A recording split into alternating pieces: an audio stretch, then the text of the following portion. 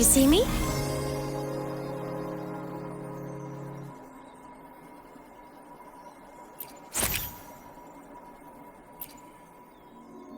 Rain.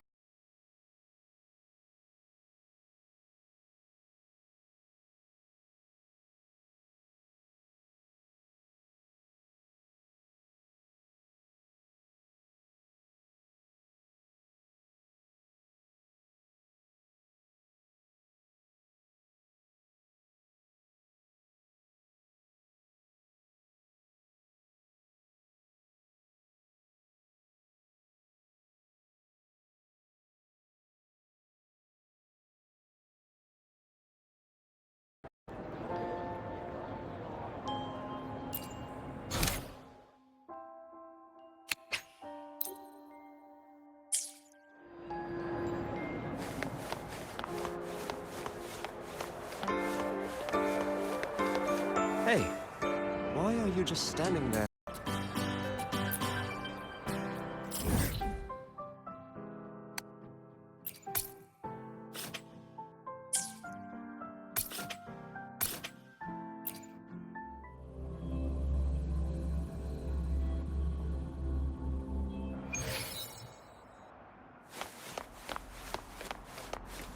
Relax, I'm off duty today.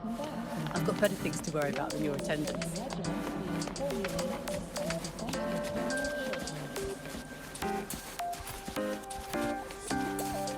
Energy consumption increasing.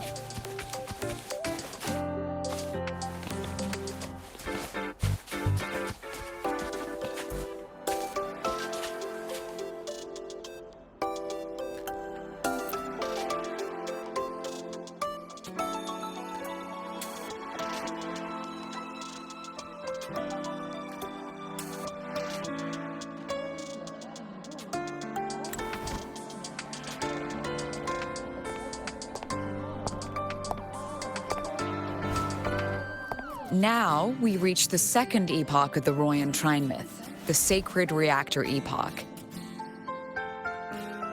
After Balder, the sun's incarnation, had sealed the foreign divinity Huthdrungur, the Frostlands fell into an endless dream. Assistant Navora, would you continue?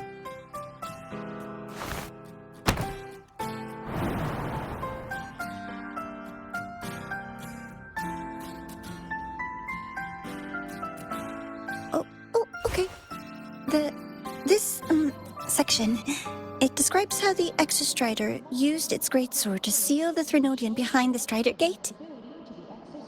The records say both the Exostrider and the Threnodian traveled through the Strider Gate to reach Lahai-Roi. Their battle was fierce. The Threnodian pushed the Exostrider to the brink of defeat.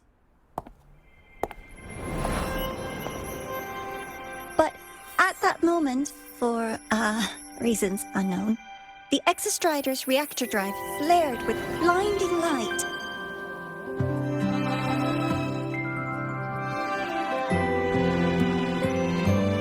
And it found the strength to raise its sword and seal the Threnodian away. Lahai-Roi was saved. What a relief.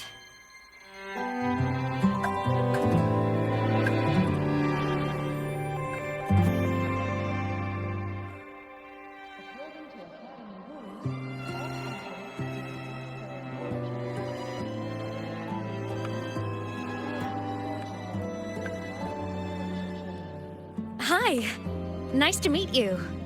I'm Imeth from Rebel College, same as you. First time seeing you in class. Trying to collect credits from all 4 departments? That's ambitious. Welcome to the academic quagmire. Imeth, I've been looking for you. I never got the chance to thank you. Thank me? The day the Eye of the Thenodian appeared, you drove it back and saved me. Did I? Sorry, I don't remember that.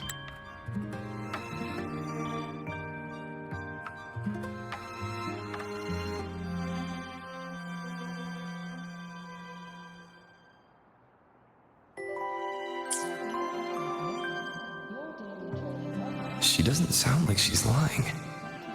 Then how?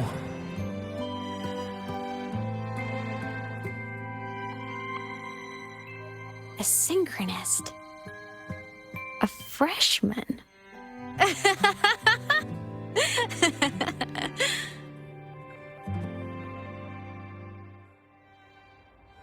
What's so funny? Oh, don't mind me. I'm just not used to seeing you like this. I mean, look at you. Something's missing, though. Oh, I know! A uniform! The Academy still hasn't issued you one? They're painfully slow sometimes.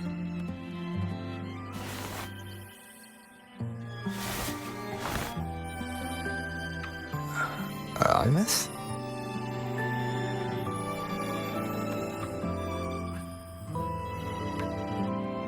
I have to go.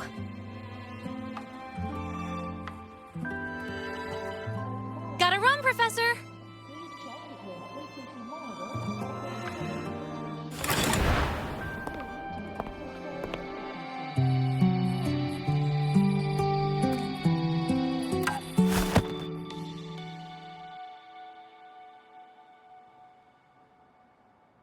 Rover, let's try to channel that enthusiasm into listening.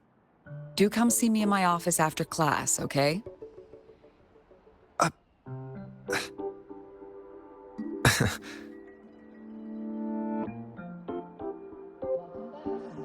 Assistant Navora, if you would.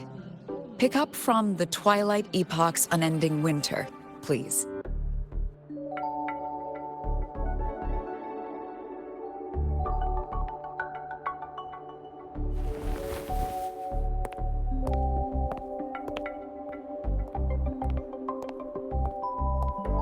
Sigrika, could you come to the library with me?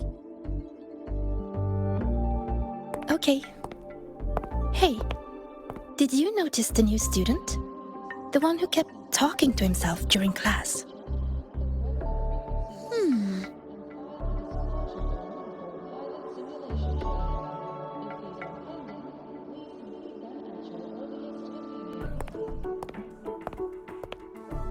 Rover, something happened during class, didn't it?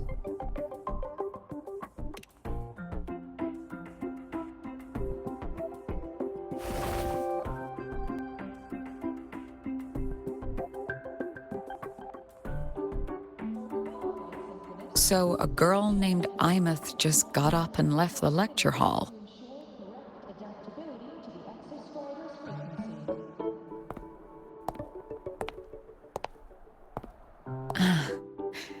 I never expected to hear that name again.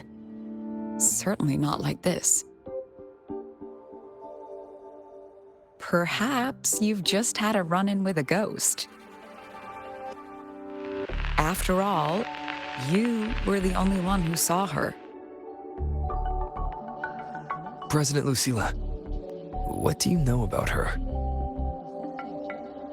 Stay at Rebel College long enough, and you'll eventually hear her name mentioned. Though it's a story from over a decade ago now. Imeth was a synchronist. Brilliant, popular. Professors had high hopes for her.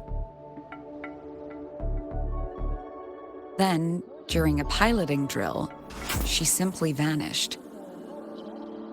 She climbed into a simulator with the others, but when the cockpit reopened, hers was empty.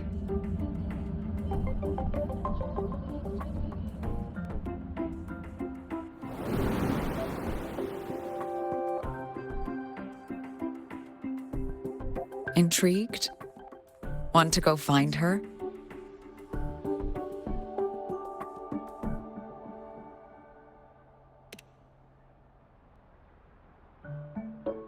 Of course. You're exactly the type to get pulled into Imeth's story. To see someone who vanished years ago, presumed dead, lingering around the Academy, a figment of your imagination, or is there more to it? I'm very curious to find out. she disappeared from the Synchroling training grounds. The very cockpit she vanished from is still there. The Academy turned it inside out at the time and found nothing. But if you're interested, go take a look.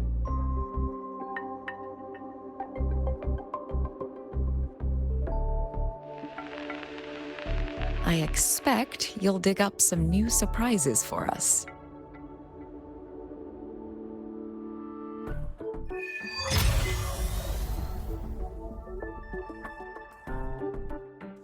According to Academy rules, all synchronists must undergo a health check, equip a frequency monitor, and file a disclosure form. Solace Cannon. What could they be doing here?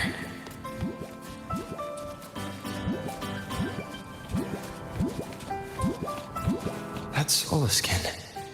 It's headed straight for the Synchroling training grounds.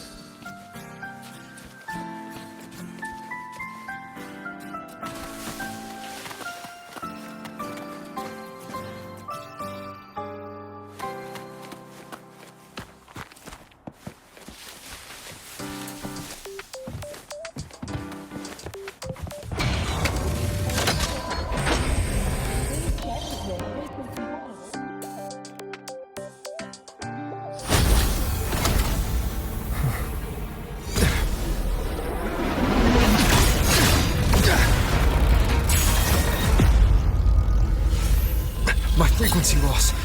It's getting worse.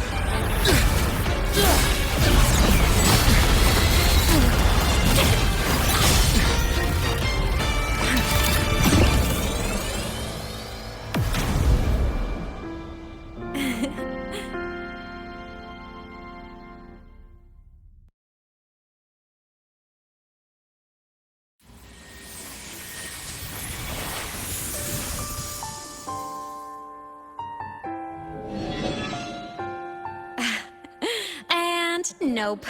Still on the fritz. How are you feeling? I'm okay. After that mech flew off, I felt less of my frequency bleeding out. That mech's frequency felt like the presence from the rift back in Honami City. Imeth, that mech only left after it saw you. After you clashed with it. That's twice you've saved me. Each time I'm left with more questions than answers. They say you're the Extra Strider Synchronist who's been missing for over 10 years. And your hand, back there.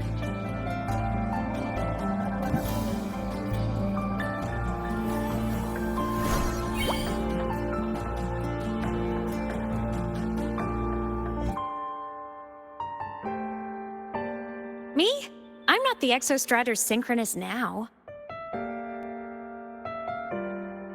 I'm its Resonator. I just died first. Call me a digital ghost.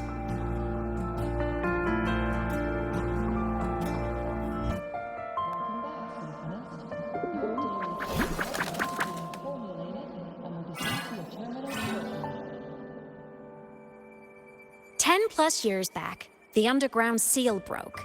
The Threnodian on the other side of the Strider Gate was about to swallow Lahai-Roi. I was still a student. My sync with the Exostrider hadn't hit 100% yet. But there was no other choice. The Exostrider was still sleeping, so I had to do something unorthodox.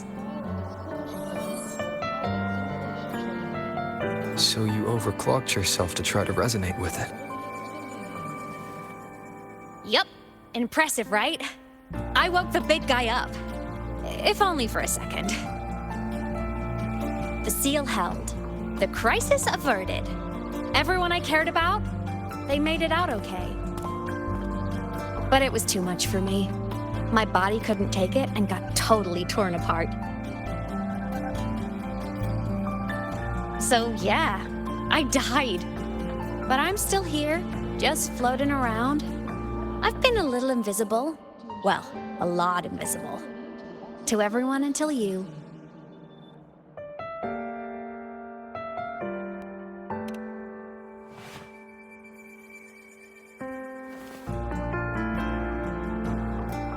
You can see me now because of this little guy.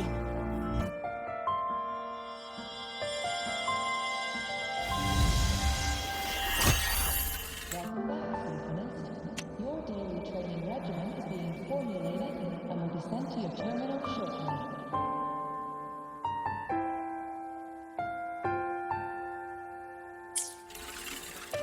The Exostrider's reactor core. My existence is kind of tethered to it now. Think of it as my heart. Even as a digital ghost, I never stopped trying to pull myself back together, to get back to reality. There's something I gotta do, and I gotta be the Exostrider's true resonator to see it through. But our resonance started with an overclock. The power I got was unstable from the get-go. I've spent years building it back up with this core. The Solaskin have been my little helpers too. Then, not long ago, you ended up with it. That became your backstage pass to seeing me. Not long ago. You mean when the reactor drive fell? Bingo! Since then, the core has become energy stored inside you. This is the first time I managed to make it solid. Took me a bit to figure out the trick.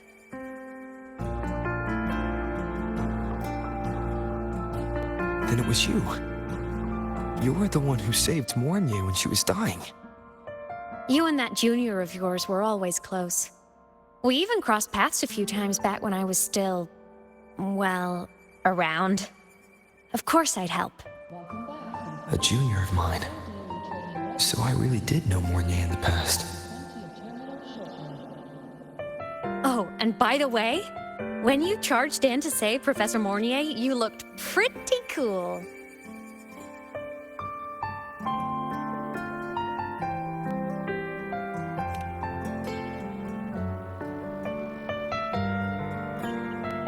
All right, no more teasing. But I mean it.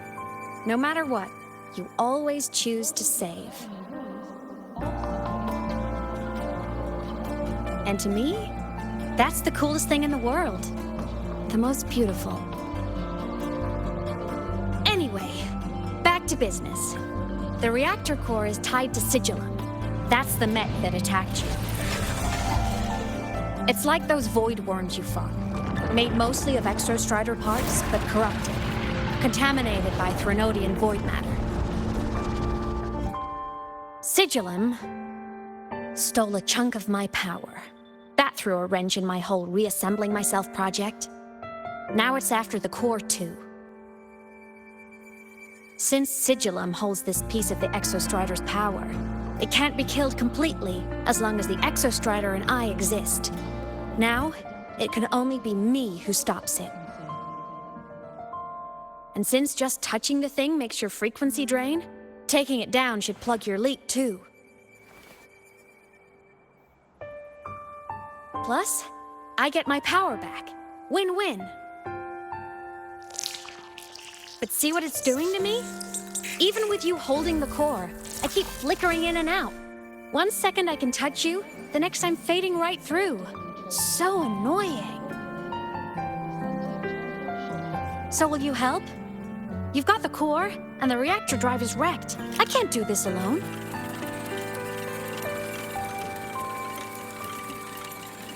Also, I've noticed, when the core is in your hand, it runs faster.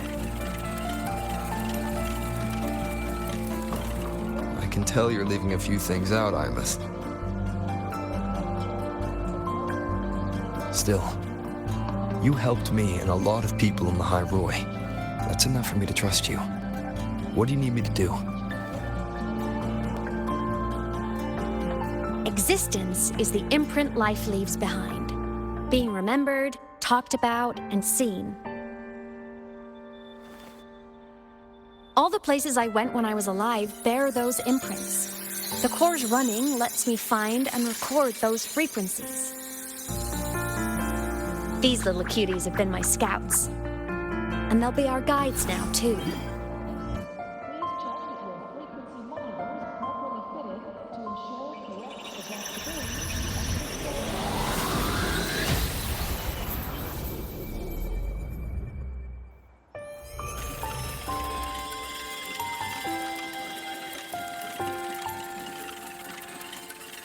Pretty easy, huh?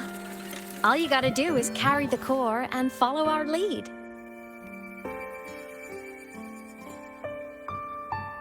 I'll do it. Alrighty. Thanks in advance, study buddy.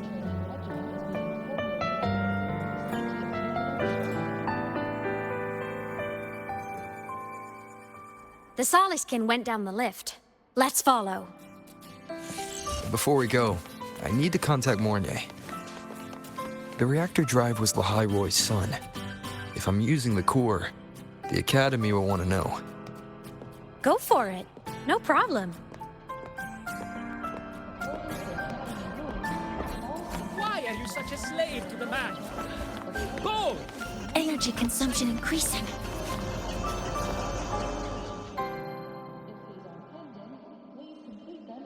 Imeth definitely glossed over some things. Like what happened during our previous encounter. What she's done since becoming a digital ghost. And the real reason why Sigalem stole her power. After years drifting like this, to still hold on to that spirit, her will must be strong. Prying answers from her won't be easy. I'll bide my time. The right moment will come. Has something happened, Mentor? I see. So the reactor drive's core survived the crash. It must be the key to reactivating the Exostrider. Of course, then the official stance is that it be returned. Star Torch Academy and the Roya would both agree on that. But as you said, curiosity from the Institute is inevitable. Mornay? My. Already caused a stir in the training grounds. Color me impressed. I'll have people clean up the aftermath. You can carry on as you see fit. You were monitoring my comms with Mornay? You're a person of special interest. Of course we keep an eye on your movements. We? Yes, we. The Space Trek Collective. Think of us as the annoying adults on campus. I'll handle the debate between the Institute and the Academy about the core. This is a matter of priority. They'll listen to me. But when you're done with your business, I'll need you to return the core to the Exostrider. You didn't mention it to Mornay, but I suspect your possession of it traces back to Imeth, doesn't it? President Lucila, I don't appreciate being interrogated over a tapped line. My apologies. As the one responsible for this academy, matters related to the Exostrider tend to cloud my judgment. After the incident with Warren, we upgraded safety protocols on public lines. No more overstepping. Here is a peace offering. I've granted you full clearance. Passes for the Starboard Riseway, archive access, and use of Academy weaponry and equipment.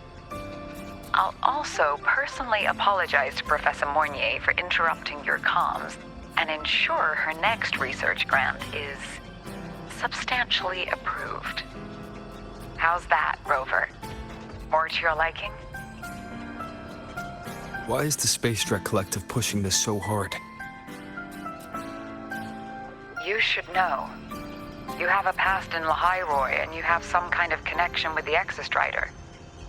The Twilight Epoch, the unending winter described in Royan legend, the threat of the Threnodian Aleth-1 is growing. We need the Exostrider awakened. Returning that reactor core is the only way. We've always trusted you to stand with us in this matter, to stand on the side of humanity. You know where to find me if you need anything, Rover. And my door is always open if you just want to talk. The Soliskin is leading us to the auditorium first.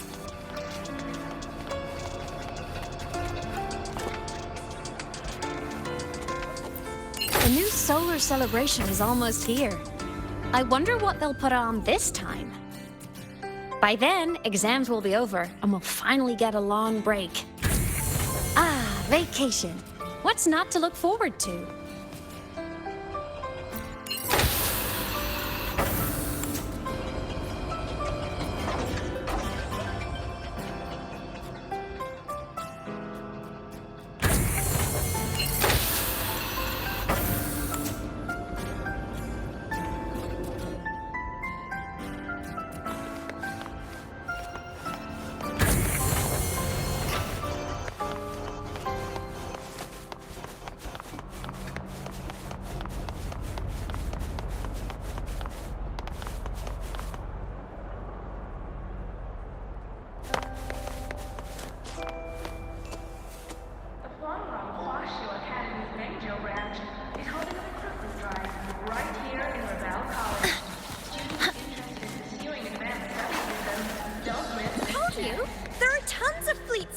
Fans at the Academy.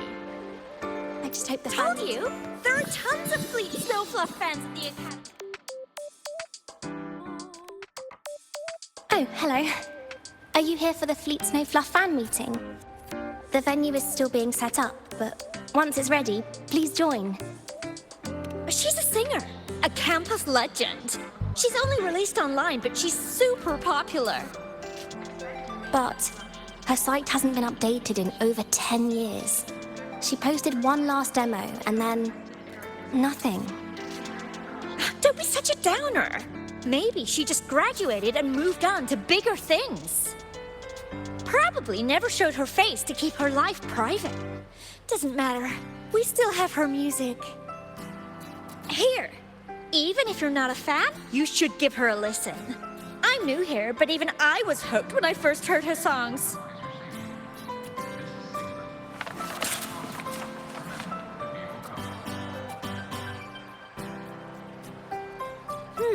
Nice print. A fan meeting. Huh. If they're happy, I'm happy. Come on. Let's follow the Soliskin and see what's going on in the auditorium.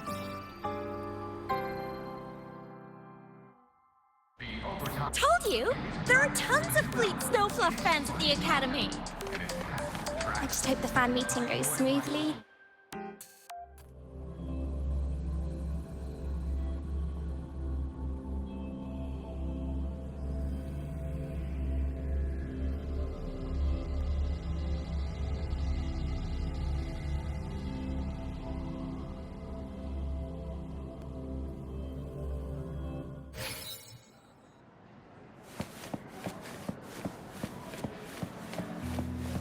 Scrapping so many drafts. Finally got this poster ready for everyone in the fan meeting. The fan meeting merch made it on time. Thank goodness.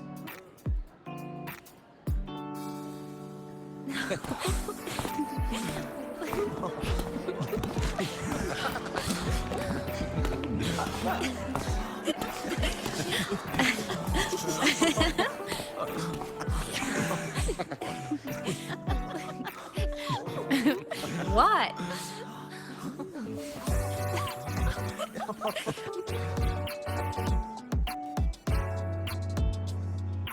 Oh, just a habit of mine. Waving, chatting, going to class.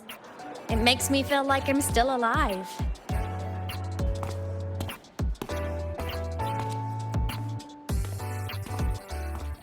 If I stop, I might forget what it felt like to be human. Call it a self-reminder.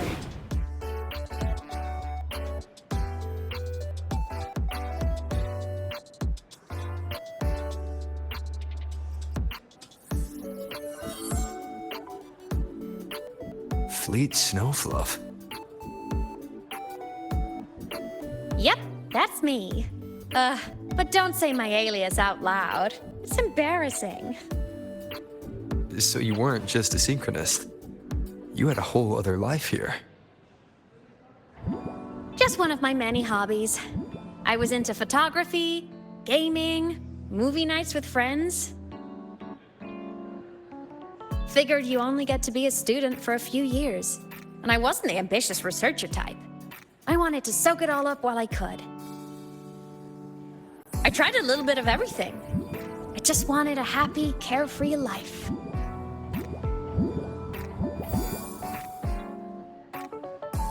Who knew I'd end up as a ghost, stuck as a student for 10 more years? How awful is that?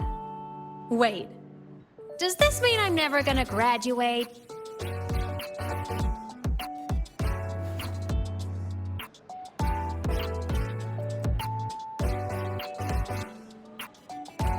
Hope so.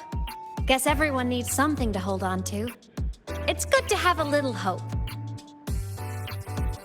But I have to say, it's really moving to hear people talk about my songs after all this time. I wrote those for myself, you know? Never expected so many people to care. But if they made someone feel something, joy, pain, anything, that makes me really happy.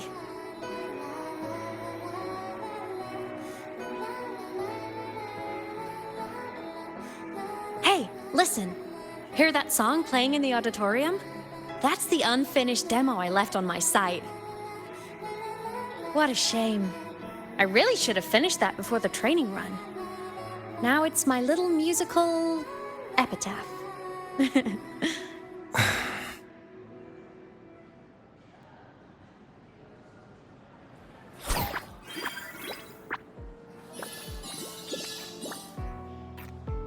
Let's go. The Soliskin is calling us.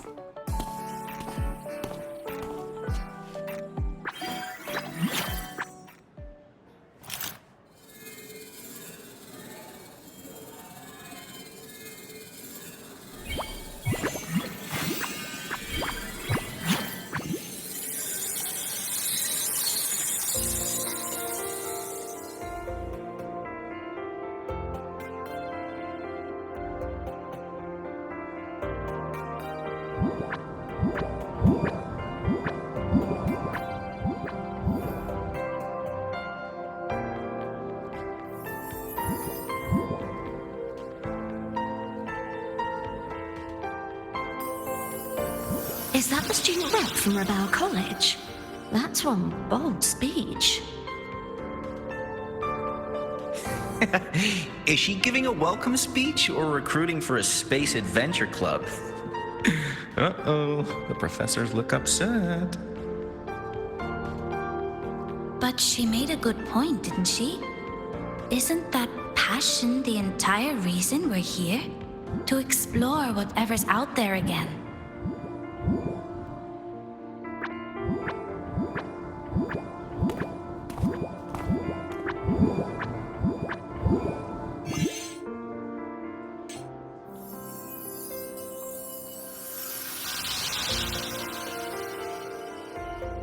Imeth, right?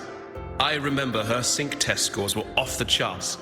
We might be looking at this year's prime Exostrider candidate. Don't be so sure. Heard about her extracurriculars. Put nicely, she's quite the dabbler. Put bluntly, she doesn't take anything seriously.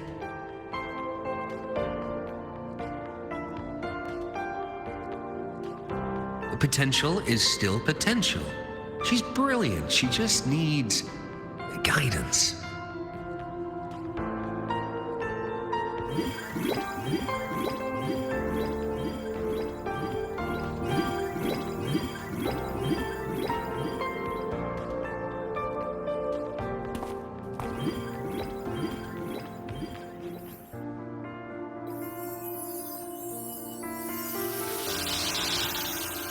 May we one day walk among the stars, to touch with our own hands a universe so cold, so real, and so breathtakingly beautiful.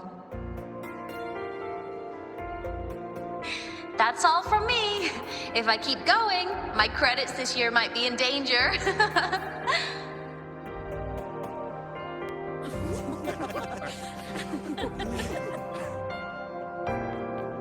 It's an amazing feeling to be here at Star Torch Academy, and to know I'll be sharing this journey into the great unknown with all of you. As a student, I can't wait to start this new chapter of my life. there's just one thing missing today. I wish my family could be here in the crowd to hear this. So, to him, I want to say, I'm doing great, and I'm happy. Everything is just as you hoped it would be. So please, don't worry about me.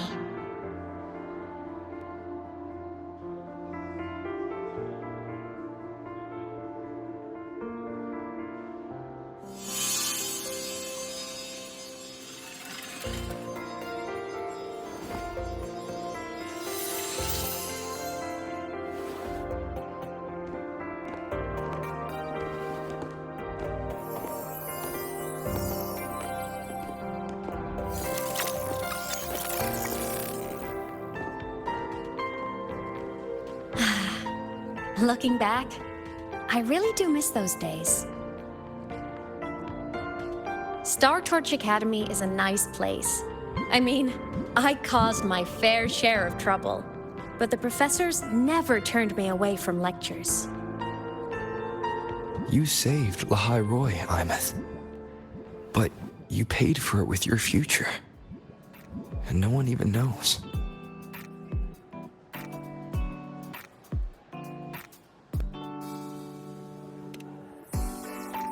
Maybe a little. But it's fine. Loneliness doesn't kill. Besides, I still have plenty to keep myself busy with.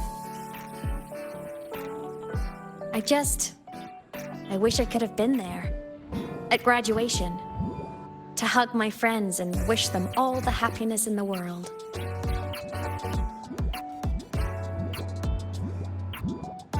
The Solace can head it outside. Let's catch up.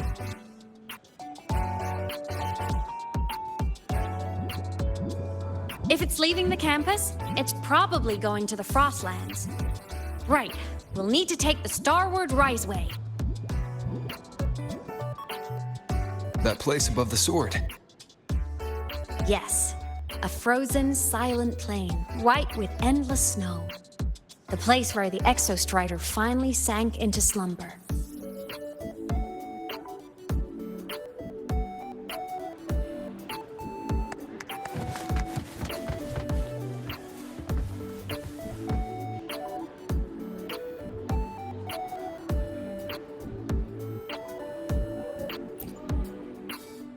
Our next stop is the Starward Riseway.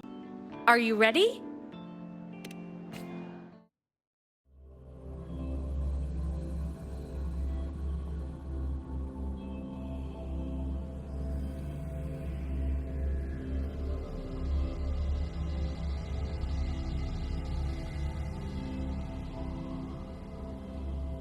When I was a kid, I once hid in the Starward Riseway and made it to the Frostlands all by myself. Bold even as a child. Hee hee.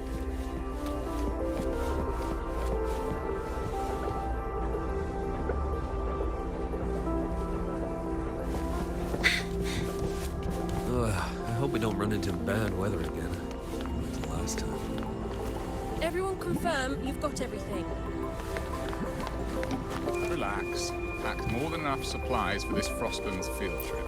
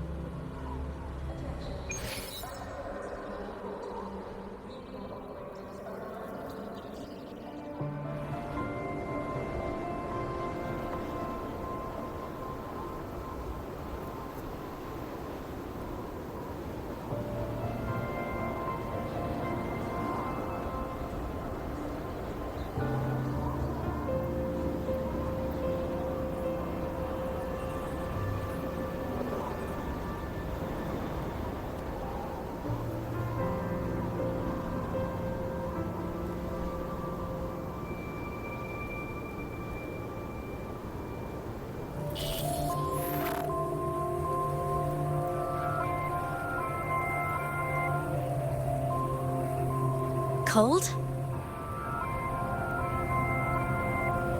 I'm fine. What about you? Between you and me, ghosts can't feel the cold.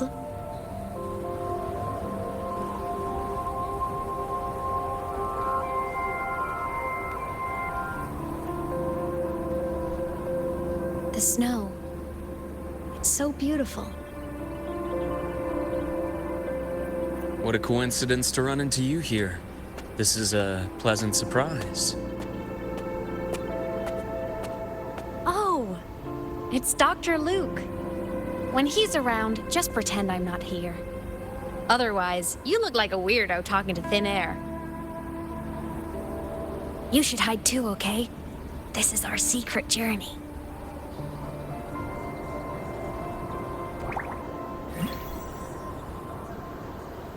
You know him? He's the school doctor. All the students know him. I didn't super well, but I do know that he's been in Lahai-Roi for a long time, and you can trust him. You came to the Frostlands for the Exostrider?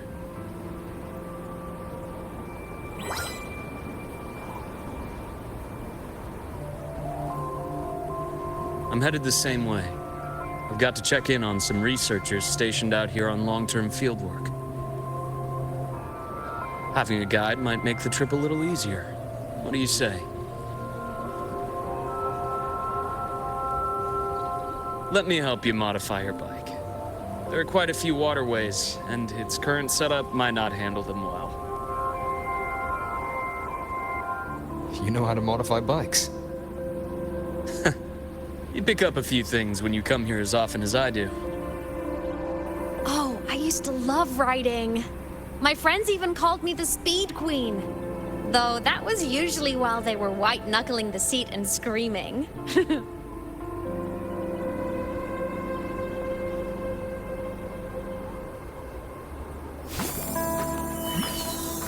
Look at this place. Hard to believe it, but years ago, all of this was a lush green forest. Back then, the Royal were nomads, the true natives of Lahai-Roi, who walked in step with nature itself. Was it the lament that changed it into Frostlands? Yes, it triggered a magnetic pole shift. From then on, Lahai-Roi became the new pole. But a lament wasn't the only cataclysm stirring back then.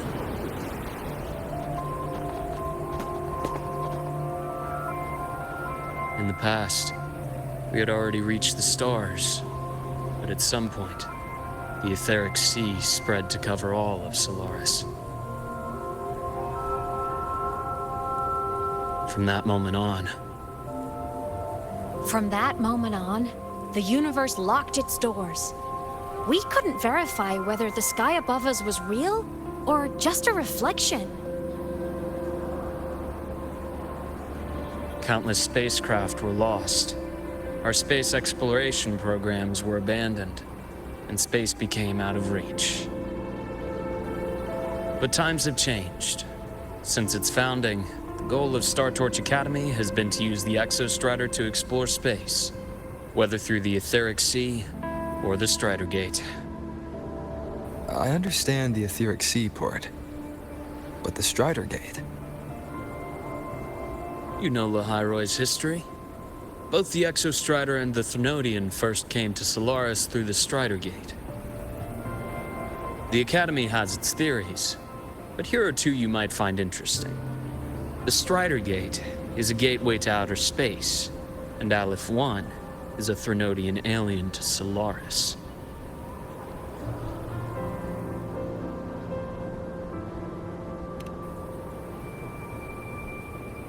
With a gateway like that, of course we want to open it. But to pass through, you must awaken the Exostrider and be prepared to face Aleph 1 head-on. I've long believed that Aleph 1 poses a far greater threat beyond void storms and void worms. With other Thrunodians, we can at least glean clues of their nature from their places of origin and the civilizations they emerge from. But Aleph 1, our knowledge remains blank. So many dream of being the Voyager who returns from the stars, the first to walk the cosmos once more. But in all these years, no one has succeeded. The etheric sea phenomenon cast us into isolation, but it also gave birth to all our dreams of what could lie beyond. And those dreams are still alive today.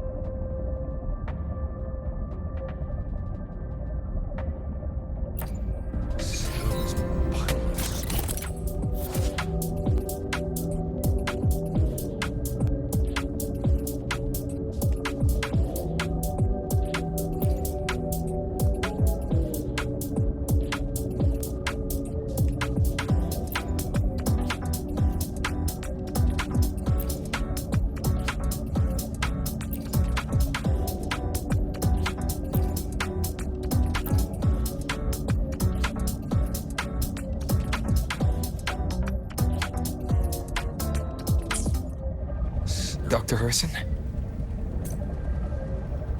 Just call me Luke. It has a nicer ring to it, no?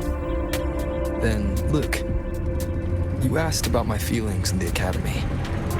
What about yours? How long have you been here? About 20 years. I was a traveler before that, seeing what Solaris had to offer. But then a friend asked me to come to Lahai-Roi, to keep an eye on things here for him. The students make it easy. Watching them find their way is its own reward. They enjoy talking, and I enjoy listening. The work suits me well.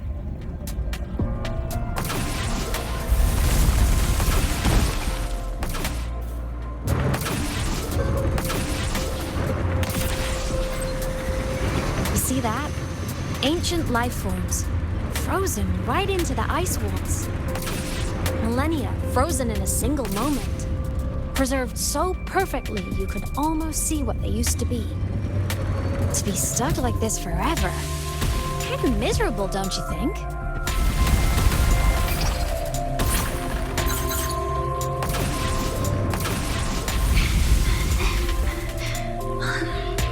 Must be around here.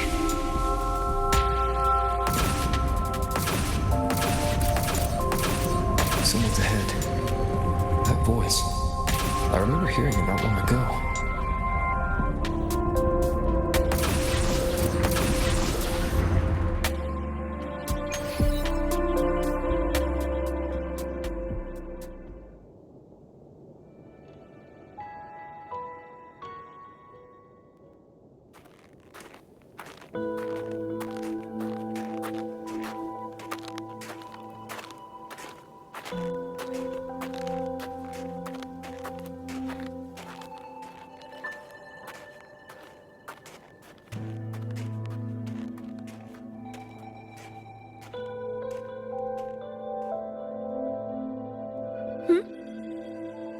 You are the one who was talking to yourself in class.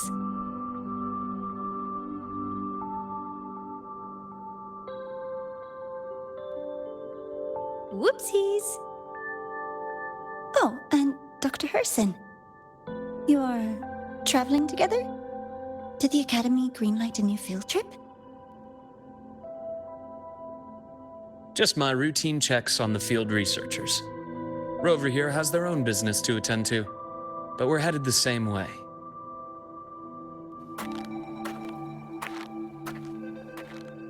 What about you, Miss Navora?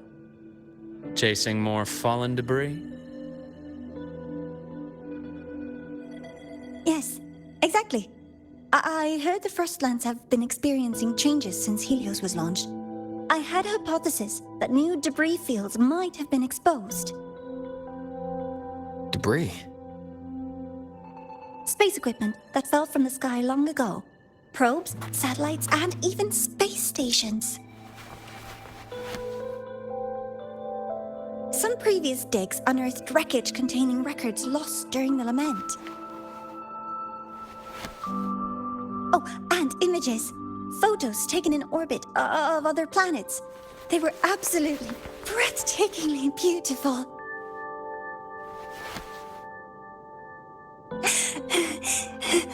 Oh, sorry. I got carried away.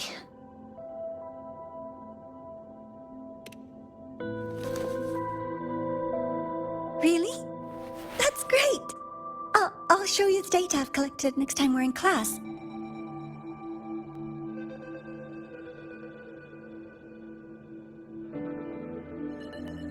The universe.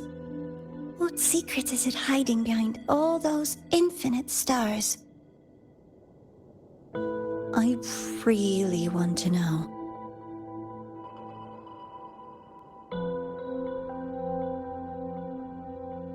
Anyway, in short, I came here for the fallen debris.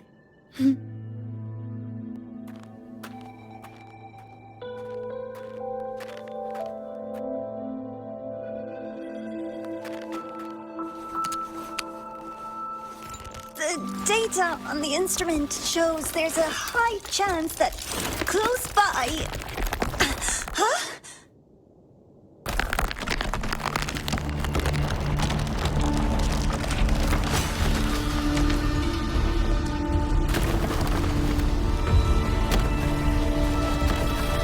Run!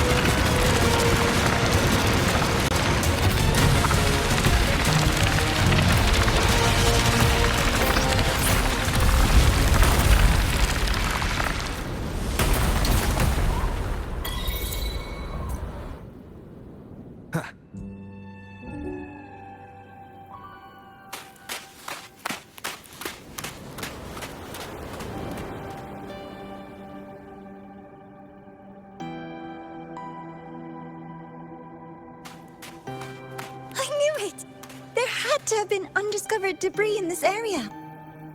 It must have been sealed in the ice wall all this time. Luke, Navora, you alright?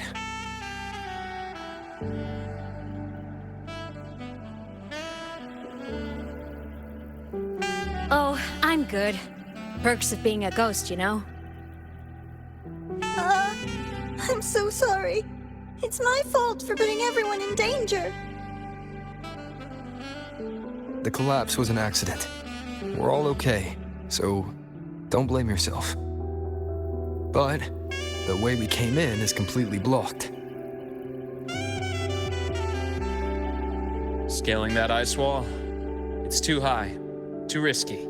I'd rather not have a student on that climb. I've contacted the Academy. They're sending a rescue team. Once Navora is safely returned, we'll set out again.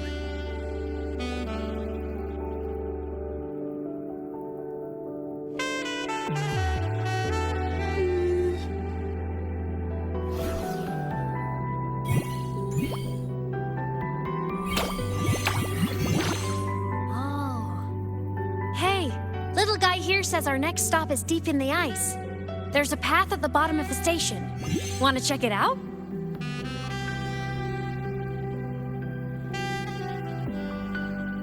What about waiting inside the station? It's freezing out here, and another collapse is possible. It's safer to wait for the rescue team indoors. I agree. I want to see what's inside too. With Rover on the team, a quick recon should be manageable. Up to you.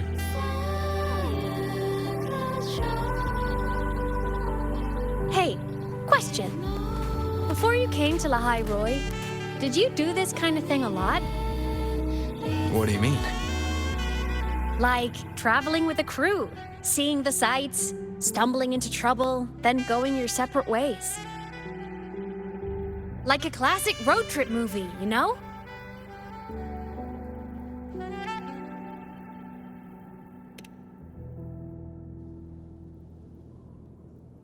Nice. I happen to love those. Looks like this time I get a co-starring role. Amazing. Let's keep going, study buddy.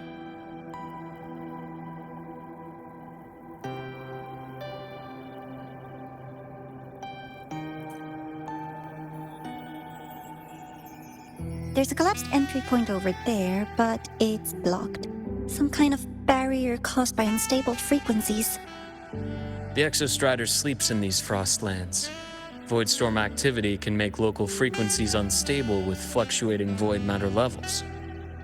Oh, taking this opportunity, let me grant you access to the module adapter. Huh. It's already unlocked. That must have been Lucilla. Let's move to an area with a stronger signal so it can be deployed.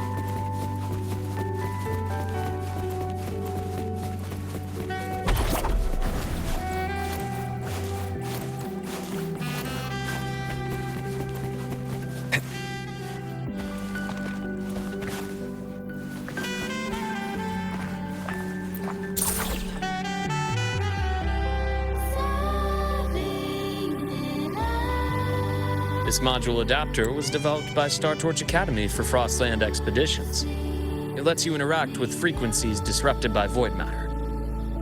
Give it a try. You'll need it here.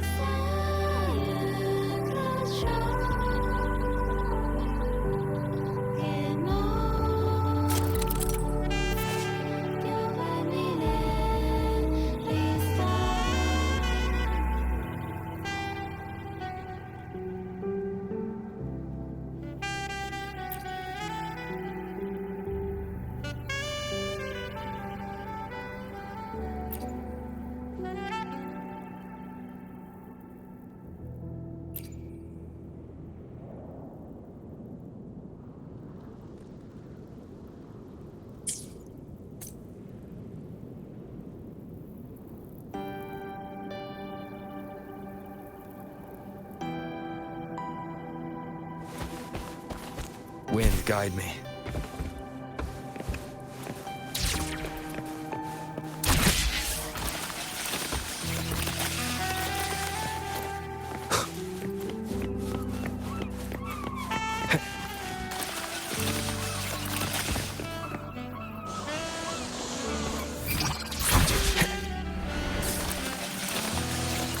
Compared to other debris fields, this station is in much better shape.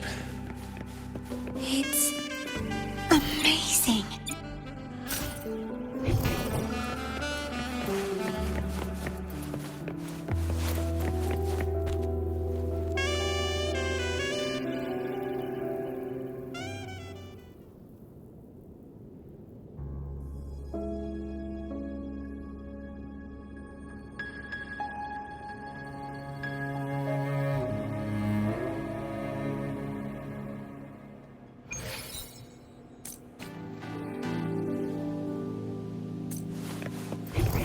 Back in Mount Firmament, I saw characters like this. They belonged to the court of Savante. But I still can't make out what it's saying.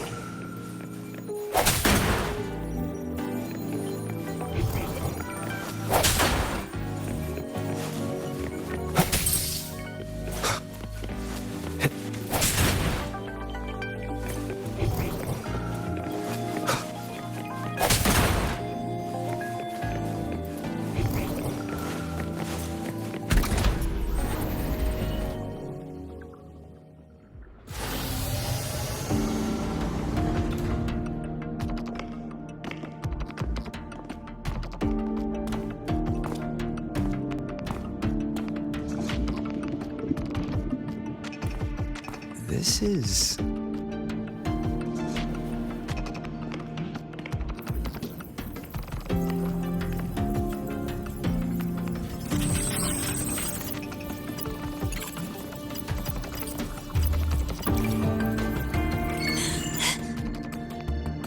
Welcome aboard the Skyark. I'm Wenlu, your guide for today's tour.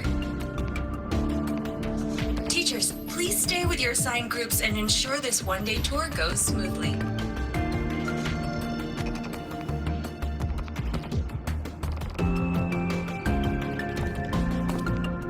Please direct your attention here.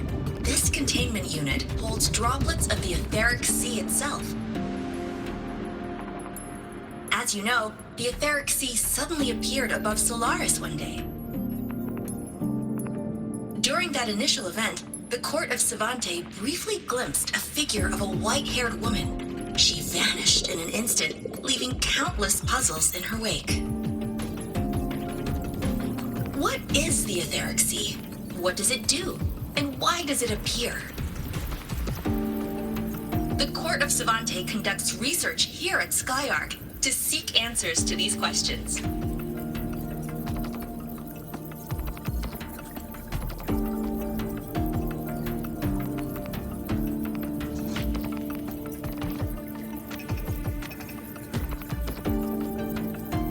Next, please scan your clearance with the system and follow me in an orderly manner. We will now proceed to the central deck. Awaiting us is this station's most significant breakthrough, a mass relay device powered by a stabilized sample. A sample of the etheric sea? If it's part of the fallen debris, can it be? This research started before the phenomenon first appeared? Oh my, this is an absolutely incredible discovery! Thank my lucky stars I came to the Frostlands today. That guide was probably a hologram frozen in the system's memory. Huh. Those brilliant minds in the Institute will be wetting themselves over this. One-day tour, huh? From the way she spoke, the visitors must have been school kids. Guess hopping a shuttle into orbit wasn't a big deal back then. The containment unit looks custom-made too. Transporting those samples safely would have been a massive logistical operation. Huh. Court of Savante Space Station. This is an exceptionally rare find.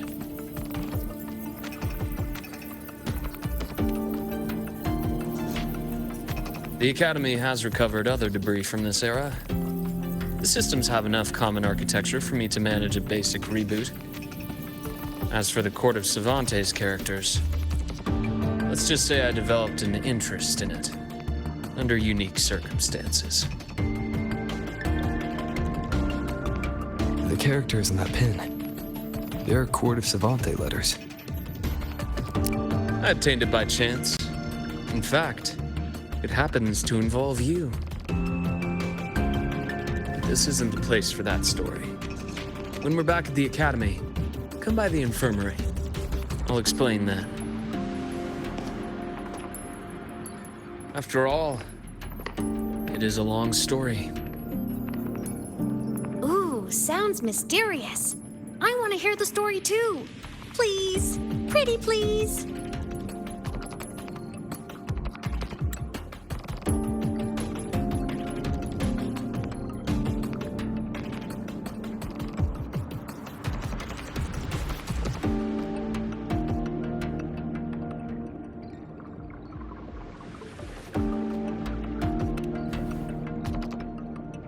Fair point.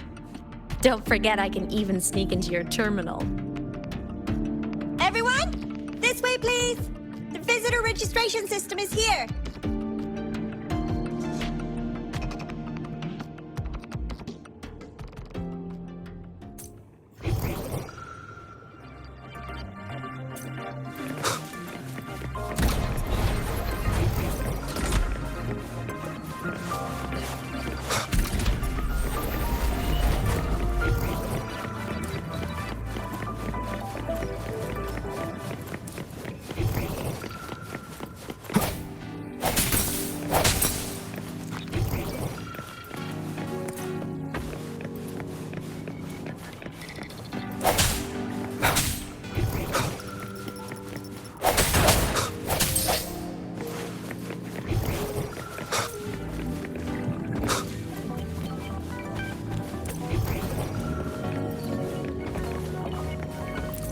Cherish every gain.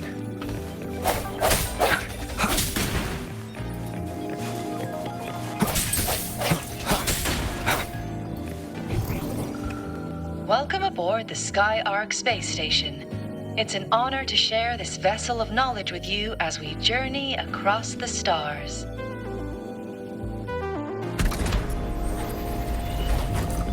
Remnants of the past. The clearance we got won't grant us access to the entire station. We'll need to register again later. Also, while the hull looks intact, the system is reading several parameters in the red. It could be the etheric sea's droplets affecting the surroundings, spreading through the station.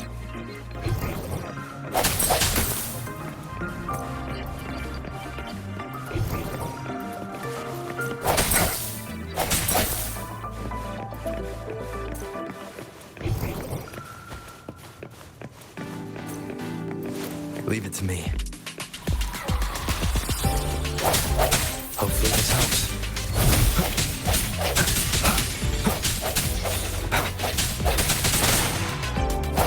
I sense your weakness.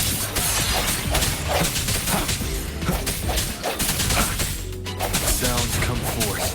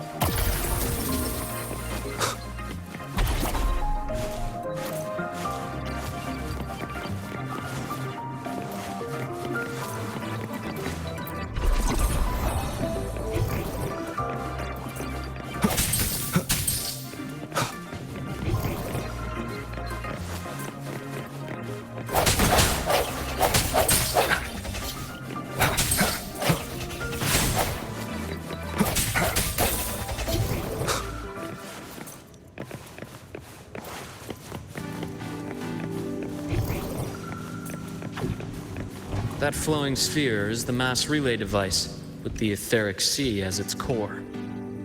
Let's check the console.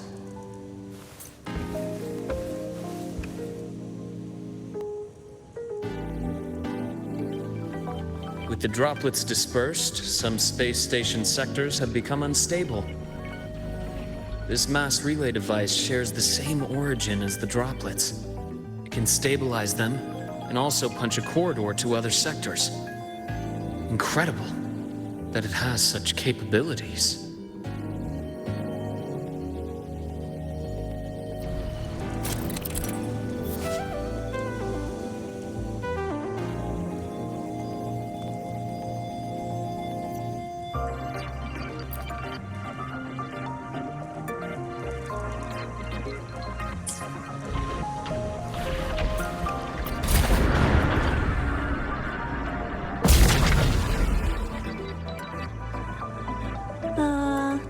hatch over there is back to normal.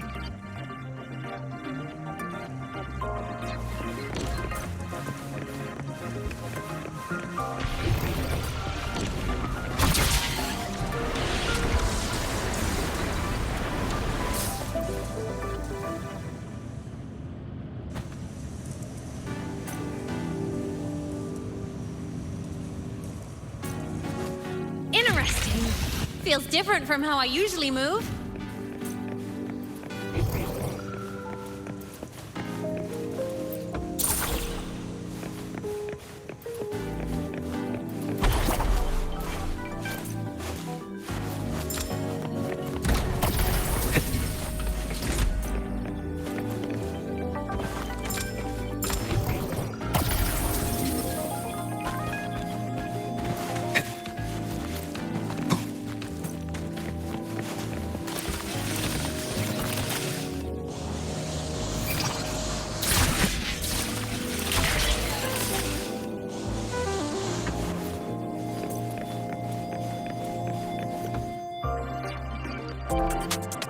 Pathway's blocked. Let's try the module adapter.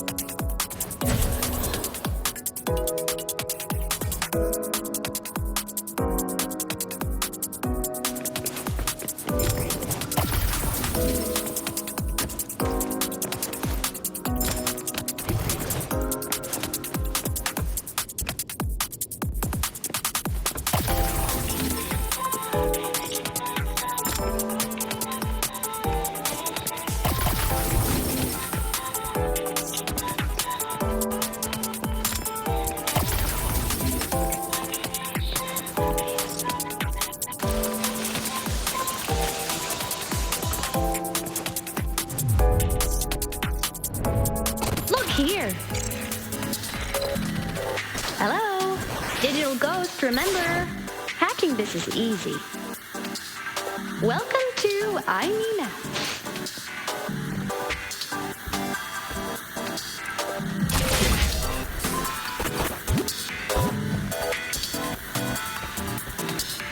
Remnants of the past.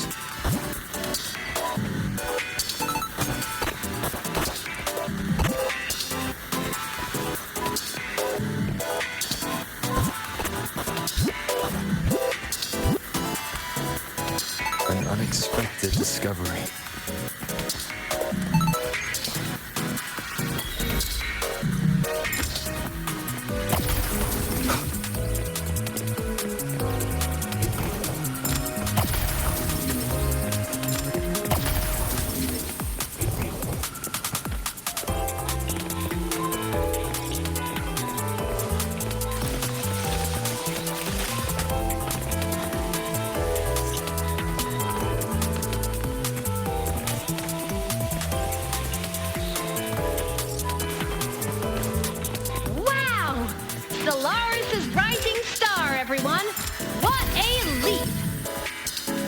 Oh, come on.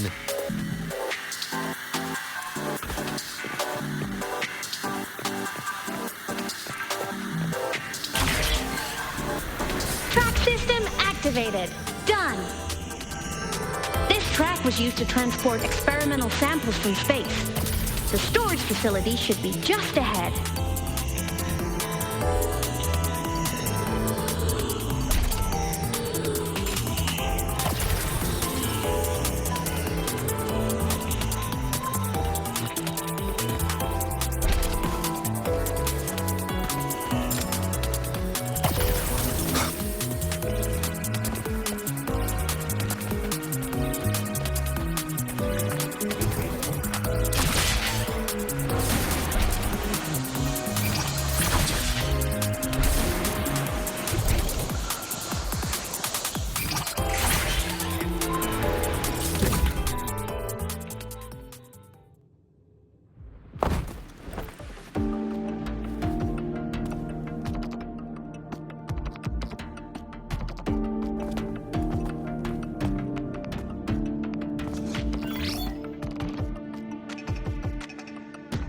containment units hold star fragments and etheric sea droplets, all collected in EVA missions by our very own Uncle Clement, who just gave you a tour.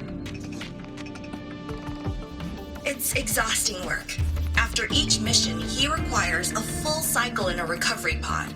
Let's thank Uncle Clement, and then gather here.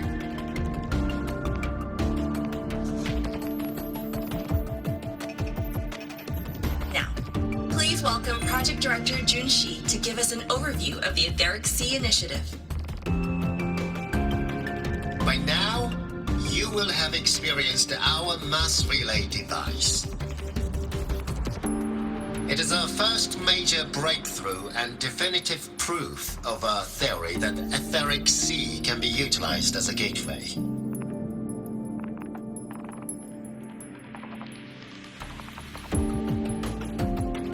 The droplets exhibit unique quantum properties. Used as a medium, they could help us reach places no one on Solaris has ever set foot.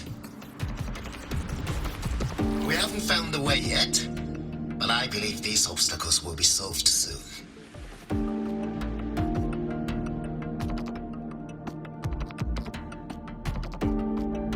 I have faith, not just in the court of Savante, but also in humanity's resolve to explore the stars, and in the budding curiosity I see before me. A mind that feeds on the light of distant stars will never be content to simply look. It will find a way to make the journey. Recently, a brilliant new mind joined Skyark. Our work was instrumental in developing the mass relay device. Let's welcome Professor Wei Yin to share her vision.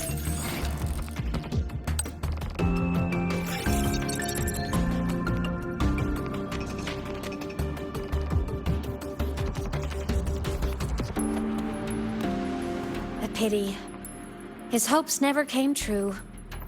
Humanity's quest to reach the stars has only gone backward.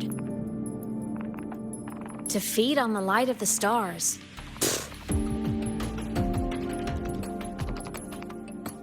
Venturing into the unknown beyond the Etheric Sea. Romantic idea. Though who says something ugly isn't waiting out there in the dark? Over here. I found something interesting in the system logs. The station fell long ago. But according to this, the Skyark system was briefly reactivated after years of silence. Could someone still be alive? Not likely. We'd have found signs of life long before now. The activation sequence was used only to seal hatches and lock equipment. After that, nothing. Can you see who activated it? Hold on. Yes. Clearance belonged to Clement. The one who gathered the droplets. That's all I can pull for now. But the Academy will run a full investigation later. I'll keep you in the loop. Good. Keep me posted. Shame the director's speech got cut off. I can't help but wonder what that colleague of his was going to say.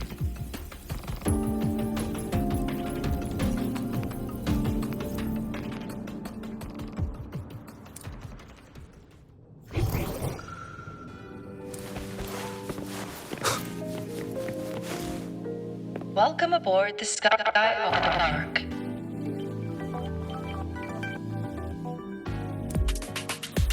The station's security grid is offline in this sector. Monsters? Void matter has made them highly unstable.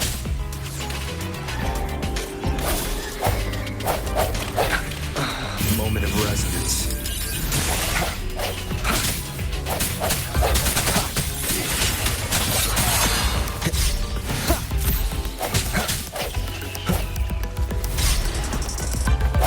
Hopefully this helps.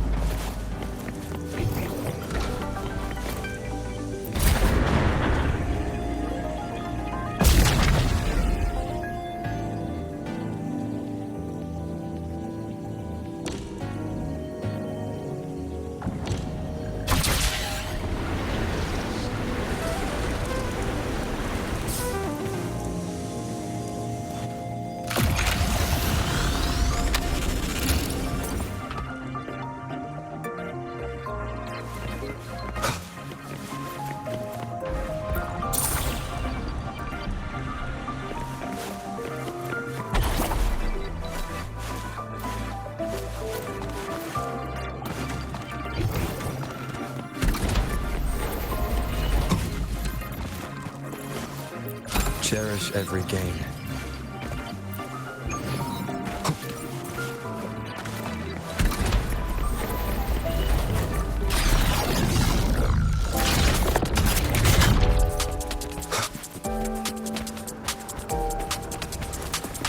Leave it to me.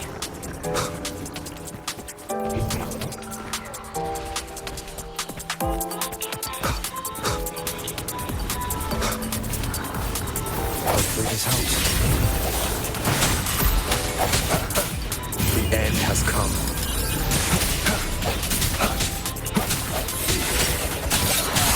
The frequency here is unstable too. Try using the module adapter to disrupt it.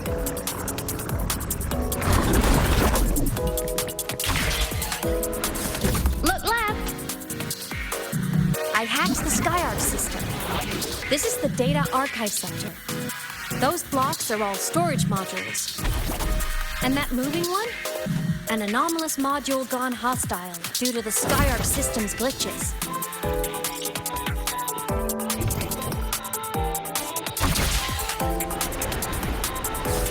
Leave it to me. Hopefully this helps. Void matter levels seem to have risen.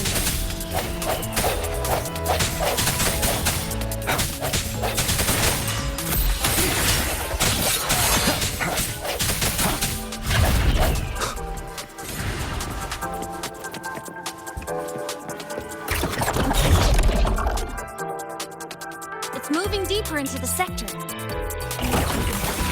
I'm on it. Look, Lahai-Roi Blocks is complete. In the Space Fantasy Katia series, every copy included this minigame. I love it so much, and I'm really good at it.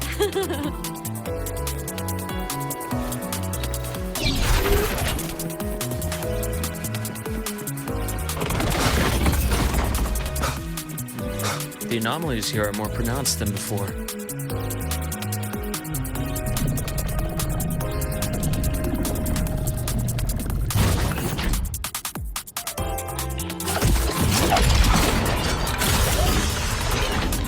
Hang in there! I'm working on something in the SkyArc system. Use the adapter to disrupt these error modules.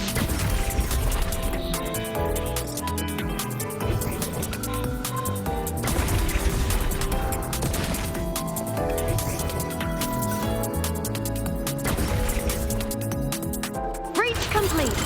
Hey, do you know how to play rock, paper, scissors? Good. Now, go rock!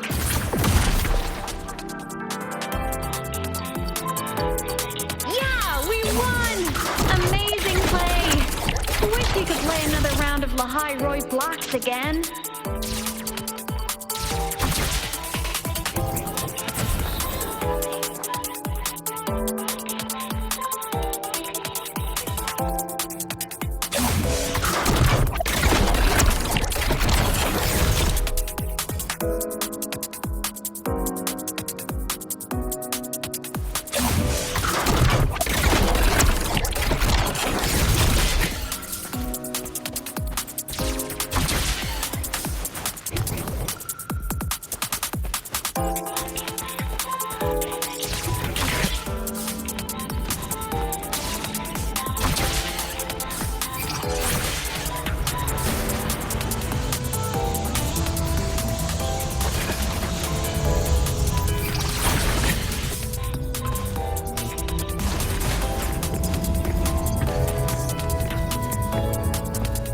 Are just like minions in the Space Fantasy Katia series.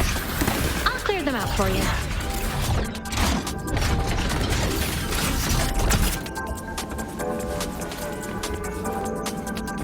These things are just like minions in the Space Fantasy Katia series. I'll clear them out for you. Those modules fell and took out the hostiles? Doesn't it feel like we've been extra lucky this whole way? You're right, but some modules did attack us. Hard to tell if the SkyArc system likes us or not.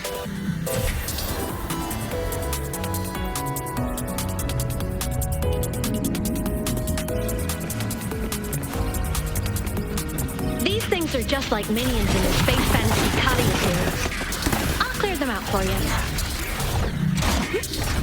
Those modules fell and took out the hostiles? Doesn't it feel like we've been extra lucky this whole way? You're right, but some modules did attack us. Hard to tell if the Skyark system likes us or not.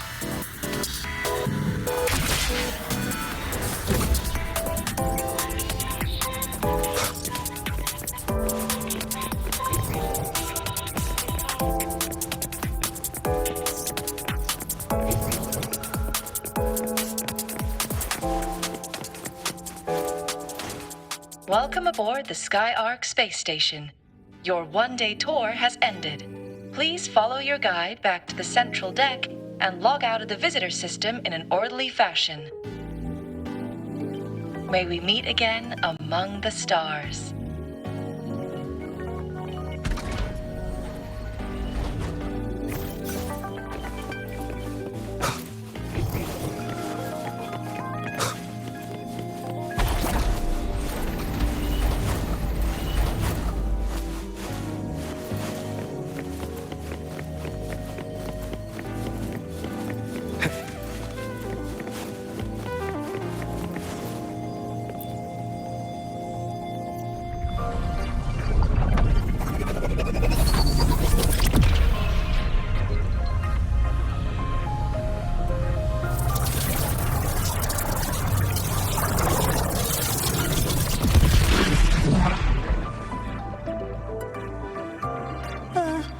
There are traces of void storm contamination everywhere.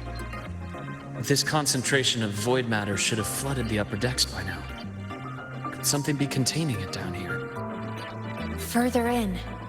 Something's down there.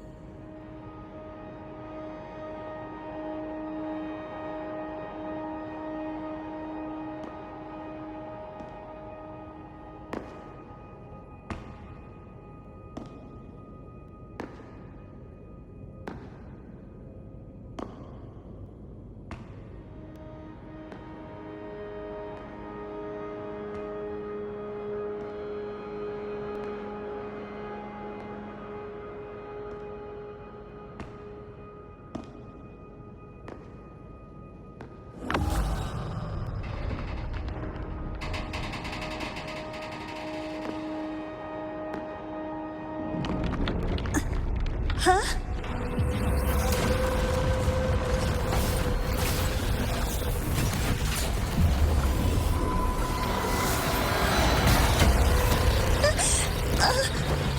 That hurts.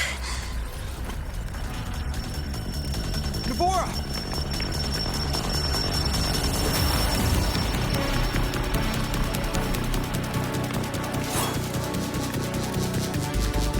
Void matter saturation is critical. The Skyark system is going into failure. I'm going in to try to stabilize it.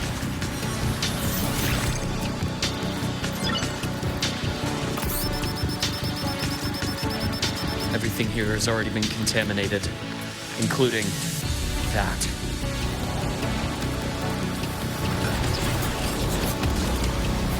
From a doctor's perspective, the only healing left for what this man has become is release.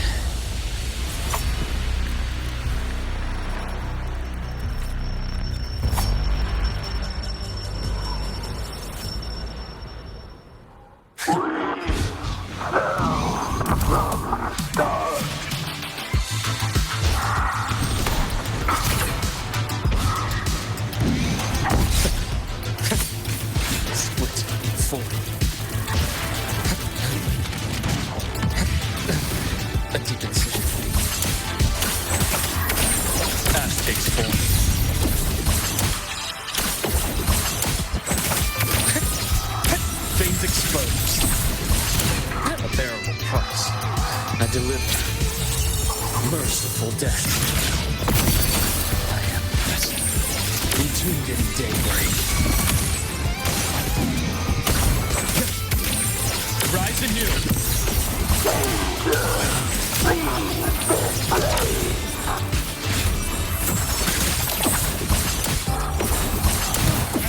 Wind calls, waves rise. Judgment strikes!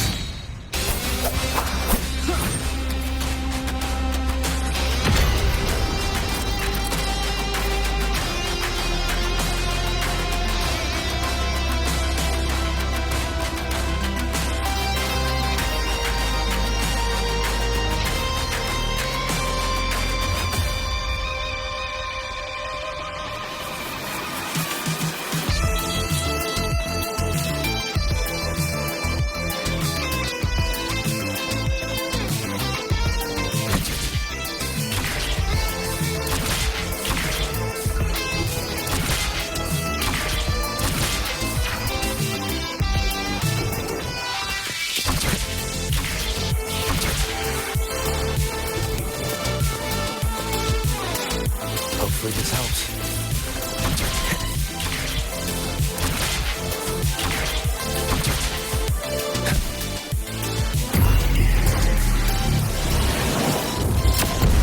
Keep it together.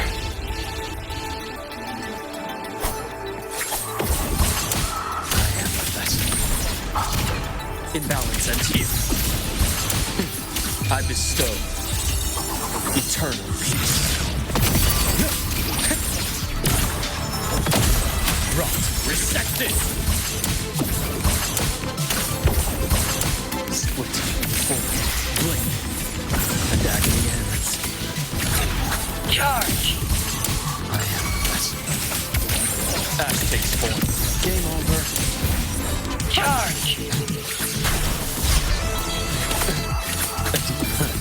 Gotcha. Split, form. Veins exposed. Game over. Return. I deliver. Merciful death.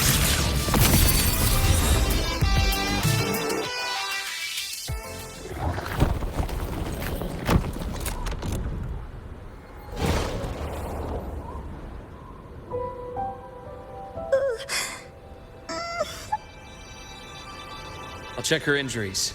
Will you patrol the area to make sure there are no more threats? Got it. You go check on her.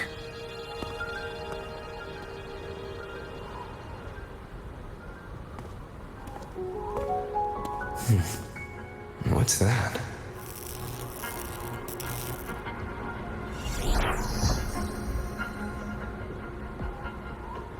The Skyark system is stabilizing. Look, a log entry. Clement. That must have been the astronaut's name. Huh.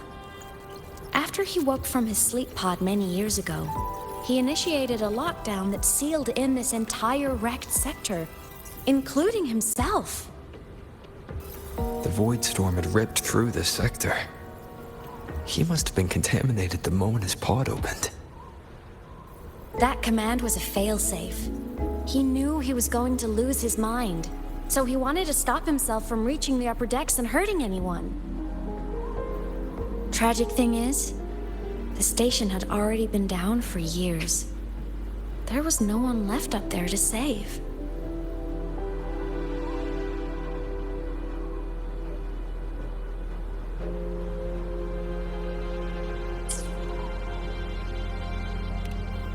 Even if his friends were gone, he might have thought of future explorers.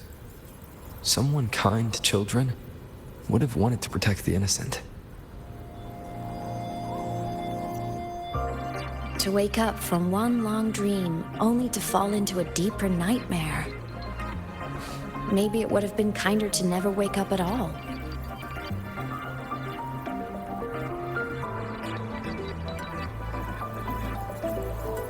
This file, it looks like a recording.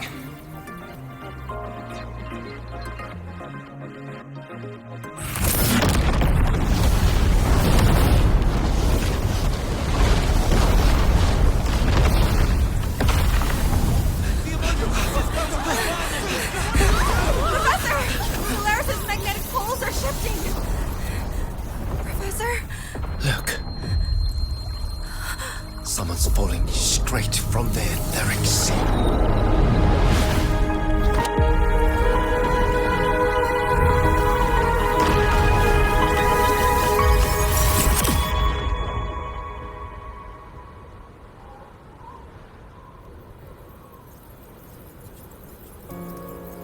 Was that me in that recording? That had to have been the station's final moments, when the etheric sea phenomenon suddenly spread and engulfed all of Solaris, like Luke said.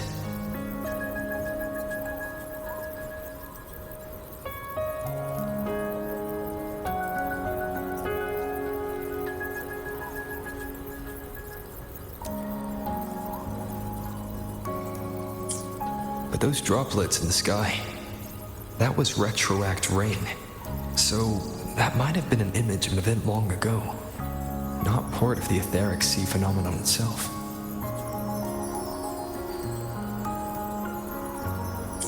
Did I really fall from the etheric sea? Or what lay beyond it? Junchi did say the droplets could act as some kind of gateway.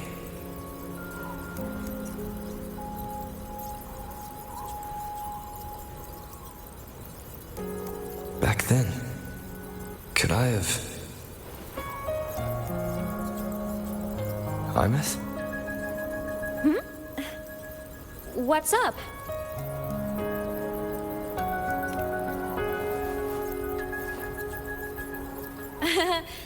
Not at all. I'm fine.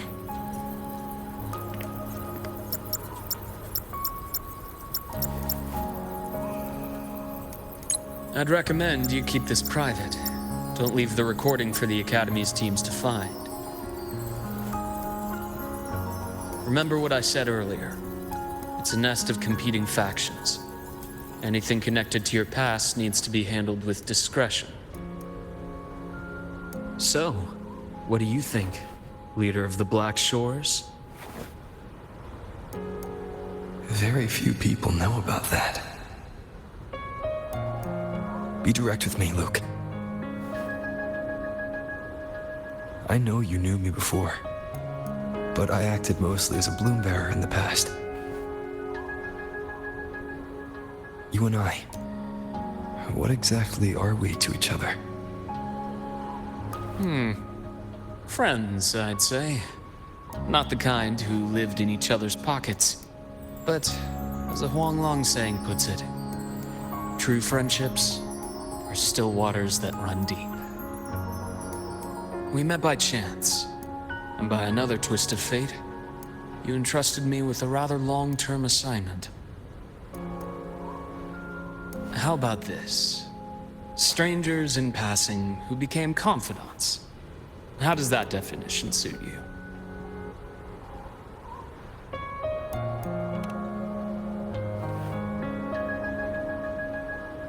That's fine.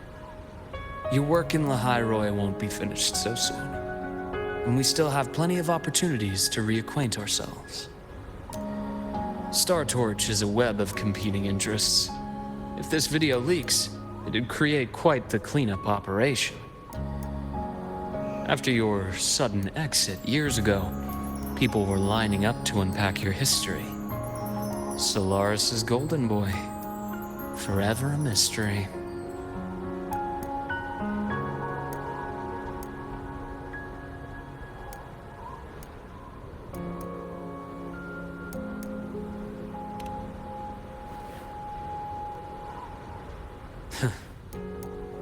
Not the same as when we first met.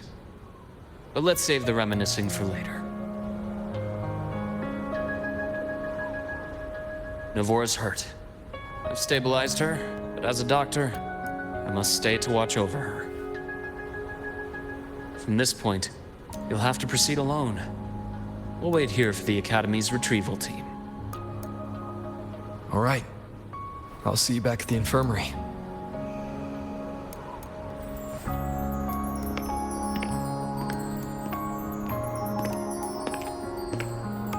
Luke, when you said, I'm not the same, what did you mean? Just my impression. I could be wrong. but you seem lighter now. More hopeful. Happier. And that's not a bad thing.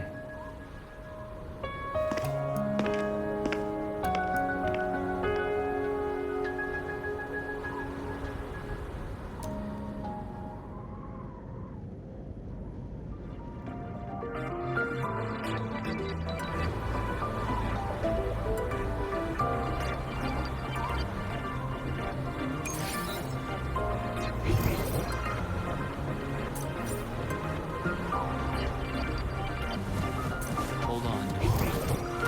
The retrieval team will arrive soon. Okay.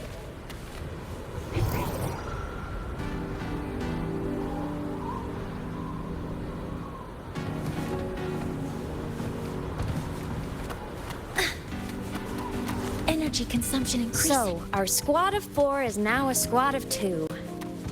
Oh, wait. I don't really count, do I? Guess that makes it a solo squad now. I once got accepted to work at a research outpost in the Frostlands. I took a different route back then. That's a surprise. I thought you'd prefer hobbies over field trips. Well, I was really into void storms. Could count as a hobby, I guess.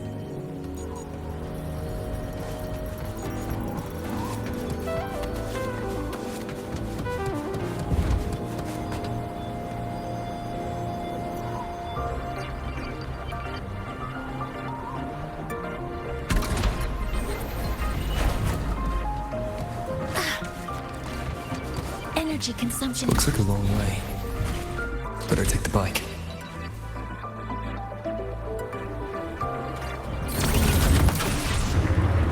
Let's follow the light ahead.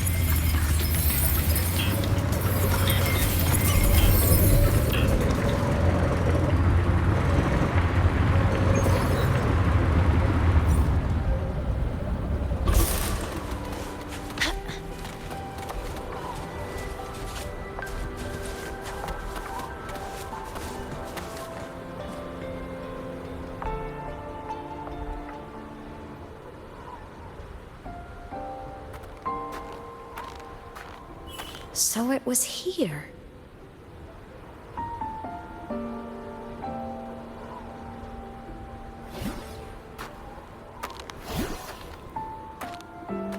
This is the research outpost you mentioned before.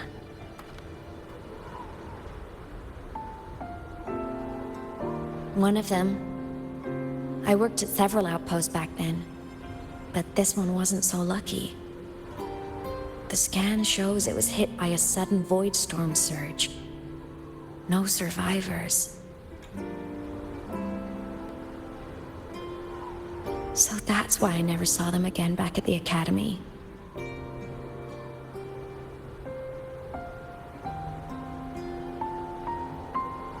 I thought I just didn't see them around. Hymus. Anything swallowed by the void storm slowly loses its existence until it's forgotten entirely. If a cassette makes it out, at least there's a record. But if that gets erased too, then even the fact that they died is erased.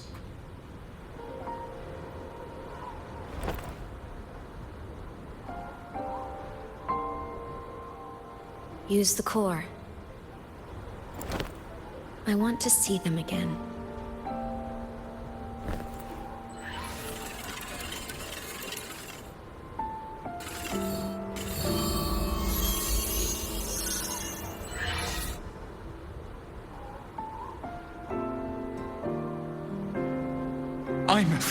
You were amazing. If not for you, that Glomoth would have crushed us to a bloody pulp. I'm still shaking, but you're already cool as ice. Are all synchronists from Rebel College as composed as you? If you want to thank her, share your Voidstorm research. To the Frostlands came our little Imeth for this curiosity. You should show her that thesis you've been writing for years.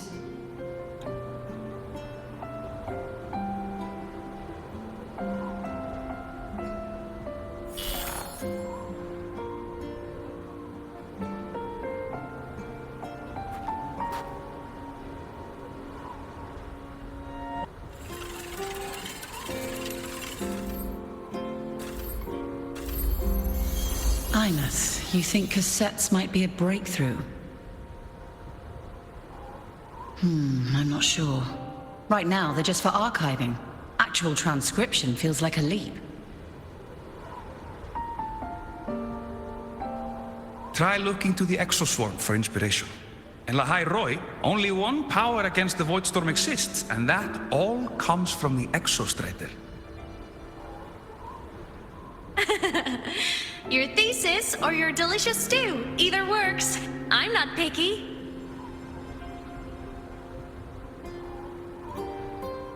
As for the void storm, I'll try all your ideas. The problem is, we don't understand the void storm deeply enough. Especially in the depths with high void matter concentration. No probe survives the journey, so research is stuck. I can't shake the feeling that...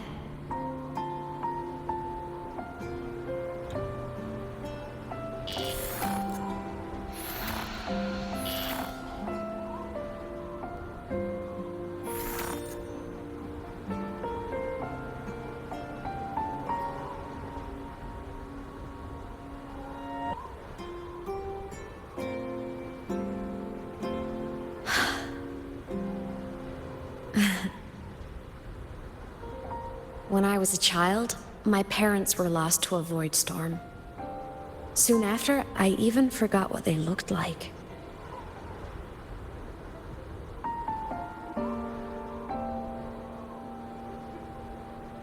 So you see, death hasn't been all bad.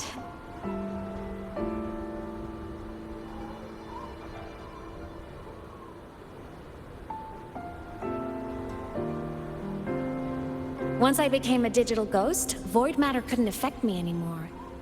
Even if the whole world forgets my friends and colleagues, I still get to remember every single one of them. Amis? Yep. You don't always have to smile through everything. What's that supposed to mean? I'm happy. Really. It's the way I choose to live. You're too serious, always overthinking, hence the long face.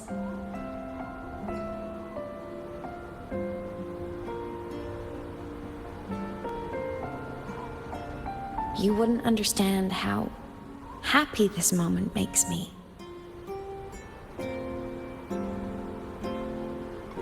Come on, I'll show you the Frostland's slumbering giant.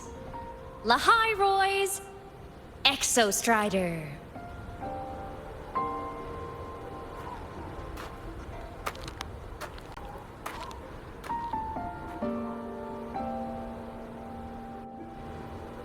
Ever since I became a digital ghost over 10 years ago, I've stayed in Lahai-Roi. Can't get too far from the Exostrider. You've been to many places, right? Care to share some stories? Let me think.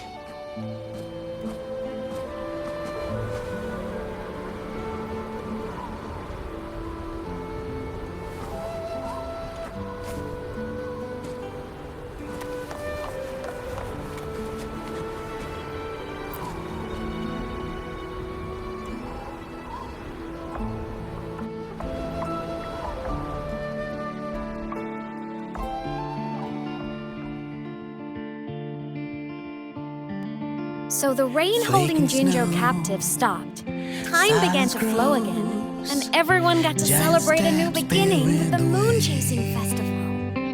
Then you returned to the Black Shores, to the place that's always watched over you from afar.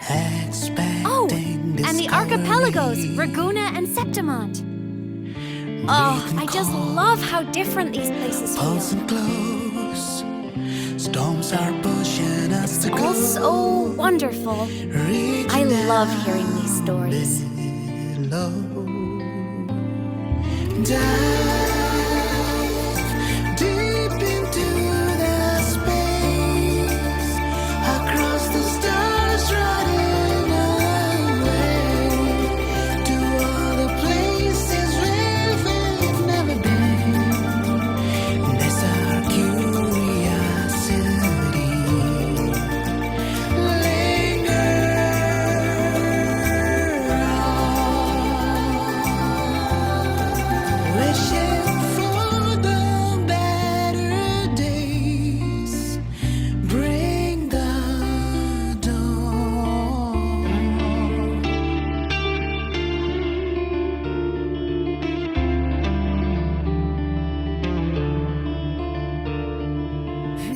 Satellites, quiet core, resonance is hard to find.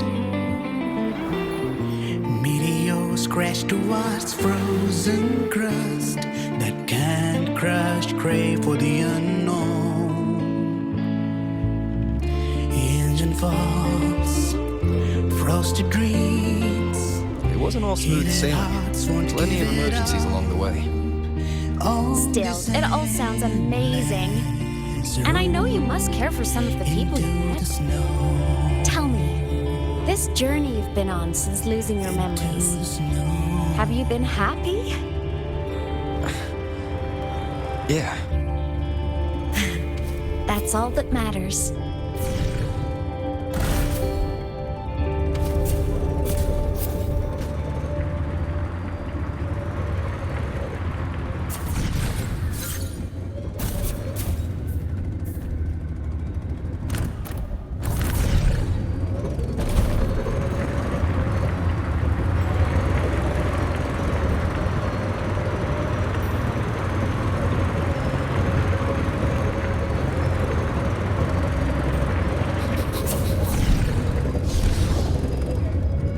Safety measures. Check.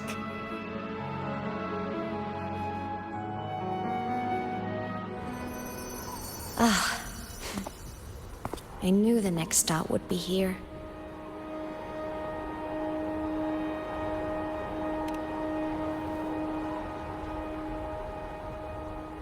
The cabin up ahead. It's where I used to live with my family.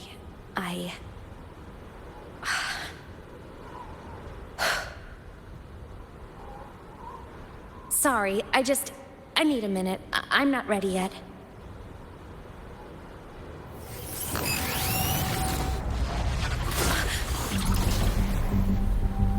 Just like before, the moment it appears, my frequency starts getting sucked out of me. Imeth said it's a Thenodian derivative, like the Void Worm. They share similar frequencies, but my gut says it's different.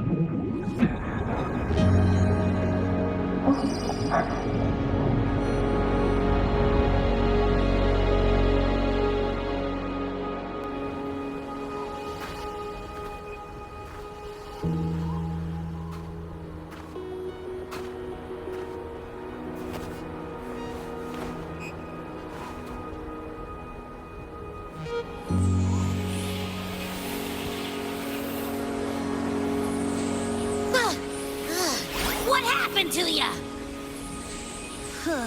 Your frequency's been leaking everywhere. I tried plugging it from the inside, but it didn't work. This is no good. How about this? It stopped. For now, I gotta rest. You did great, Abby. Go get some rest. Don't you ever jump in after me like that again. The void matter concentration down there is too high. If you fall into void space, even you could be consumed, erased from existence.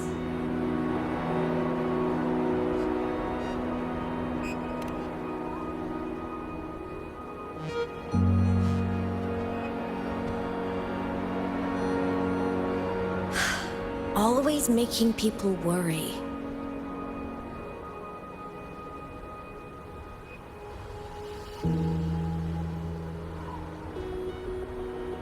There's a theory in Lahai-Roi. Thenodian Aleph 1, the devourer of existence, is the embodiment of voidance. the dissolution of all things. Its true form is like a black hole. And that theory is correct. I've verified it myself. So far, I'm the only one who's reached it. Because I'm already dead, and no living soul could withstand a place like that. You went inside the Threnodian itself? Yes. Think of a severe void storm as a manifestation and portal into void space itself. A higher dimensional plane. It's pitch black, but also like a kaleidoscope.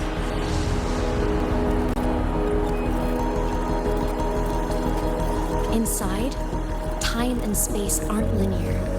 Everything is warped.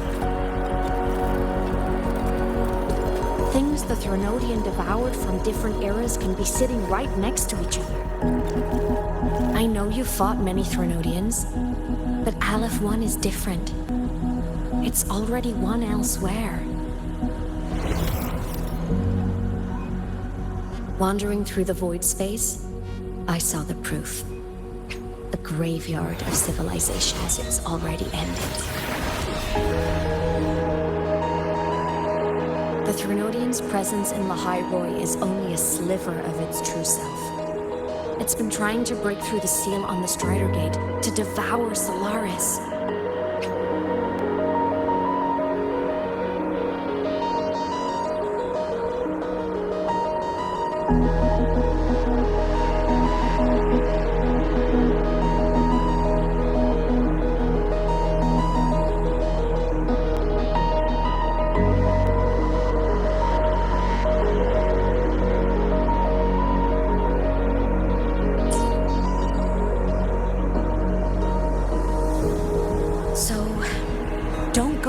Off alone. Not until the Exostrider awakens.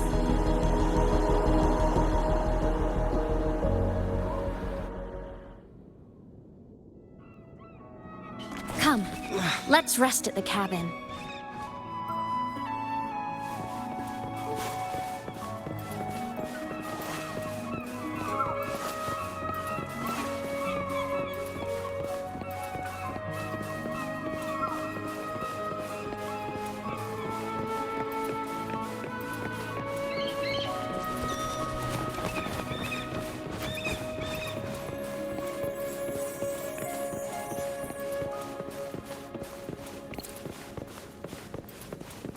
I'll stay outside and keep watch, just in case Sigillum comes back. You rest. Don't go anywhere, okay?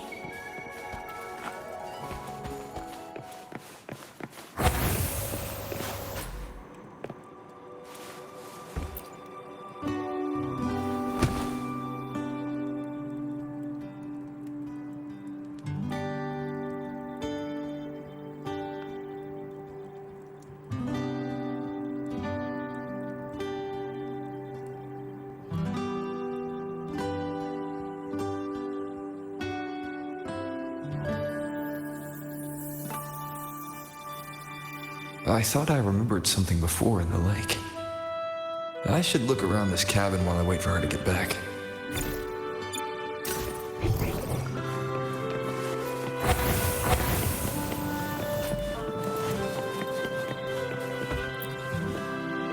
Childhood doodles, all telling stories of heroes saving the day.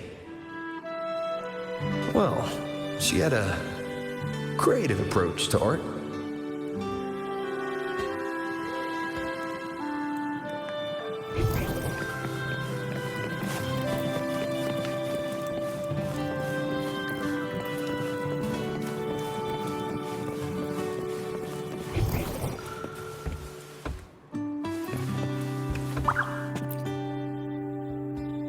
Stuffed toys, a big cat and a small cat. They looked like they were well loved. So soft. You could probably hug these all night.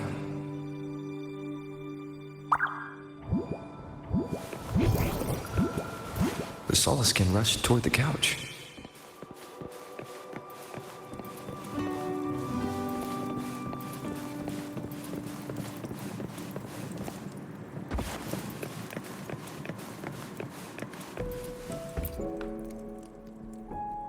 game console.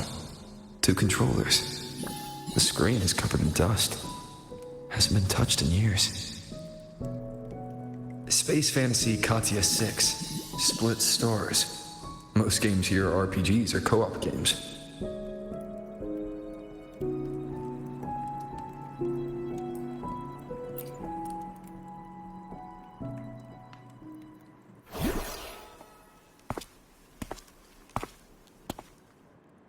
Imeth still isn't back. But if my hunch is right...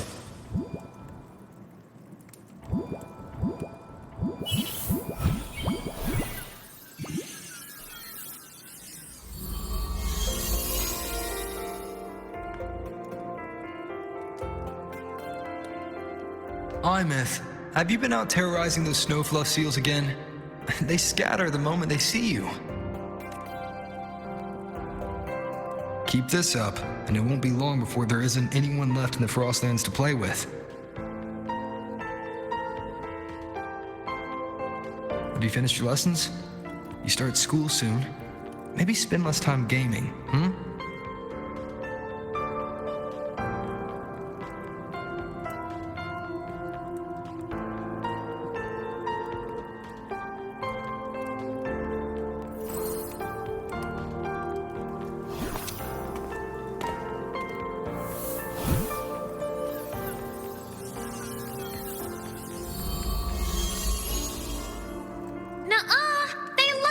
With me. Why else would they crawl over and play before running away?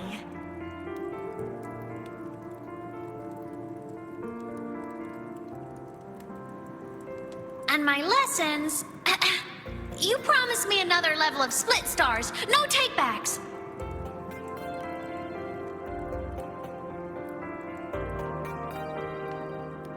But I want to learn how you folded that thing first. Can you show me? Pretty please?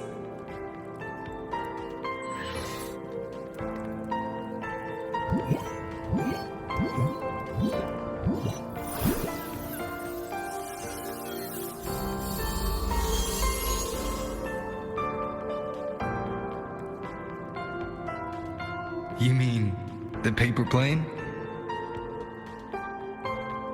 Yeah! Mine always nosedives right away. But yours flew so far. How?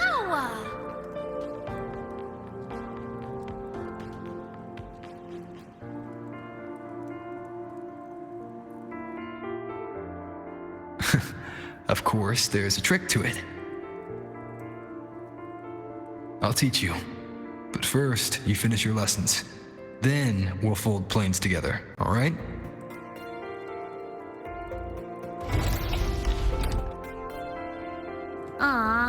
Okay. You promise? I promise. Cross my heart.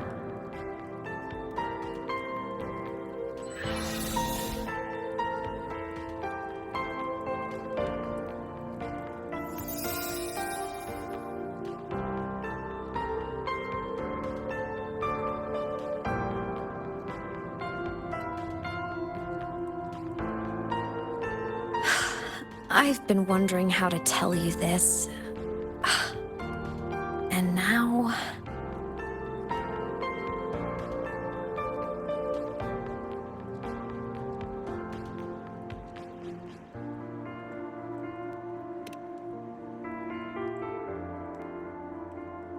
When I was little, I woke up one morning and realized I couldn't remember the sound of my parents' laughter anymore. Their voices, their faces, their warmth. Everything about them dissolved in the void storm. Later, even the memory of forgetting them began to fade from my mind. It terrified me to the bone. I didn't know how to fight it. I felt cold, and I knew I had to do something, anything to make it stop. So I ran away from Bjotr Woods by myself. I hid in the Starwood Riseway and made my way to the Frostlands. My parents, one was a foreign researcher, the other a Roya. They were stationed here during the Void Storm. I wanted to return to where we once lived, but I couldn't remember the way. I stumbled around for so long, until I finally reached this lake.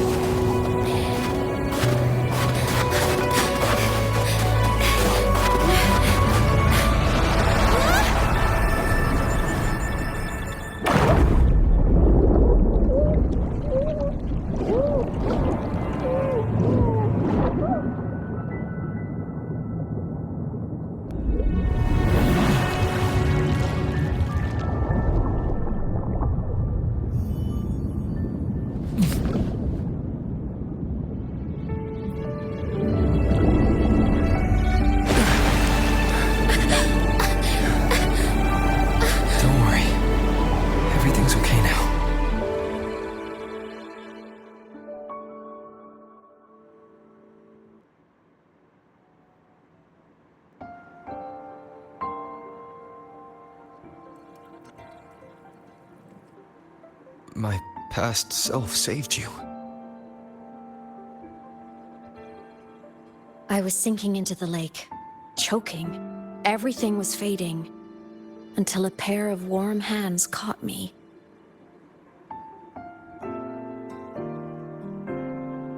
They held on tight and pulled me out. And when I opened my eyes, I saw you.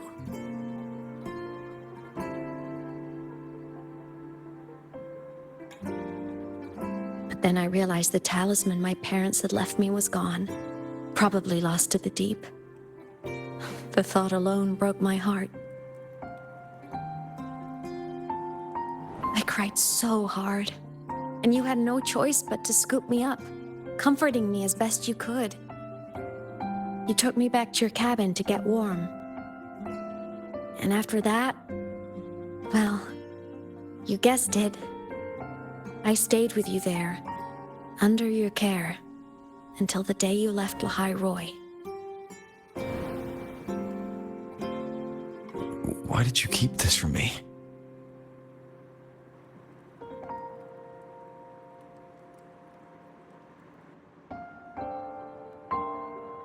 Because it would have been awkward. Imagine someone you don't remember runs up to you, all smiles, saying, "Long time no see. I'm the kid you used to look after." And what would I even say next? Want to go visit our old cabin? I listened to you and topped my class? Or, yeah, I accidentally got myself killed. My bad.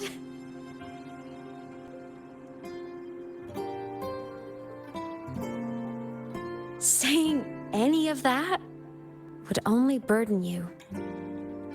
You never asked for any of it.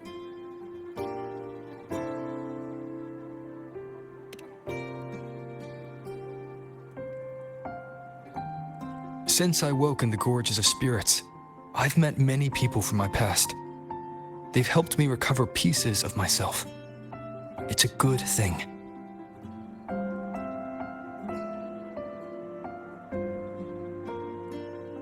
I can make my own choices. You should have a little more faith in me, Imeth. I see.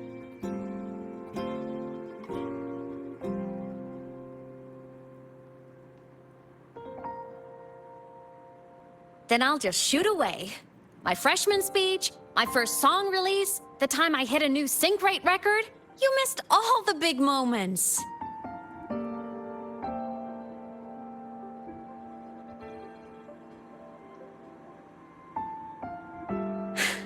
But I couldn't be mad. I knew you were busy. You were always off saving Solaris from the lament. You had to, and I do think that's a good thing. So I thought, why can't I do the same? Look, I kept Lahai-Roi safe while you were away. Sure, there was a cost, but not bad for your unofficial apprentice, right?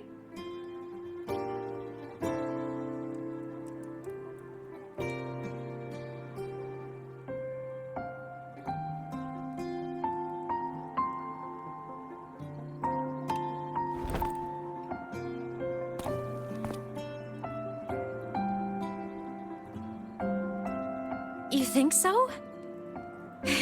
Hearing that from a big old savior like you, well, that's nice.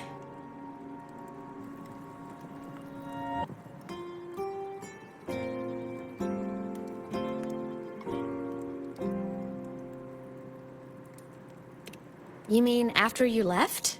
Well, pretty normal, I'd say.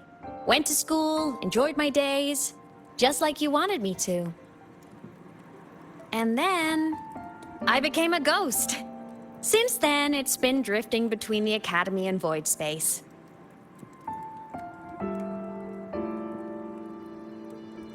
See? There is a bright side. Dying gave me a free pass into Void Space. I'd call that a win. Gotta explore somewhere, right?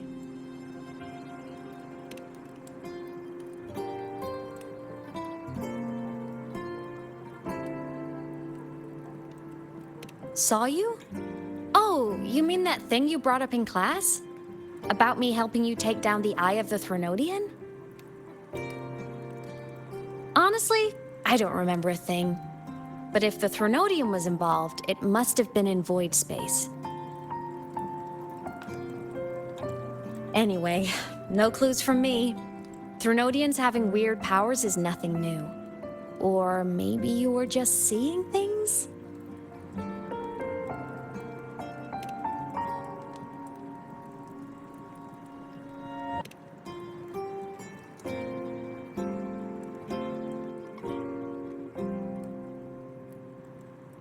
Hey, easy now.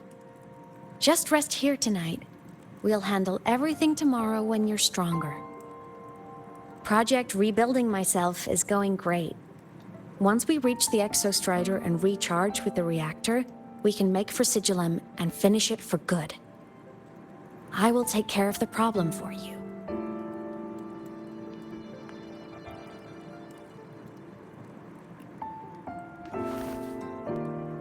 We will face it together, Ahmed. Of course. But for now, bedtime. You take your old room. I'll be in mine.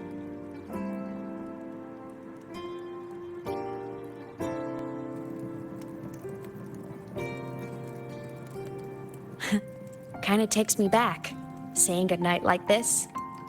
Just like old times.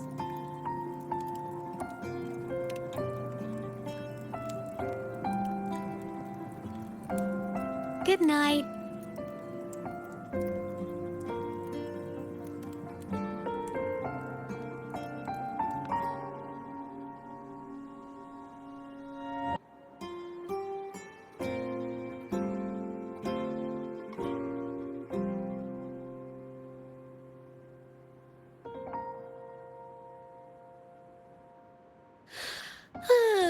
Huh?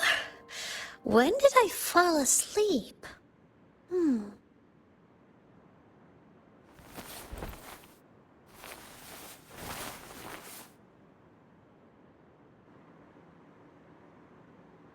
My paper plane. I have to show it to him.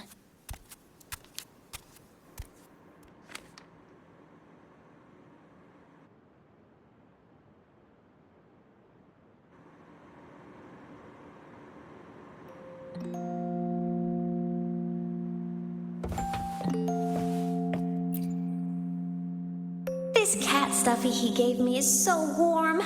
I love cuddling it when I sleep. Feels like he's right there with me.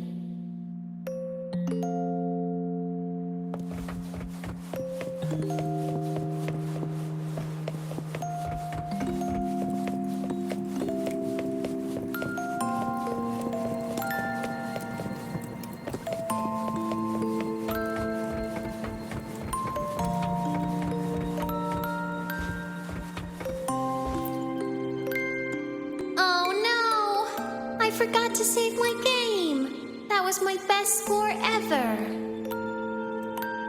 Next time, I'll definitely beat his record. I'll show him.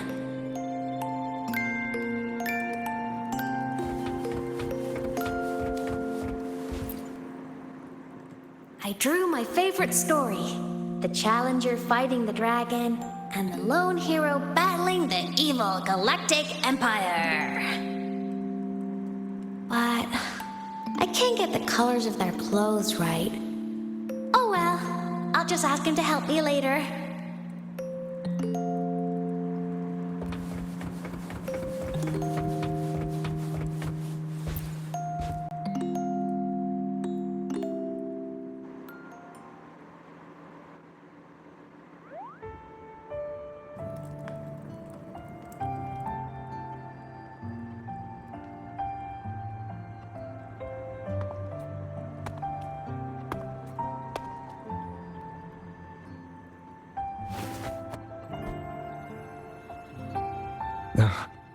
Imeth, what's wrong? Can't sleep?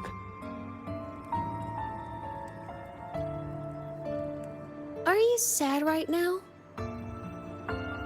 No, just thinking about some things. You're lying. You are sad.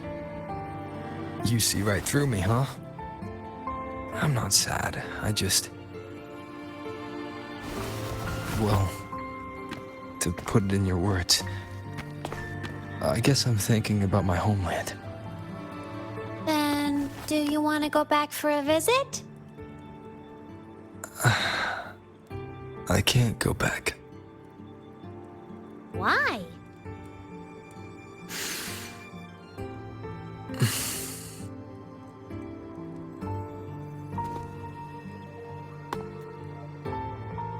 Can I tell you a secret?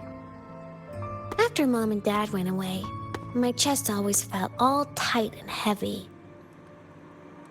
When people in the tribe talked to me, their voices always sounded really far away. But that day at the lake, after I cried in front of you, the feeling got a little smaller.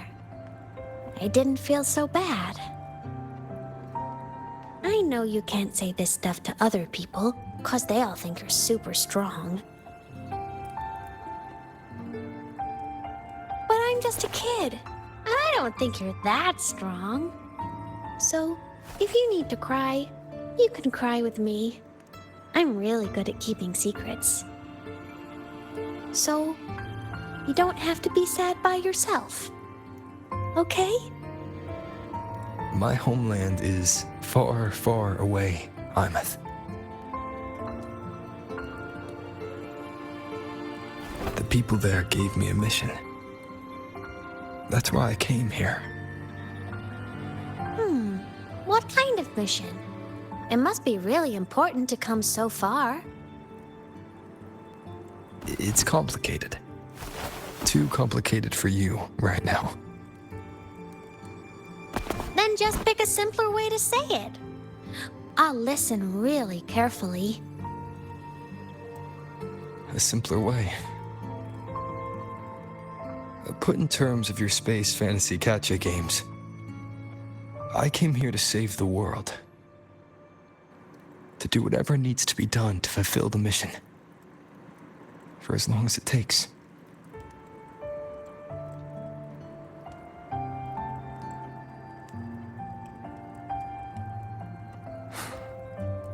But was it the right thing for me? Because one day, I realized I would never return home. I couldn't stop thinking about that faraway place. more than I ever had before. In what you'd call dreams, I'd go back, stand there, just stare at what I once called my homeland. Even if staring didn't change a thing, even if it was pointless. Oh, I see.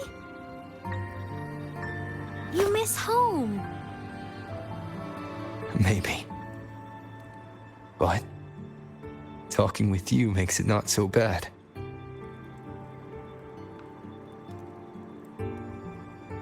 There's still a lot I have to do in this world. This won't stop me. Don't worry about me, Imeth.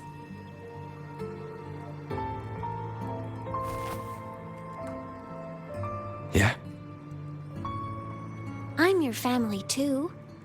Until you find your real family and can go back to your homeland, I'll be right here with you. Sounds good. Thank you, Imeth.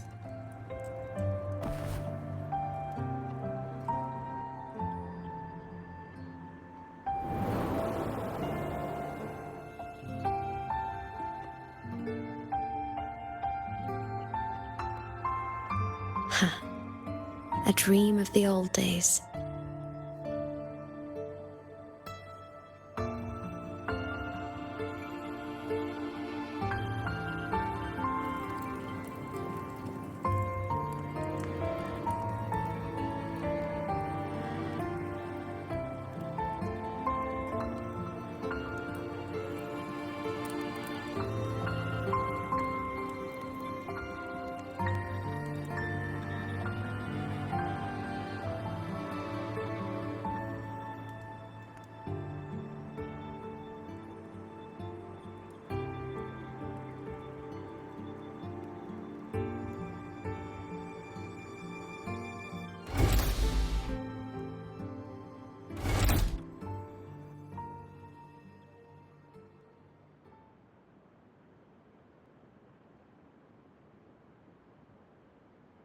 Homeland.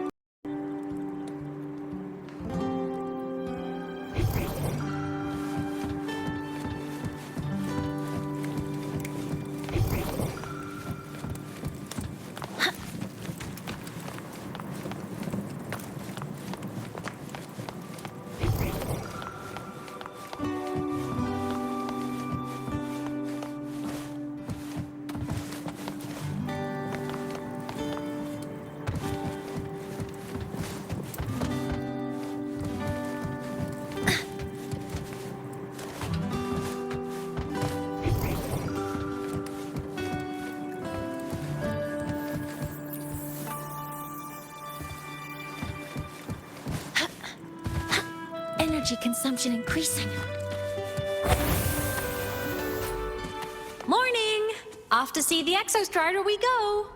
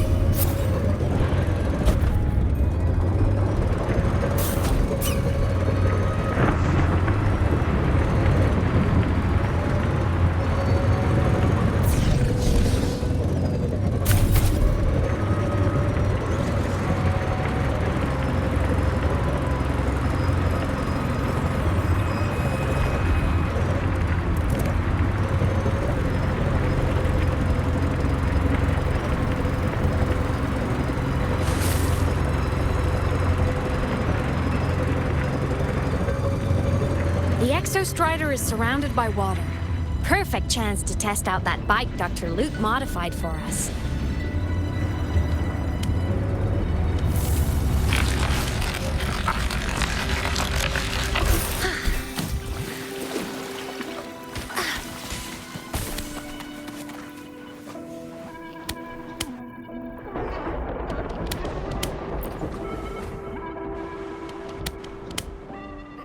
Are you ready for the end?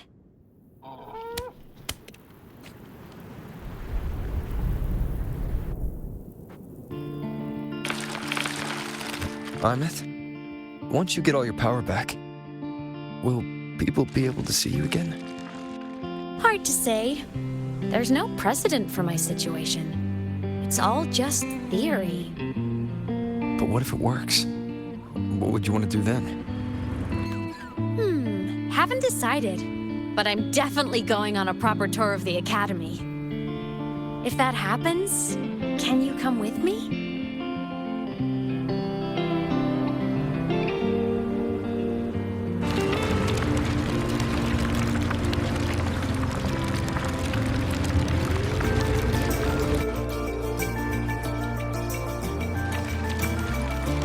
Look, it's sleeping.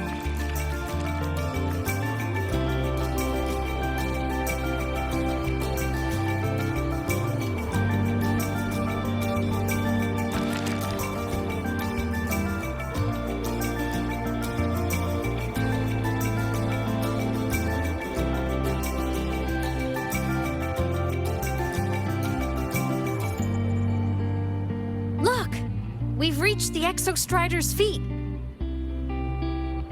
Once I find more pieces of my existence here, I'll be strong enough to face Sigillum. We take that thing down, and this is all over. All right, let's race full speed ahead to the finale!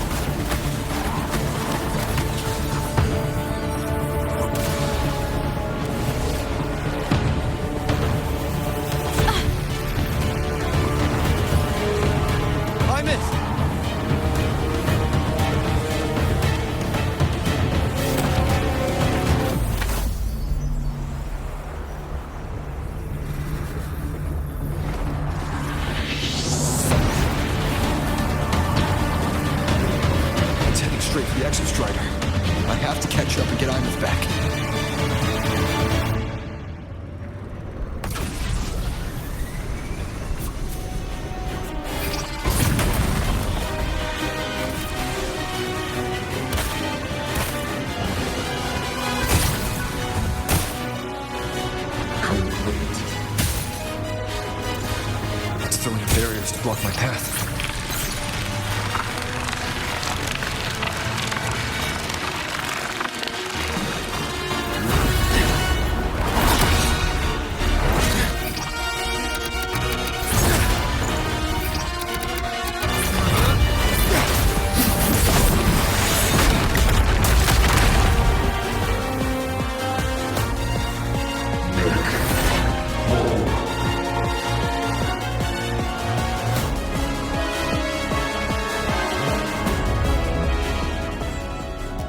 Find a way out of here first. Sigillum isn't just after the reactor core. It's targeting my frequency and Imeth's piloting control of the Exostrider as well. What exactly is it planning?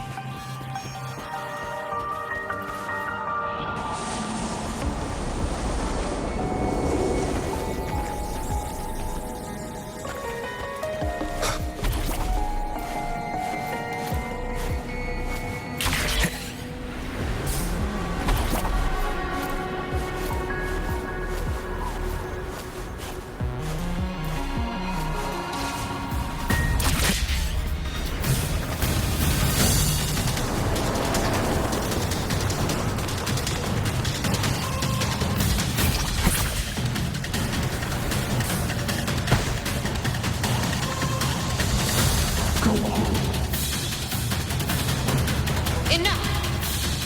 No more of this stupid idea, Sigil.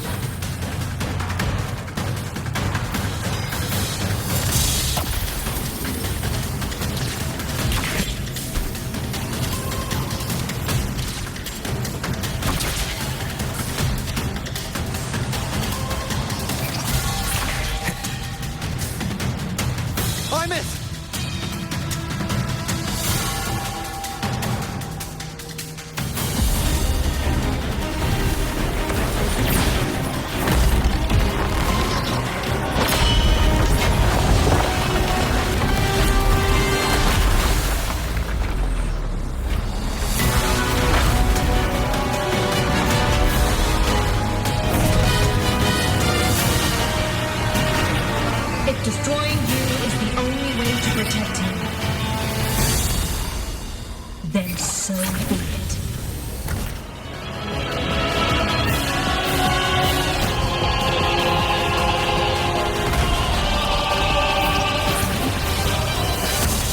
Damn it! Can't force reboot.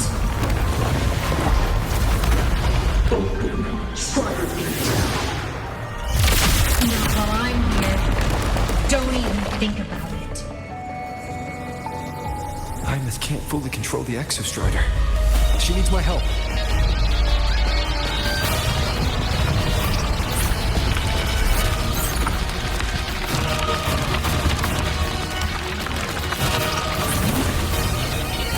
It's like Hymus is doing everything she can to keep Suslam away from me.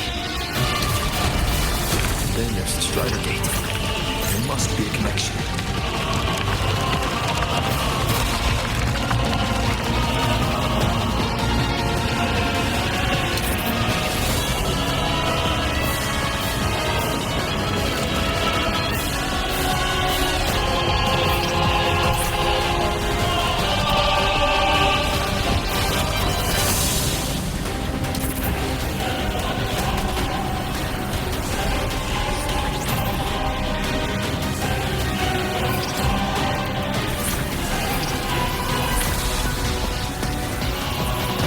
Already speaking more clearly now. I can't let it drain any more of his frequency.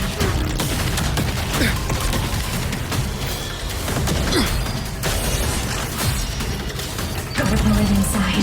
Gotta end this for good.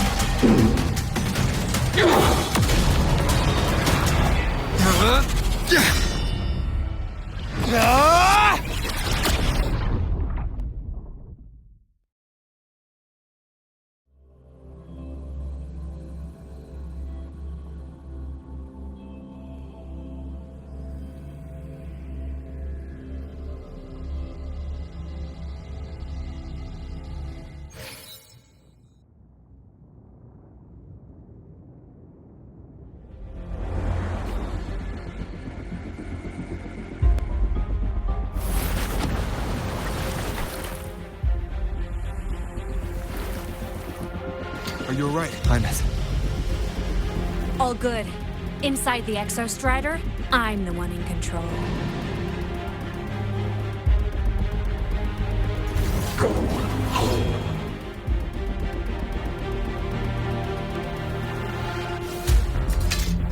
I'll destroy Sigilum. So, just go. Stay away from it, okay? Please. I'm begging you. Hymus?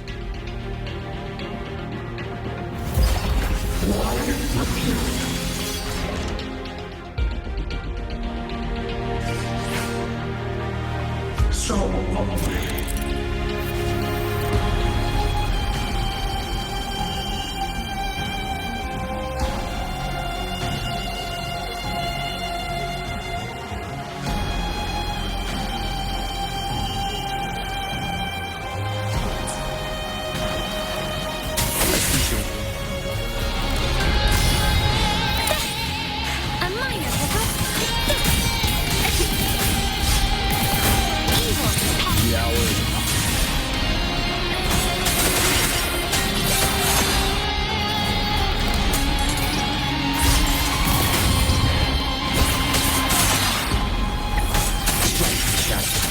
Swift and under the wire. One with the sounds.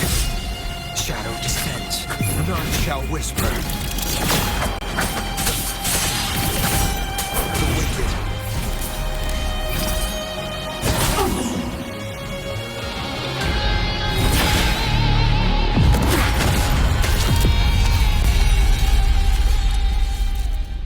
Obey the Strider Gate.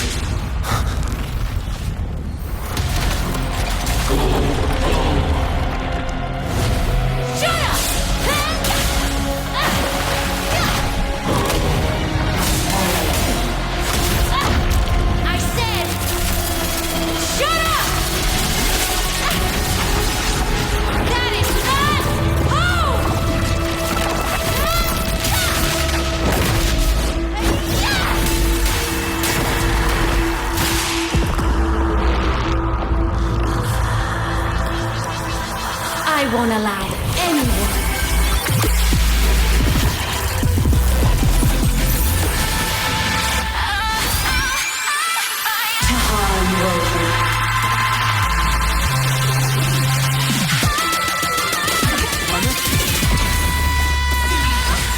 Don't worry.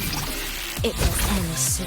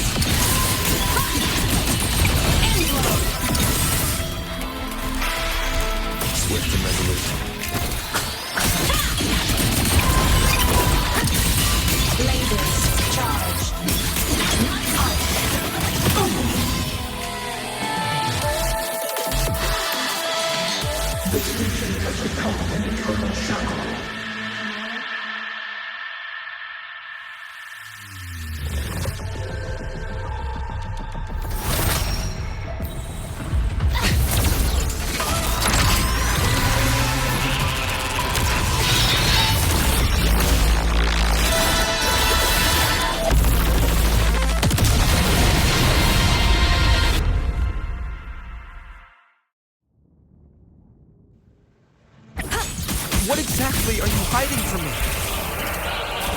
You don't need to know. I will protect you. Aina, haven't you noticed you're not yourself right now?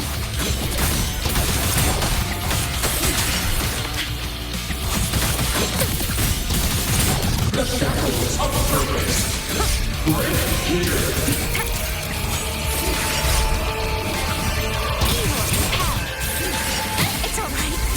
shackles of purpose. Break here for what cause? Do you fall silent? None shall whisper.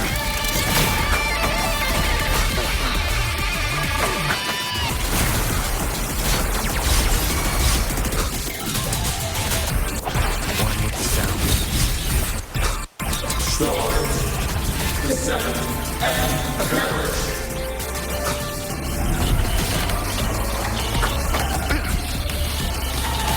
Starlight over the seas. Strike through the void. Starfall. Light wings activated. Stars shine tonight.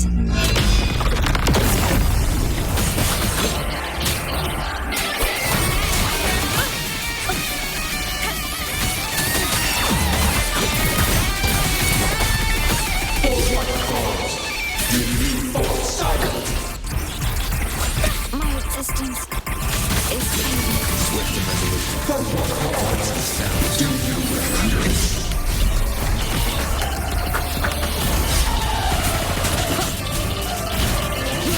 Show begins.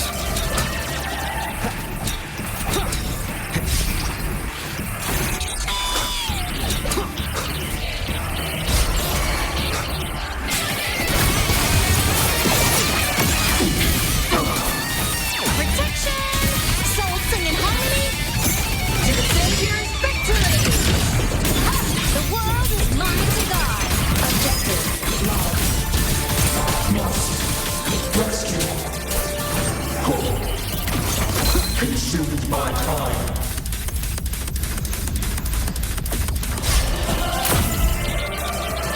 One with the sounds. Down with curtain. For what cause? Do you refuse? Keep it together. Nowhere to hide. Eliminate obstruction. One with the sounds.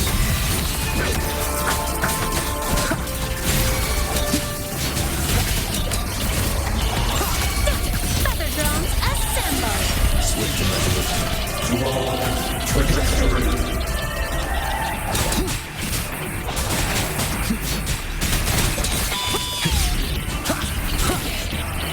One with the sounds. Eliminate obstruction. Obey. One more time.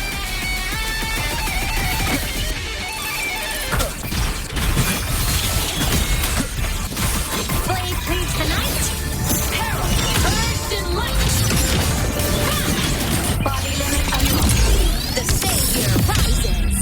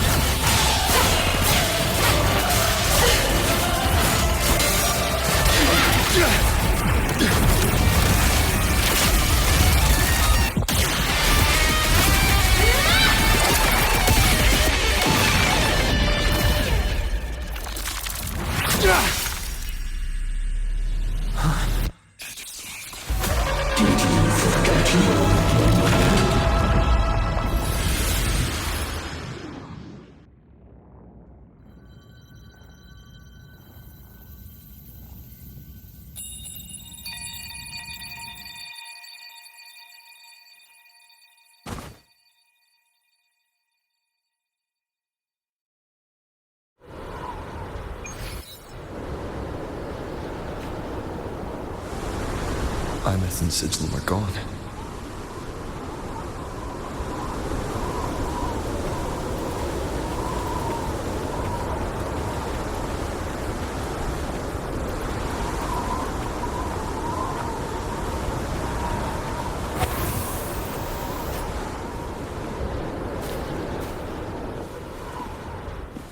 Is this Imeth's old door? Since she can resonate with the Exostrider, even after her body was destroyed, her frequency must have merged with it.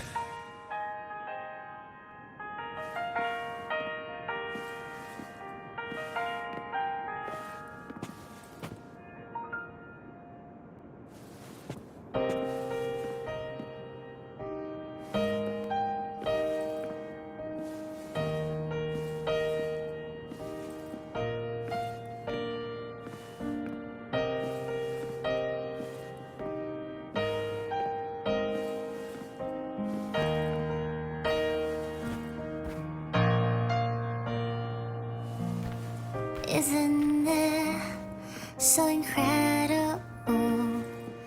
We're here sharing the same time and space. In your eyes, the sparks look like thousands of bright stars. I've gazed at for thousands of times.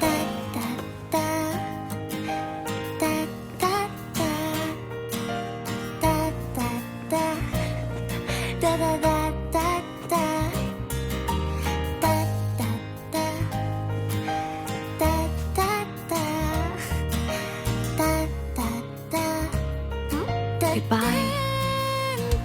You build a world of miracles, some mundane but precious. A stream of shimmering daily moments return way to my soul. Poster of Fleet Snowfluff's fan meeting. In my feet, that solid ground is dead, so I sing together. Every light I'm giving all goes back to you, goes back to you.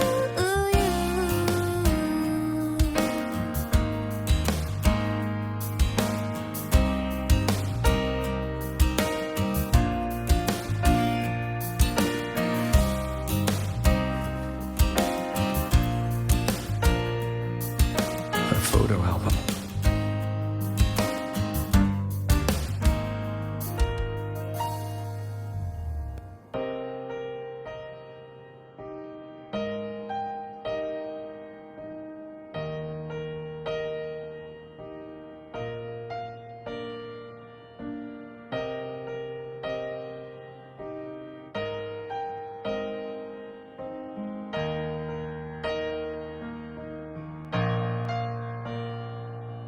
I am Ivan, the Academy Star, a synchronist, a savior.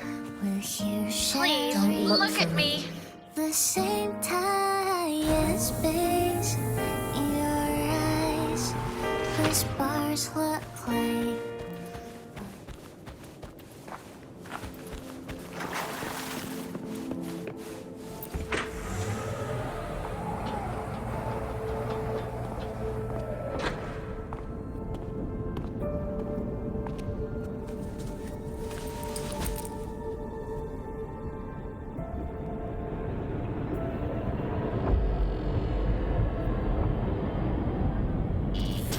Piloting the Exostrider. Huh. It doesn't matter to me. But if this is what it takes to lighten his burden and ease his pain.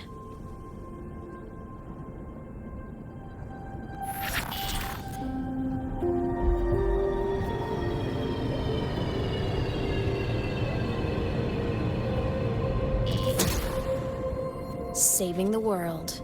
Huh. Nothing but a pair of shackles. Heavy, eternal shackles.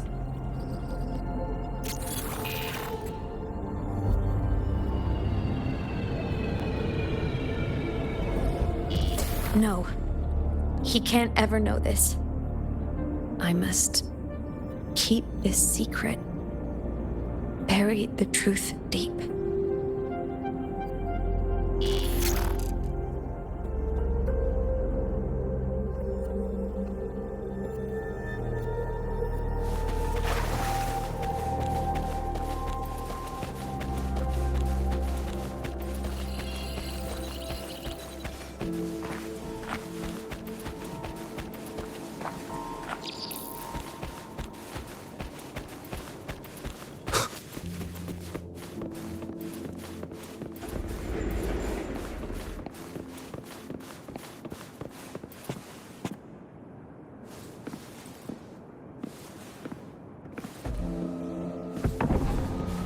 Why?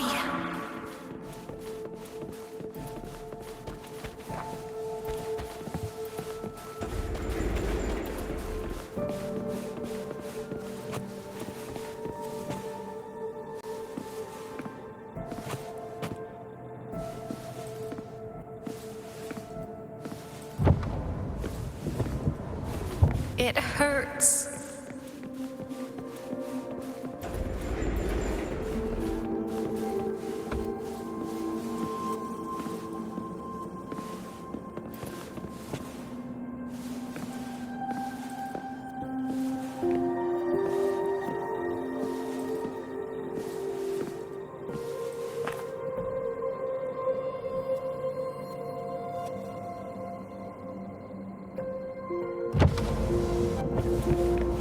What should I do?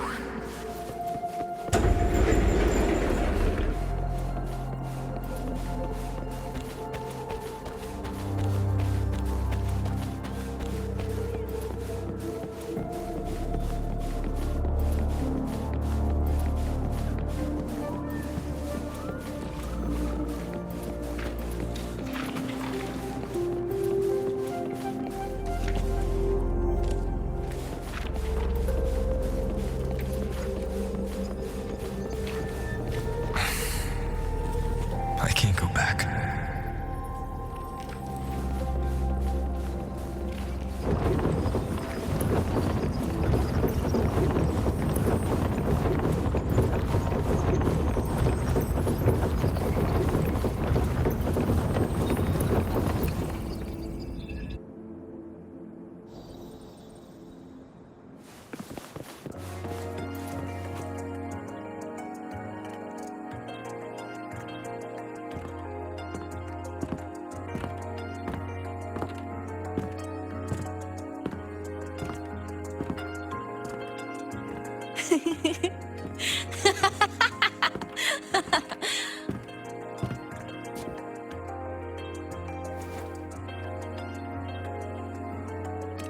Oh, are you talking to me?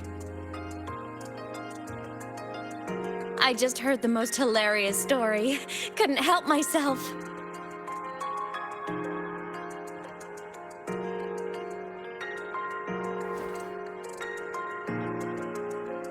Since you asked, how about I tell you?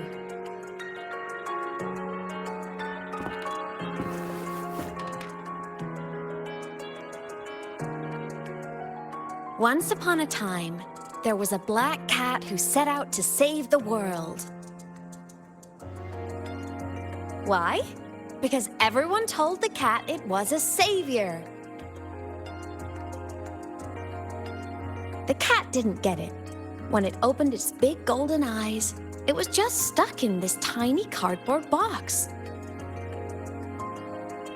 And inside that tiny box, it was crammed full of even tinier little creatures. The cat was shocked. It had to tiptoe around, careful not to step on anyone.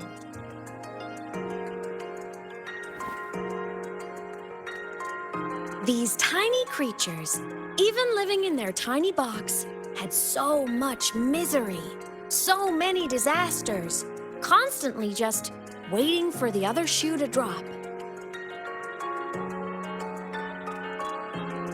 Please save us, they begged the cat. And of course, the cat agreed.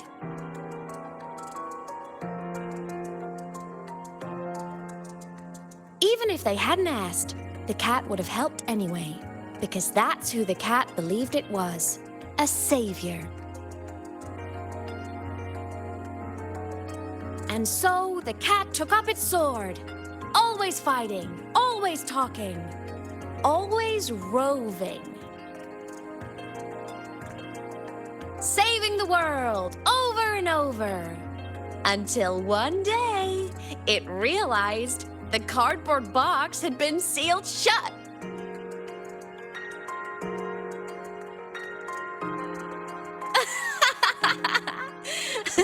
Isn't that kind of laughable?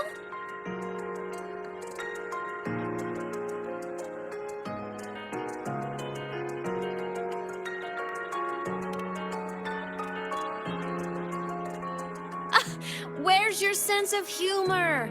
Isn't it absurd? The sheer ridiculousness of everyone ignoring the fact that it's just a cat. But in such a laughable story, somehow everyone else gets to be happy. The ones who relied on the cat, the ones who hated the cat, they all got exactly what they wanted.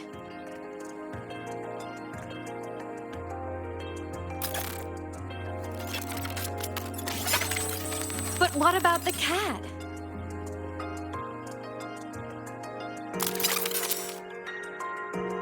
It wants to go home, but no one remembers. The box is sealed shut, and the ones who put the cat in there have already turned their backs on it. Even the cat itself has forgotten.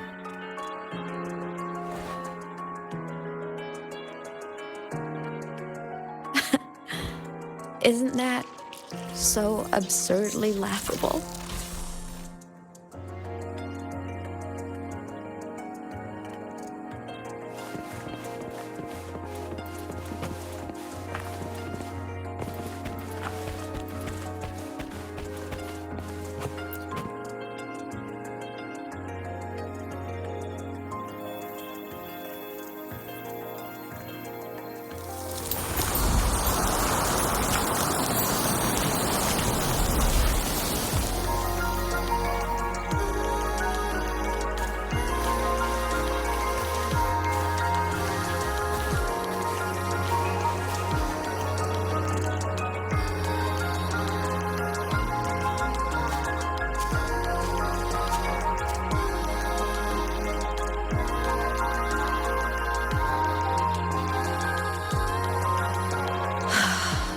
My head's been loud.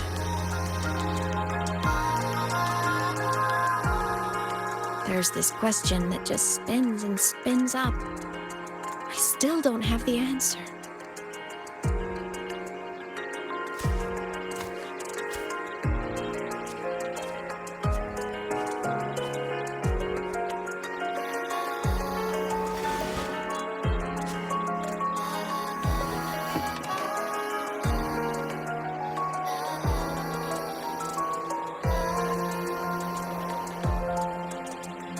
Now that you're here, I want to ask you what you think.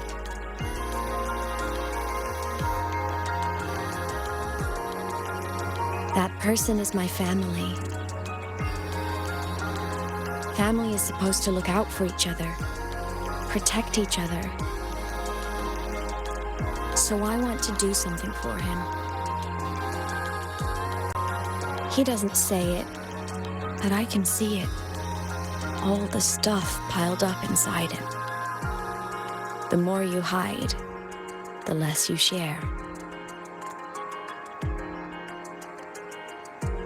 But I saw him recently, and I think he seems more carefree than before.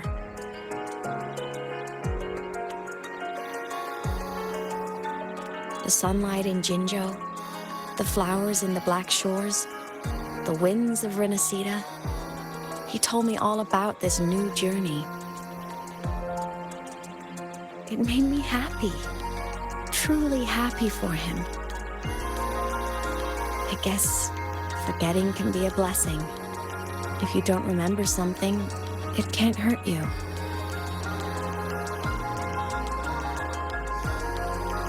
So I started thinking, maybe I shouldn't tell him what I saw in void space.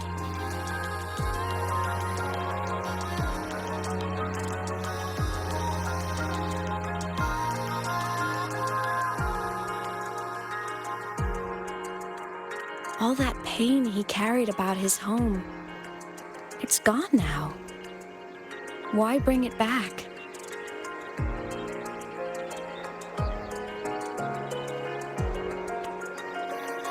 If not knowing is happier, why ruin it?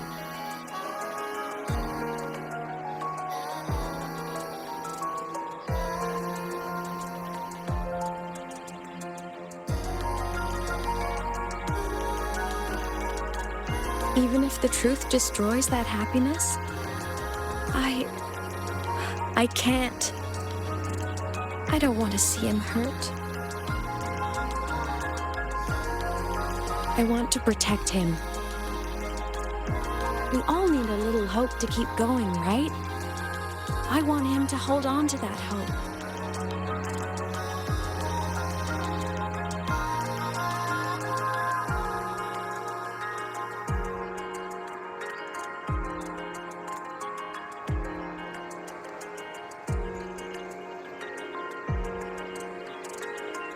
What Sigillum said is unnecessary.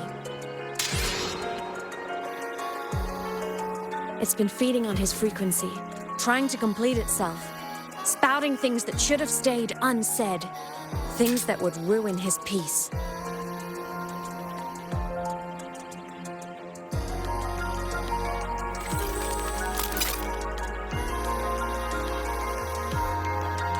I must destroy it before it spills the truth. I brought it into this world. I'll be the one to take it out, too. Nothing truly matters. Not even saving the world. But you have to believe what you're doing has meaning. That's the only way to keep moving forward. And that's why.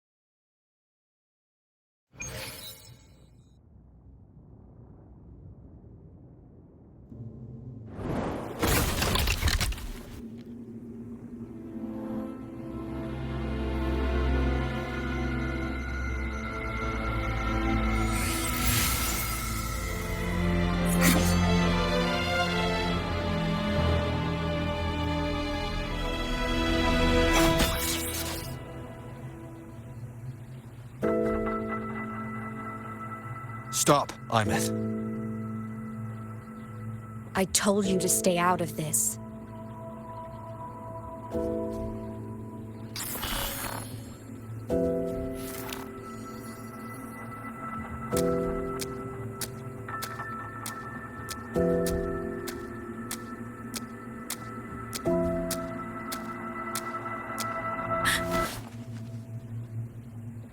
I know you did this for me.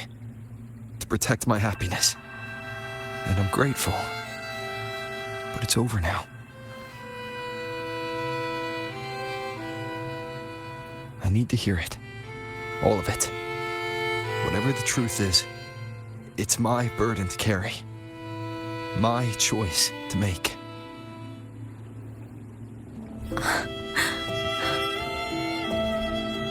Carrying this on your own hasn't been easy, has it?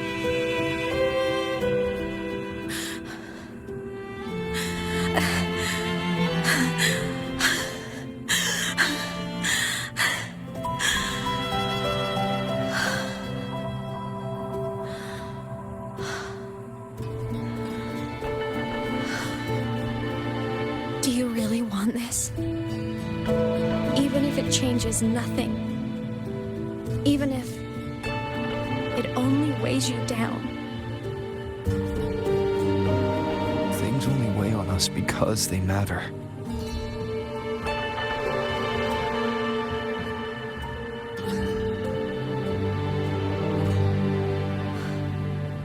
All right then.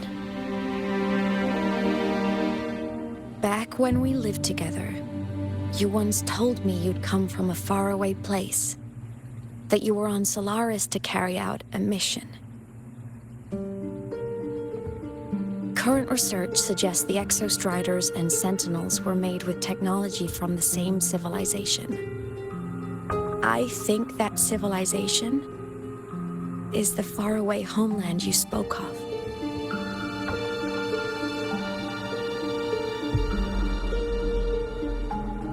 You never spoke of it to me or anyone else again. So I kept it to myself. Until I died and slipped into void space as a digital ghost. As I wandered through the ruins devoured by the Threnodian, I stumbled upon a faint frequency. Your frequency. Time is chaotic inside void space. There's no telling when it has been devoured. I could feel your warmth in it. After so long without you, I couldn't let it go. I kept it with me. Guided by its strange connection to other frequencies, I traced my way through countless overlapping spaces until I found the remains of an Exostrider. That That was when I realized that exostriders were built to transport sentinels. They trekked through stars to deliver sentinels to Solaris. Until, during one jump, the Threnodian Aleph 1 must have noticed them.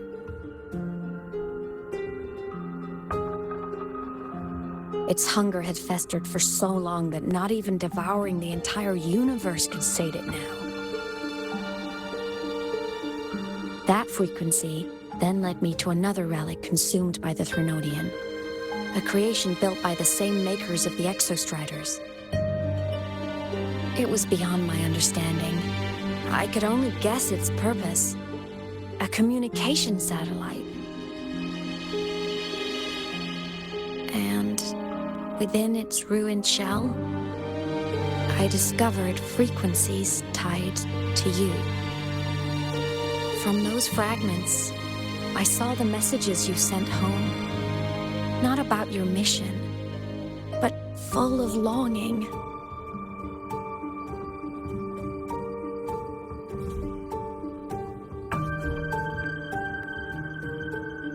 You said you wanted to go home, even if just to lay eyes on it one more time.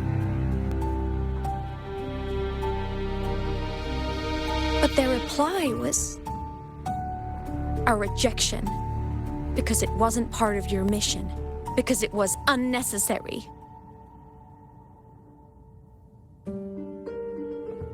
They were the ones who cut communications. They ignored every wish you had outside your mission. They forced you into this life of roving. And still, you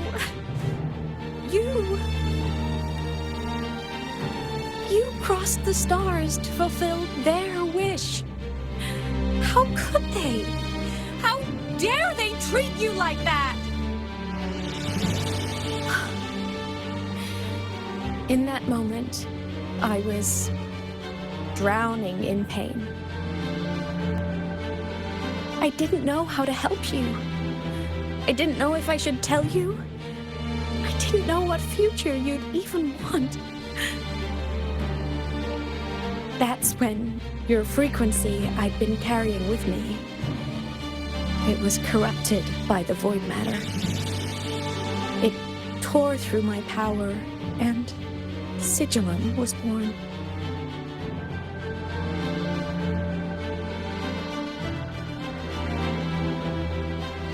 It was born from my mind, from all my worries, my fears, everything I imagined you'd suffered. At first, it acted on nothing but the instinct to go home. It craved your frequency, trying to make itself whole, trying to seize access to my piloting control. So I could reactivate the Exostrider and cross the Strider Gate to get back home. Exactly. The more of your frequency it consumed, the more coherent it became. I couldn't let you hear those words, so I tried to destroy it. This is what I've been keeping from you. I'm sorry.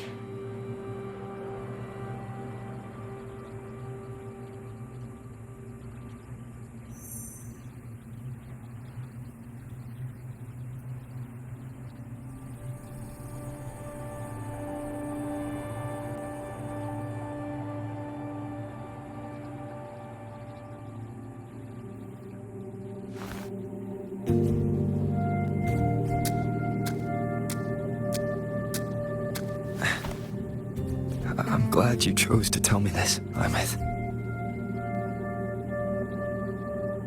Hearing this, it's a lot to process. I'd be lying if I said it wasn't. I just need time to figure out my next move.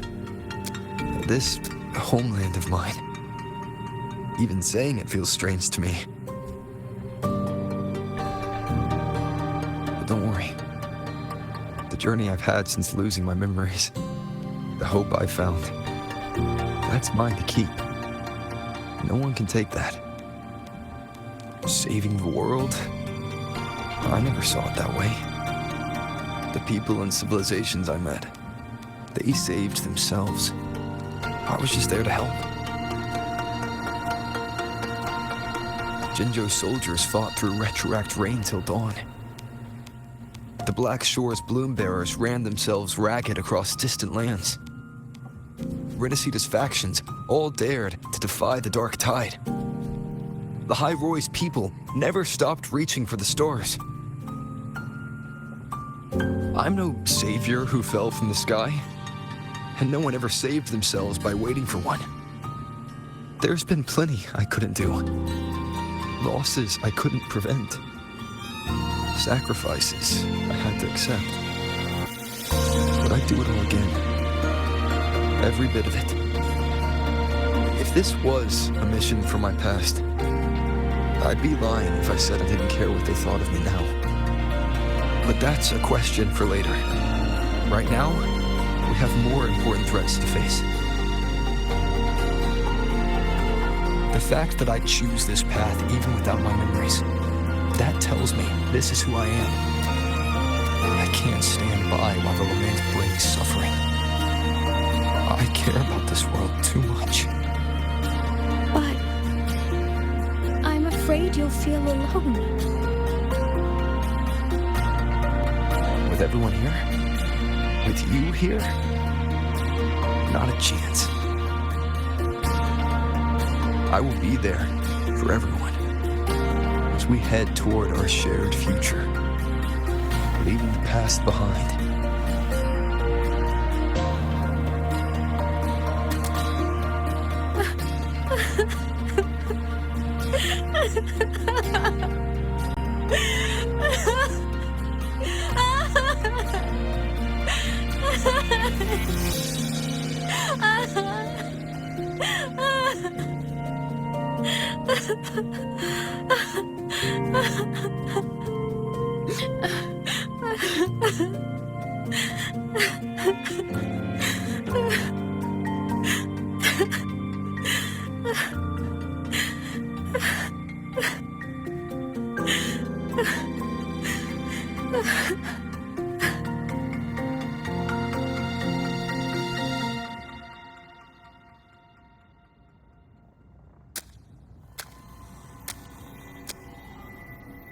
So, this is your choice.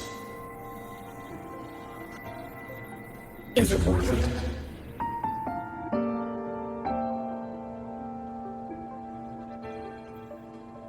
I know where I'm going now. That's what matters. Not where I started. Then keep going. No matter what.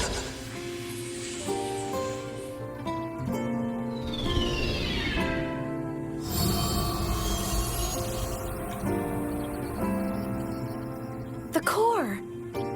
It's returned to the Exostrider. It's one step closer to finally awakening. And you? Your power should be restored now that Sigillum is gone. It's more than restored. The core's return has rebuilt my frequency from the ground up. I'm a full Exostrider resonator now.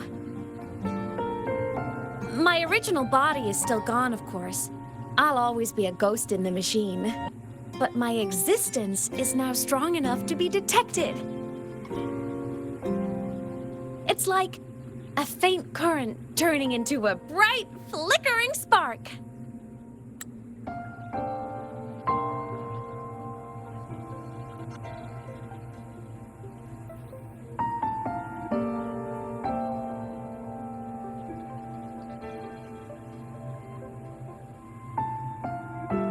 So will others be able to see you now?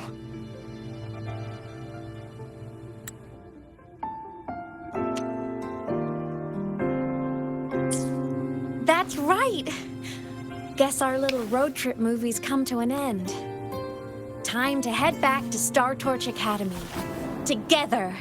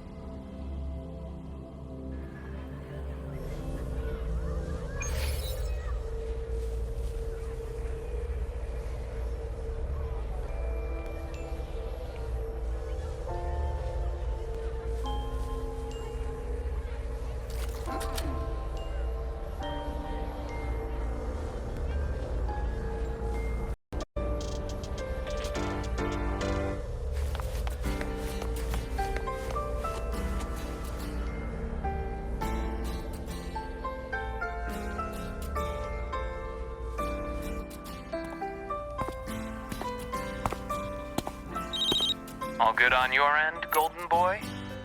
Lucila mentioned the Exostrider in the Frostlands just moved. Please tell me that was you. That was Imeth. Given how well you know me, I assume you know her too. You found her? I brought her back to the academy. It's a long story. I'll fill you in when there's time. Understood. But I do have to ask, on Lucila's behalf, what's the status of the core? It was returned to the Exostrider. That explains it. The Research Institute is reporting a spike in void matter concentrations over Lahai-Roi. Voidstorm activity is kicking up again. Back when the reactor drive was in the sky, its annual self-diagnostics caused the Exostrider's greatsword pointed at the Threnodian to weaken. The Exostrider is probably running the same procedure now to integrate what you returned. Best for you both to stay within the academy until peak season passes. All right. I'll be careful.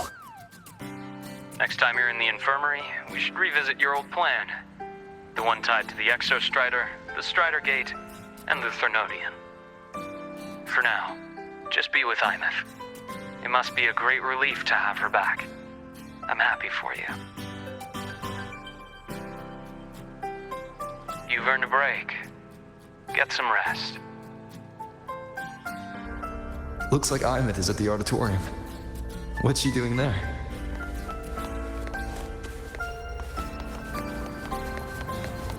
Morning. Fine. If you got time, be sure to show me that super duper powerful echo of yours.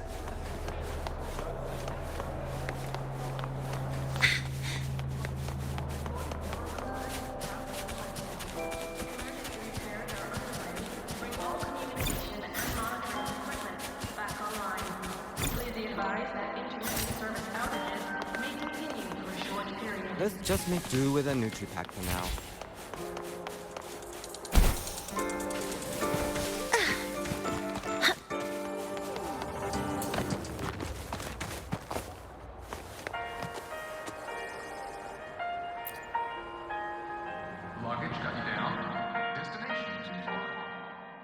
You know what? I just had a brilliant idea. Why do I feel like someone's about to get in trouble when you talk like that? Hey, that's a totally unfair stereotype from when I was a kid playing with snowfluff seals. I was just thinking, now that people can actually see me, I could, attend my own fan meeting.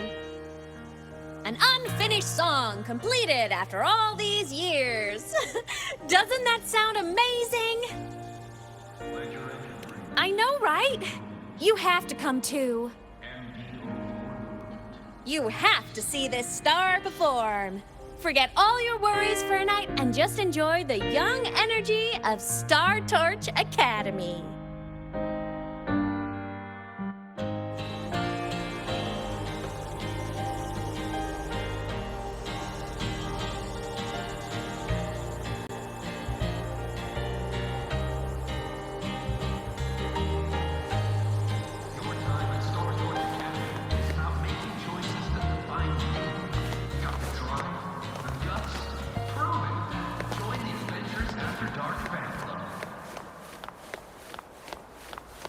Entries open, everyone!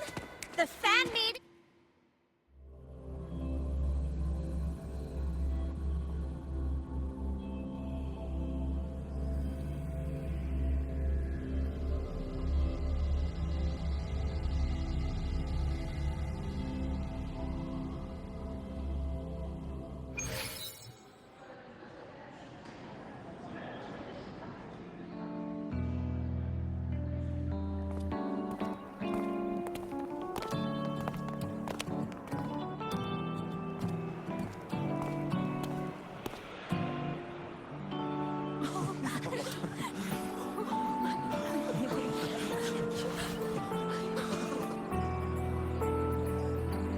For years, the little website I threw together to post songs kept getting comments.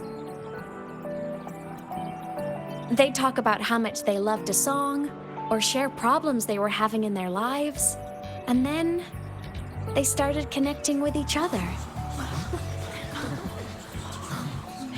I never saw myself as a hitmaker. I was just an amateur, singing what was in my heart. But over time, they stopped being just my songs. They became a melody that connected people. If my listeners want a complete song, I'll finish it for them. Or maybe for me, too.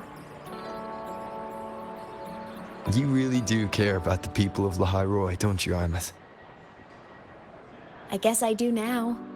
Wouldn't have said that at the start, though.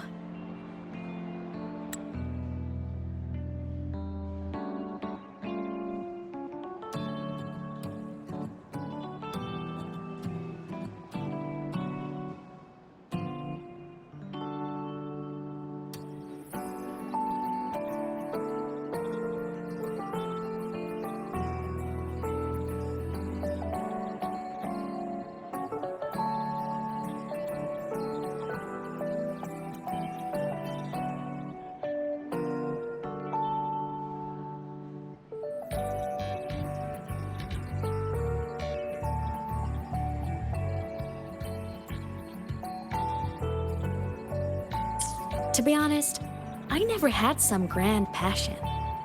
Before I became a ghost, I just wanted to live an easy, happy life and try a little bit of everything.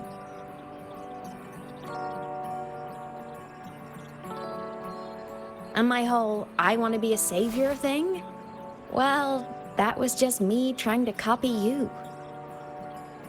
But after I died, I had all this time to notice the people and things in Lahai-Roi I'd overlooked before. So many people here dream of becoming stars themselves, but that was never my dream. I'd rather be the one who looks up at the stars, the one who watches over them. Really? But the way I see it,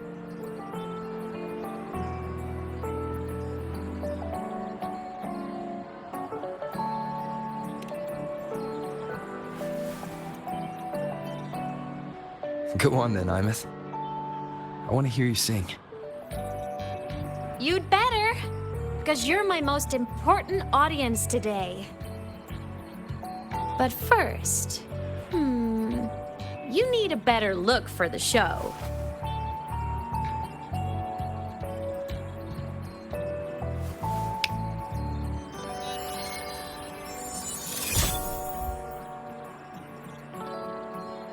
There, brand new, just like I remember you wearing.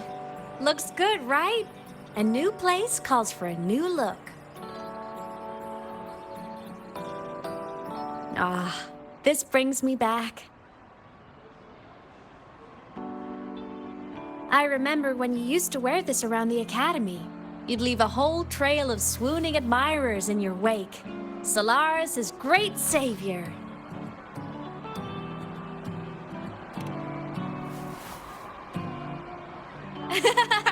What? Are you blushing?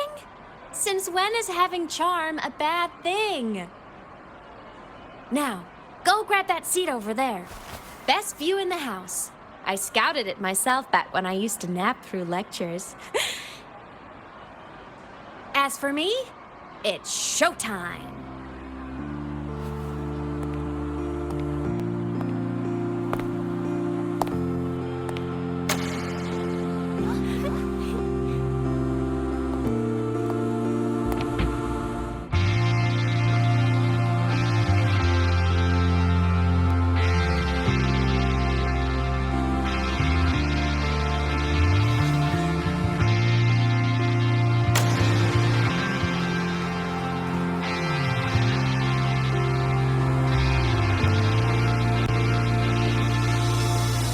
Isn't it so incredible? We're here sharing the same time and space. In your eyes, the stars look like thousands of bright stars. I have gazed at for thousands of times, and they all sweet just take flight with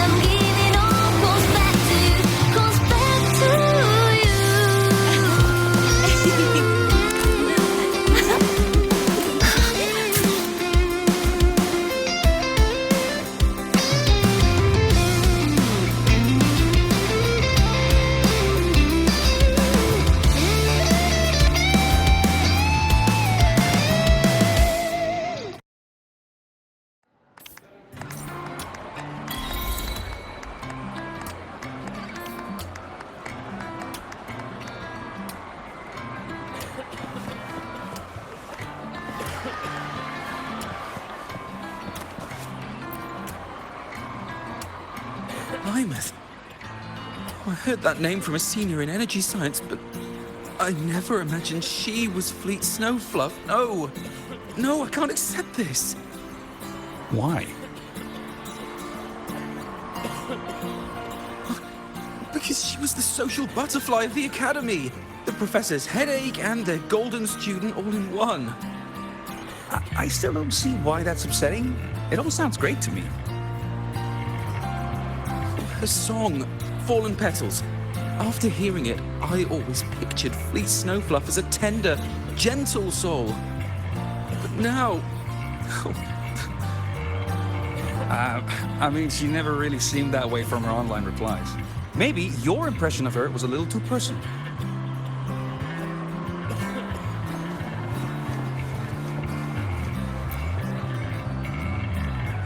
Plymouth from Rebel College. She's been missing for years. Why would she be here? Imeth? With the same one Professor Sakya always talked about? Yeah. She always wanted her as a mentee. She still brings her up to us. I thought the biggest problem would be that little rascal refusing to finish her studies, or me finally losing my mind from her antics. I never thought she'd just vanish. Professor Sakya is going to be over the moon to see her.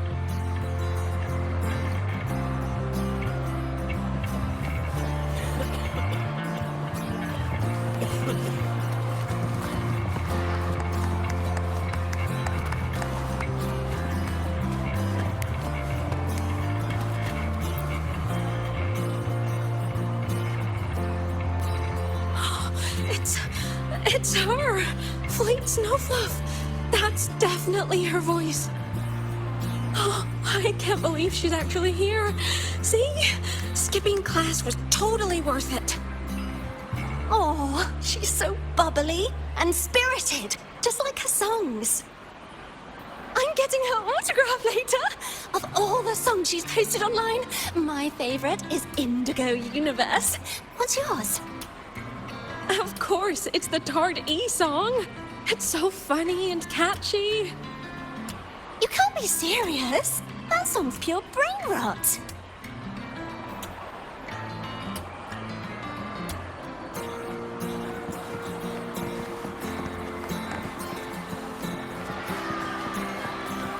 Can't believe I've lived to hear the full version of this song.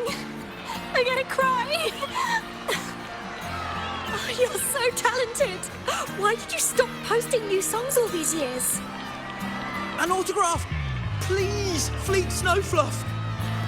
All right. Dry your tears. Autograph coming right up. Why haven't I been writing? You know how inspiration goes.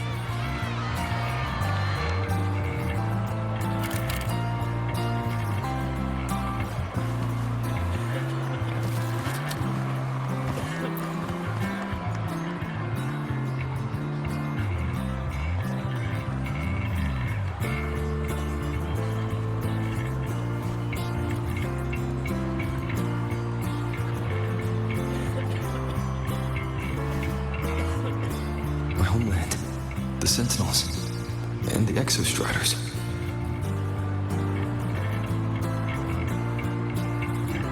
The Exostriders were built to transport the Sentinels. The wreck Imeth found in the Void Matter suggests not all of them made it through. The wreck's design matches the Exostrider here in Lahai-Roi, the one forced to go offline to stop the Thnodian. Their power should be comparable.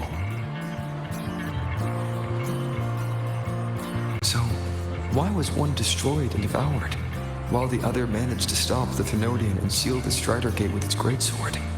Where did that strength come from? There's a piece that's missing.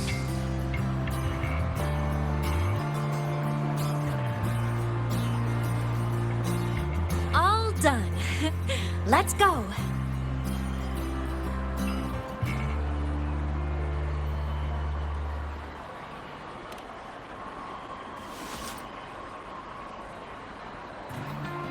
Please, a little meet and greet? I used to host huge parties at the Academy. So, where to next? A wander about the Academy, just like we planned. No rush, just a quiet stroll.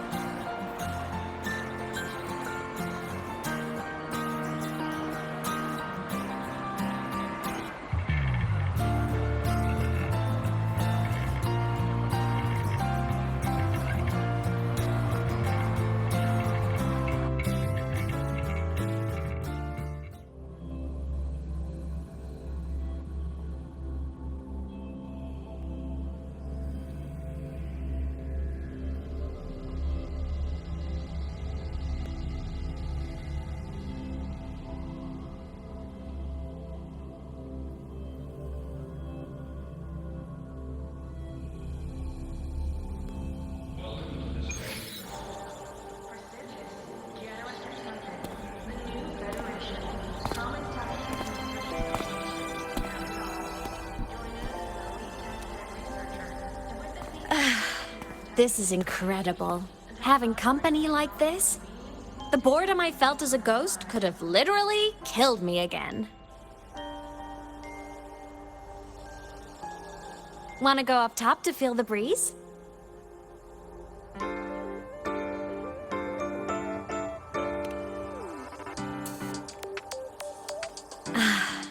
I'm so happy right now.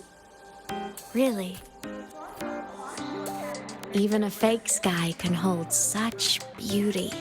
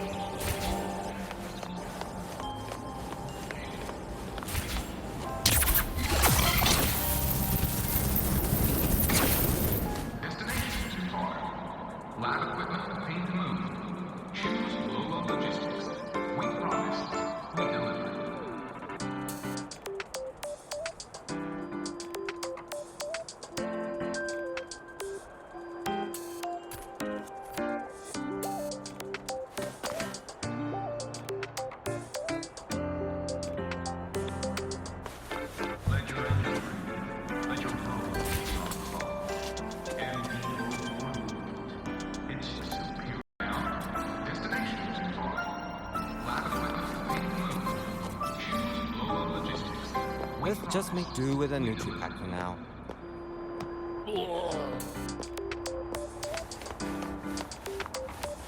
Energy consumption increasing.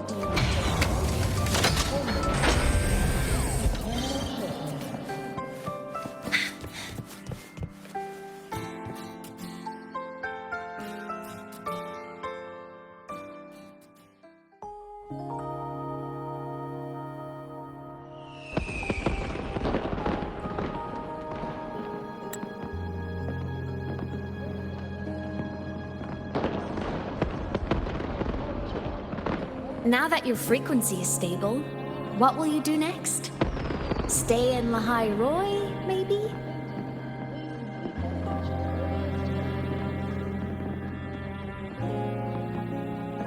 The Threnodian here needs to be dealt with first.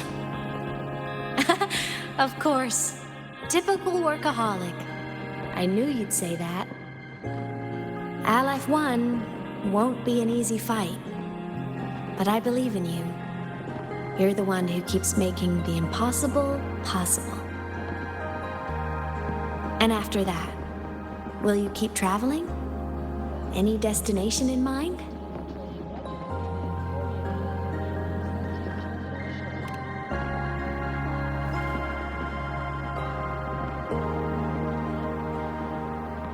Of course. Take your time. This world you've chosen is vast. You can go anywhere.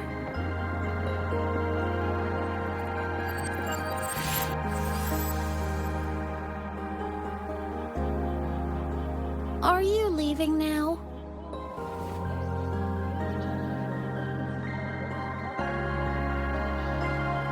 Yes. There's something I have to do. The Academy will look after you. Or you can go back to live in Bjorder Woods.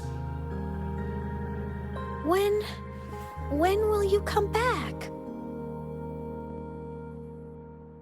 I don't know, Imeth.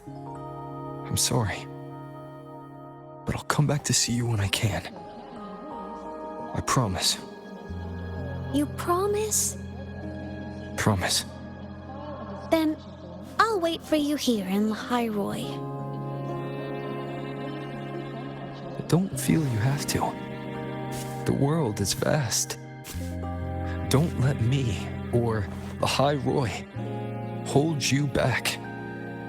But you can live for so many years. What if I'm gone by the time you return?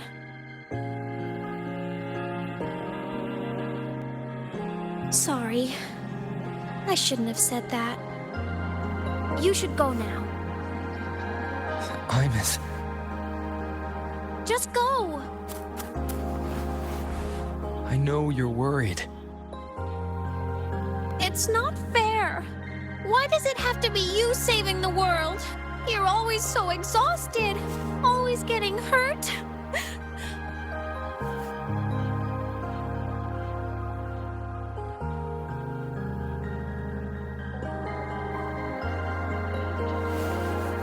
Look, Imeth.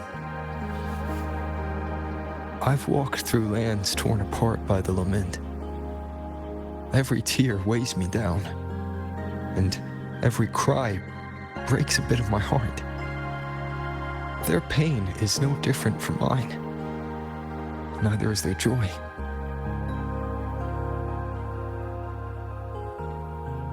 So if I can help, I will. I have to. Then I'll be the one to protect you someday. You protect me. Yes! You're not invincible. You get hurt, you get tired, you get sad. You're just like everyone else in this world. So I'll protect you. I'll chase off anyone who tries to hurt you, like Katia from Space Fantasy. I'll become a savior, just like you. Don't laugh, I'm serious. All right. I'll stop now. I know you're serious. And I'm listening to every word. I'll be counting on you then, Imeth.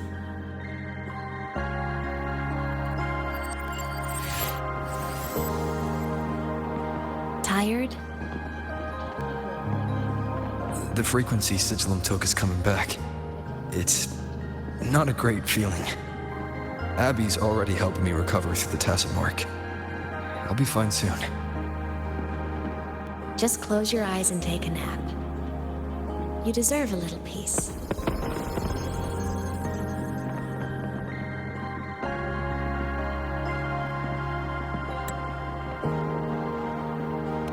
You can count on me.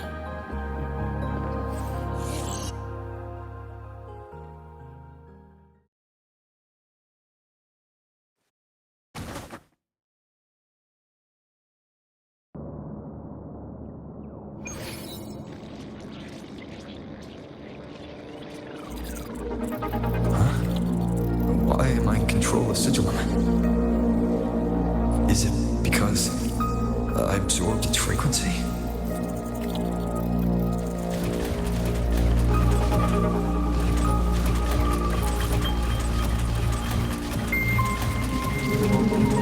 Imeth's mind space is even more chaotic than last time.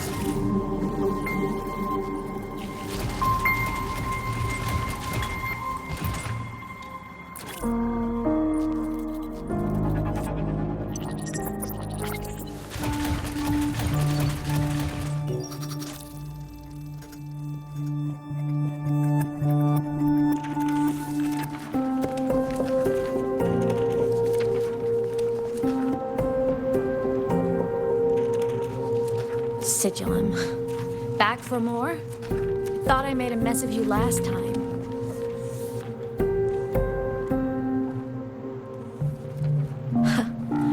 I can tear you apart 1,000 times, but you never really die, do you? Fine. You're going to sit there and listen to me lose it.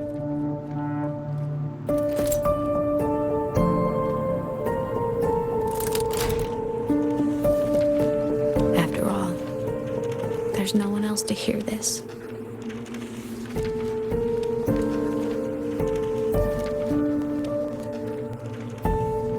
I can't speak. Or move. Was Sigillum incapable of speech back then?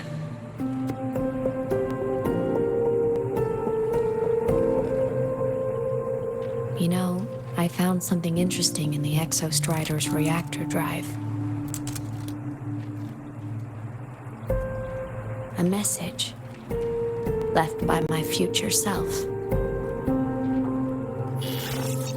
Years ago, while sailing the stars towards Solaris, an Exostrider caught the attention of Aleph 1. Both of them tore through the Strider Gate, clashing in the caverns deep below.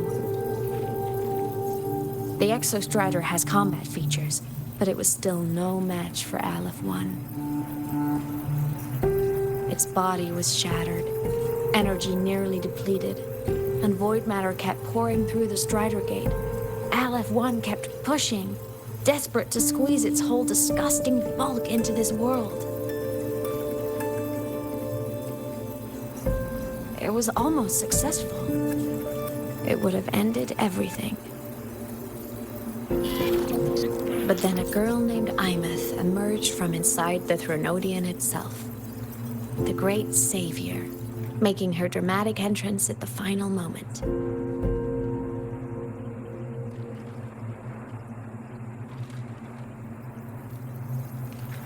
The Exostrider watched her touch its great sword, the one pinning the Threnodian. Their resonance sent a surge of power back into the reactor drive. It turned the massive blade, forcing the Threnodian back through the Strider Gate and driving a seal over it.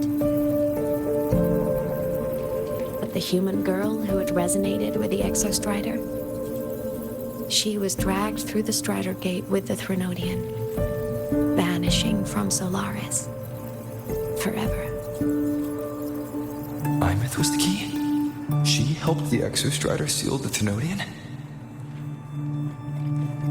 I was shocked at first, but the moment I stepped into void space, it all made sense.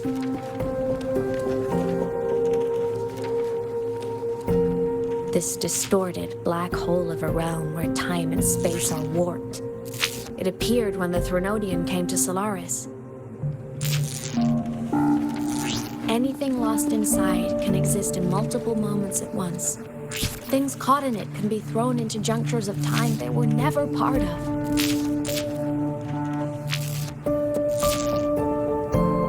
And I can move through it all. The void matter can't touch me.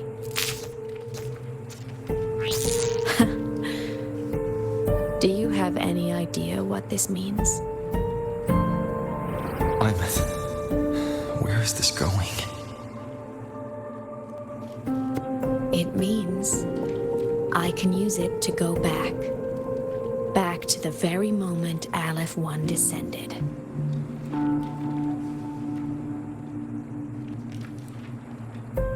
Time cause, effect. Perfect closed loop. But my meeting with him all those years ago, that wasn't the cause. It was the effect. Only by resonating with the Exostrider and dying as a synchronist all those years ago could I later become the Exostrider's true resonator as a digital ghost. And only in this form could I cross void space, return to the past, and power the Exostrider to save Lahai-Roi.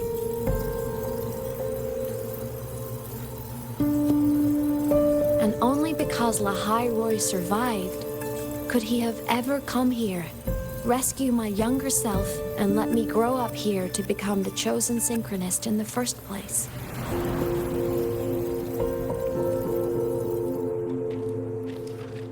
No, I have to get Sigillum to move. I need to stop! Only I can do this. It has to be me. Just like him, I can't turn away from a responsibility like this. There's just one thing. One last wish. Just one more time. I want to.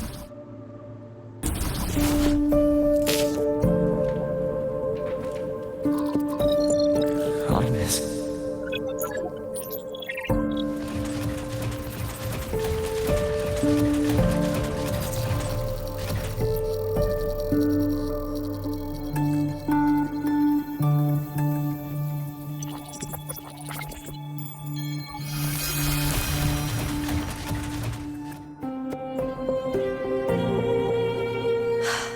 For over 10 years now, I've tried the same thing.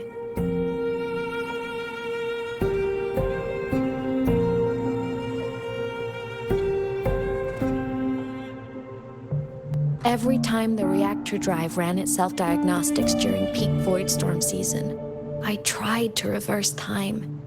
And every time, I failed. I just wasn't strong enough.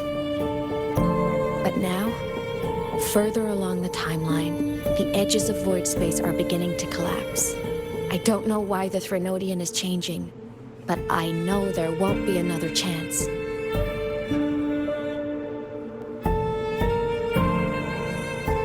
I have to make the jump now, during this peak season, while void space is still stable. I'm not that child who needed protecting anymore. I have a duty to fulfill.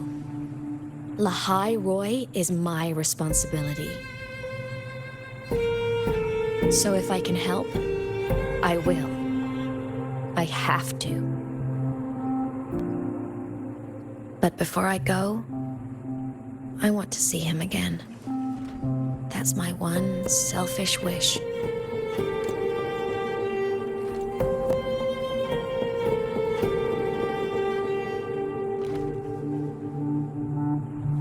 I want to talk to him, to know how he's really been. I want to spend a little more time with my family. I was always afraid that when he finally discovered the truth about himself, he'd feel so alone. But it's all right now. He told me about his journey after losing his memories. It was meaningful. He met people. People who care for him, who miss him. People he formed connections with.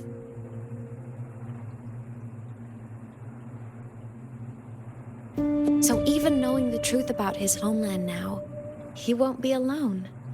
He has a reason to keep living. That's enough for me. Now I can finally let go.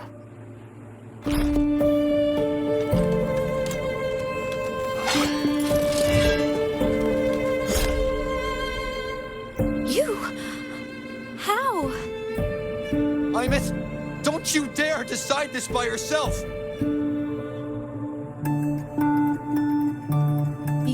one who taught me that my pain is no different from anyone else's. I can't turn my back on the responsibility I have.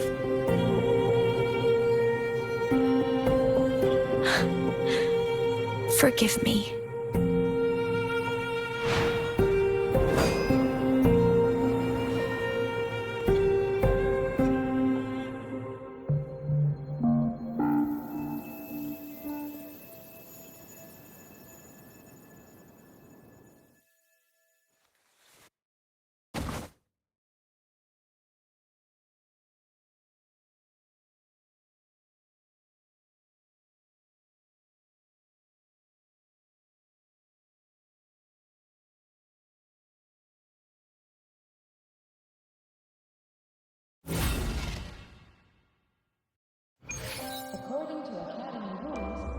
Ymeth!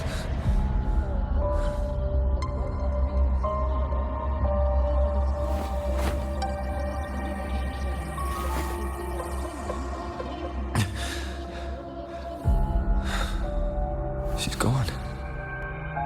This is the piece I was missing. Luke said the Core's self-diagnostics would trigger peak Voidstorm season. She knew. When she returned to the Core, she already knew. She's been waiting for this moment. Waiting to travel back in time. The lake in the Frostlands. The void matter is densest at its depths. If I'm lucky, I can find a way into void space from there. I can still catch up to her. I have to move now.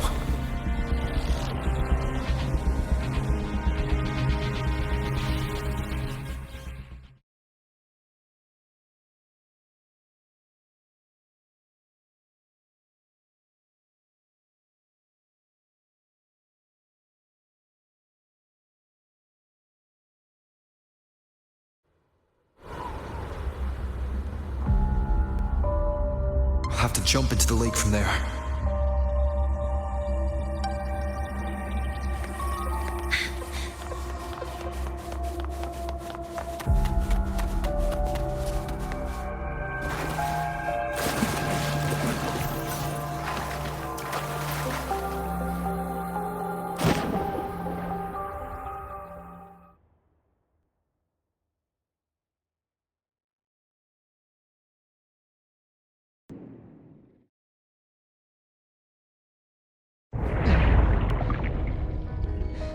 Don't go!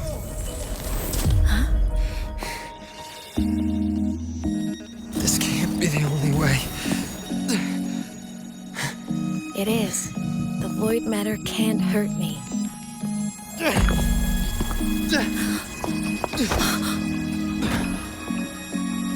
Don't try to save everyone on your own. This time, you have to trust me.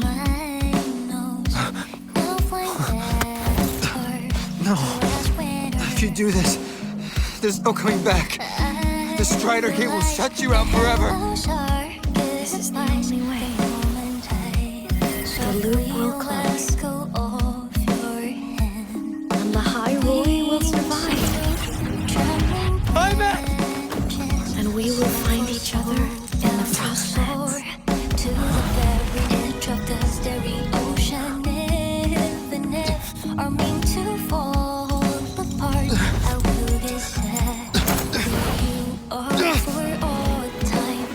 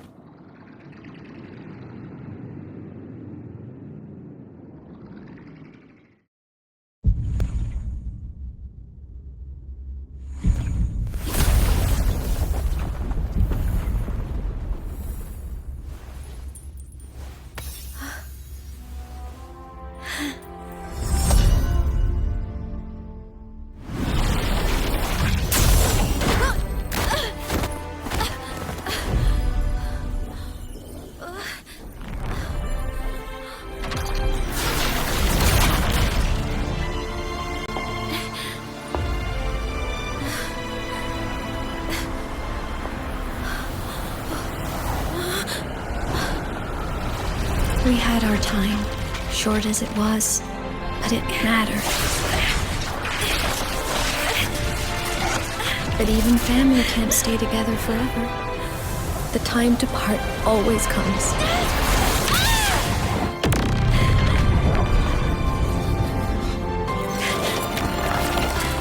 I've long come to terms with this responsibility.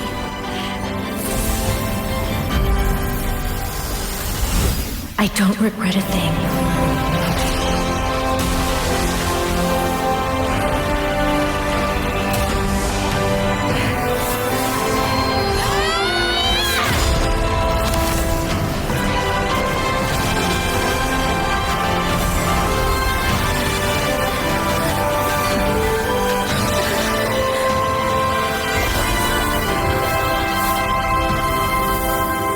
But still.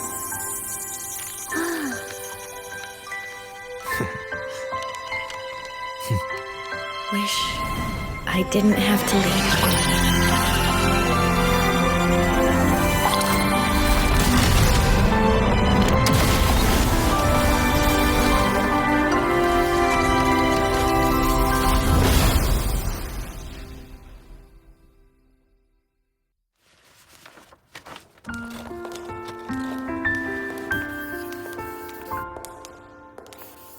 So, what kind of person do you want me to be when I grow up?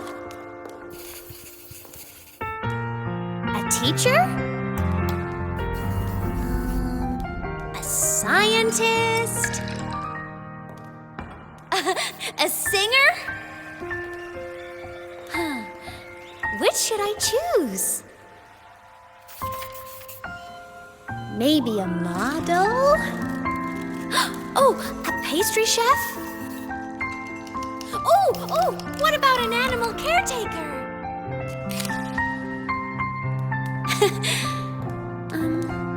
What would make you proud? Imeth? My only wish for you is that you live a happy life. I see. And you? What's your wish for me? I wish that in your long, long life, you never forget how to feel the sorrow and the joy. Oh, getting to share this final journey with you makes me so happy.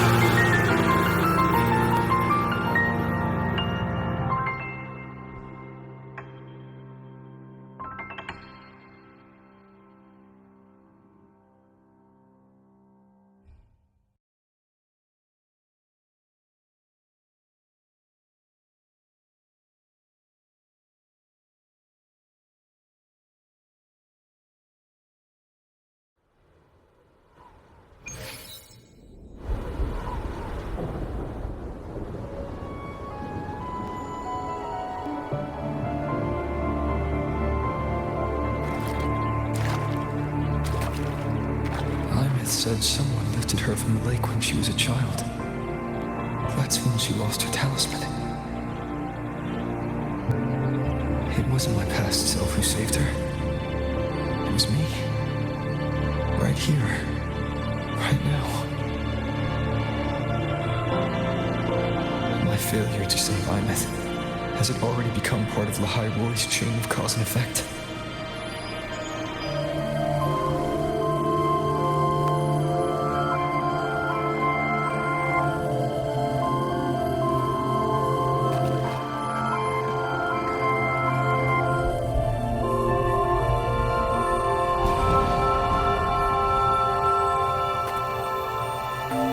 There's still a way. I can't give up here.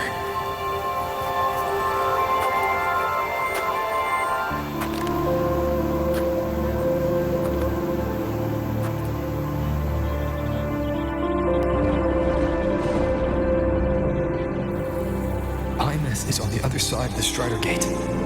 I'll just go through it and bring her back. Someone has to pilot the Exostrider, open the Strider Gate, and deal with the Thenodian anyway. I'll do it. The odds are slim, but they're not zero.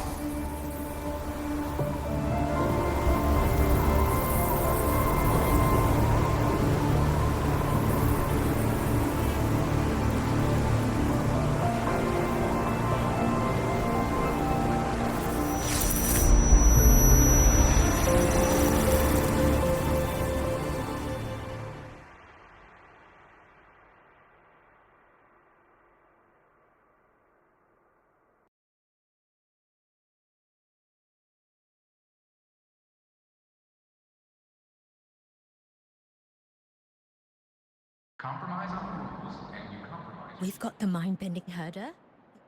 Welcome back, Synchronist.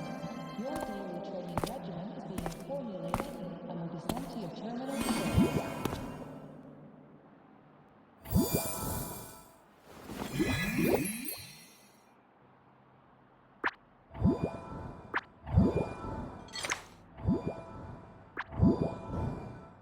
It touched the talisman, then ran away.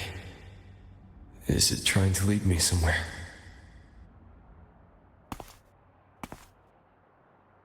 That direction. It's the Synchroling training grounds. What's wrong? The simulation pod won't open? Seems so. It bugged out with an emergency error and just locked down. Maintenance is on the way. But it's showing it's occupied. Class just started. No one could have gotten in yet.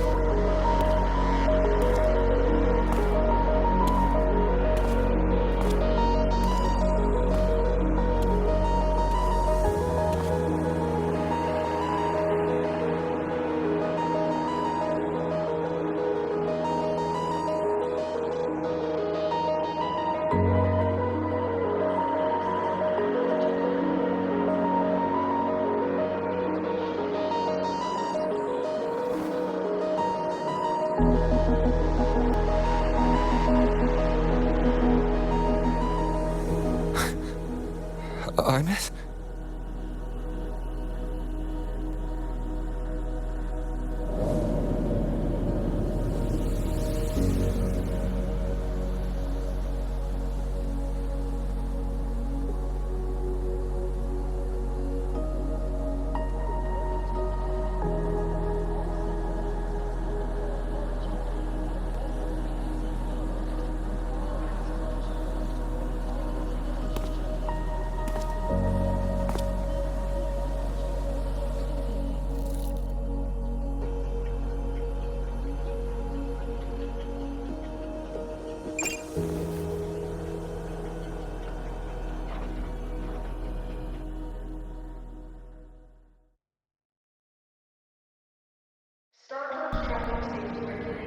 The train for Star Torch Academy at the Frostlands will be departing soon.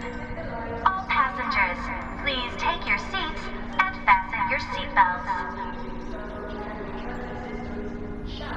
Void storm hazard level at transit stop low.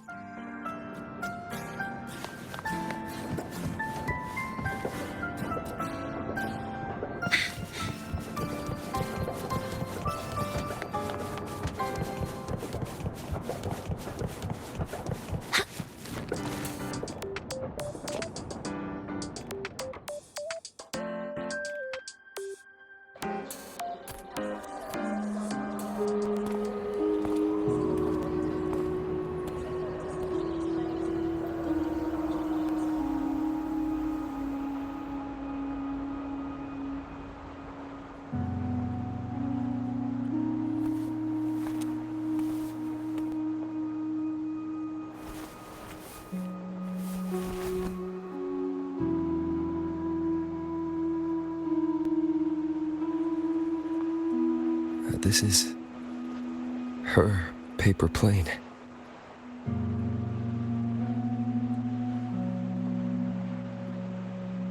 You can keep it, if you'd like.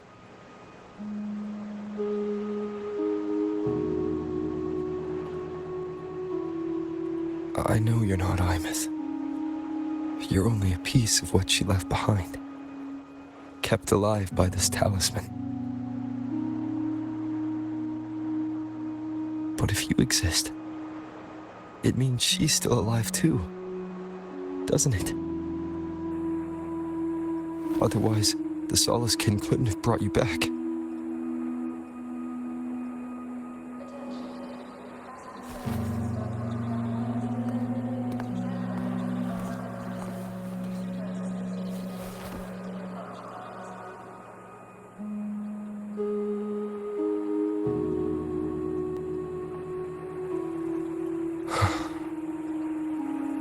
So, it wasn't for nothing. If I hadn't gone looking for Imeth, I never would have found this talisman. And you wouldn't be here at all. Luke told me you're a piece of her, a thread that might still tie her to this world. If I follow it, maybe I can find where she is.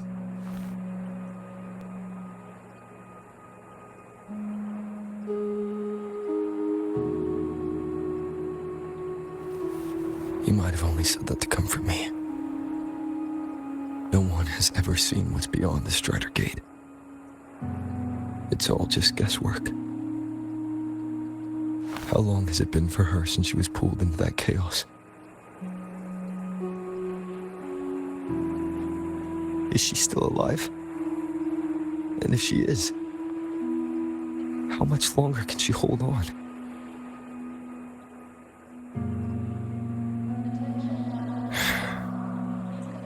I don't know.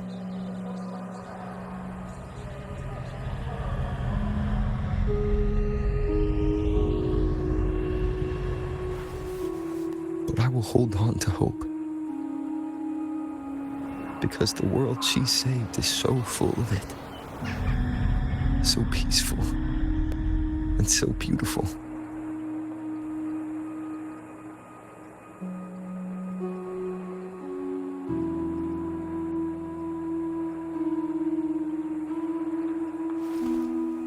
It's strange, seeing Imeth so quiet like this.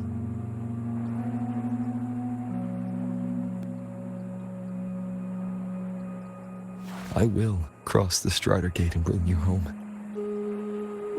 Wait for me, Imeth.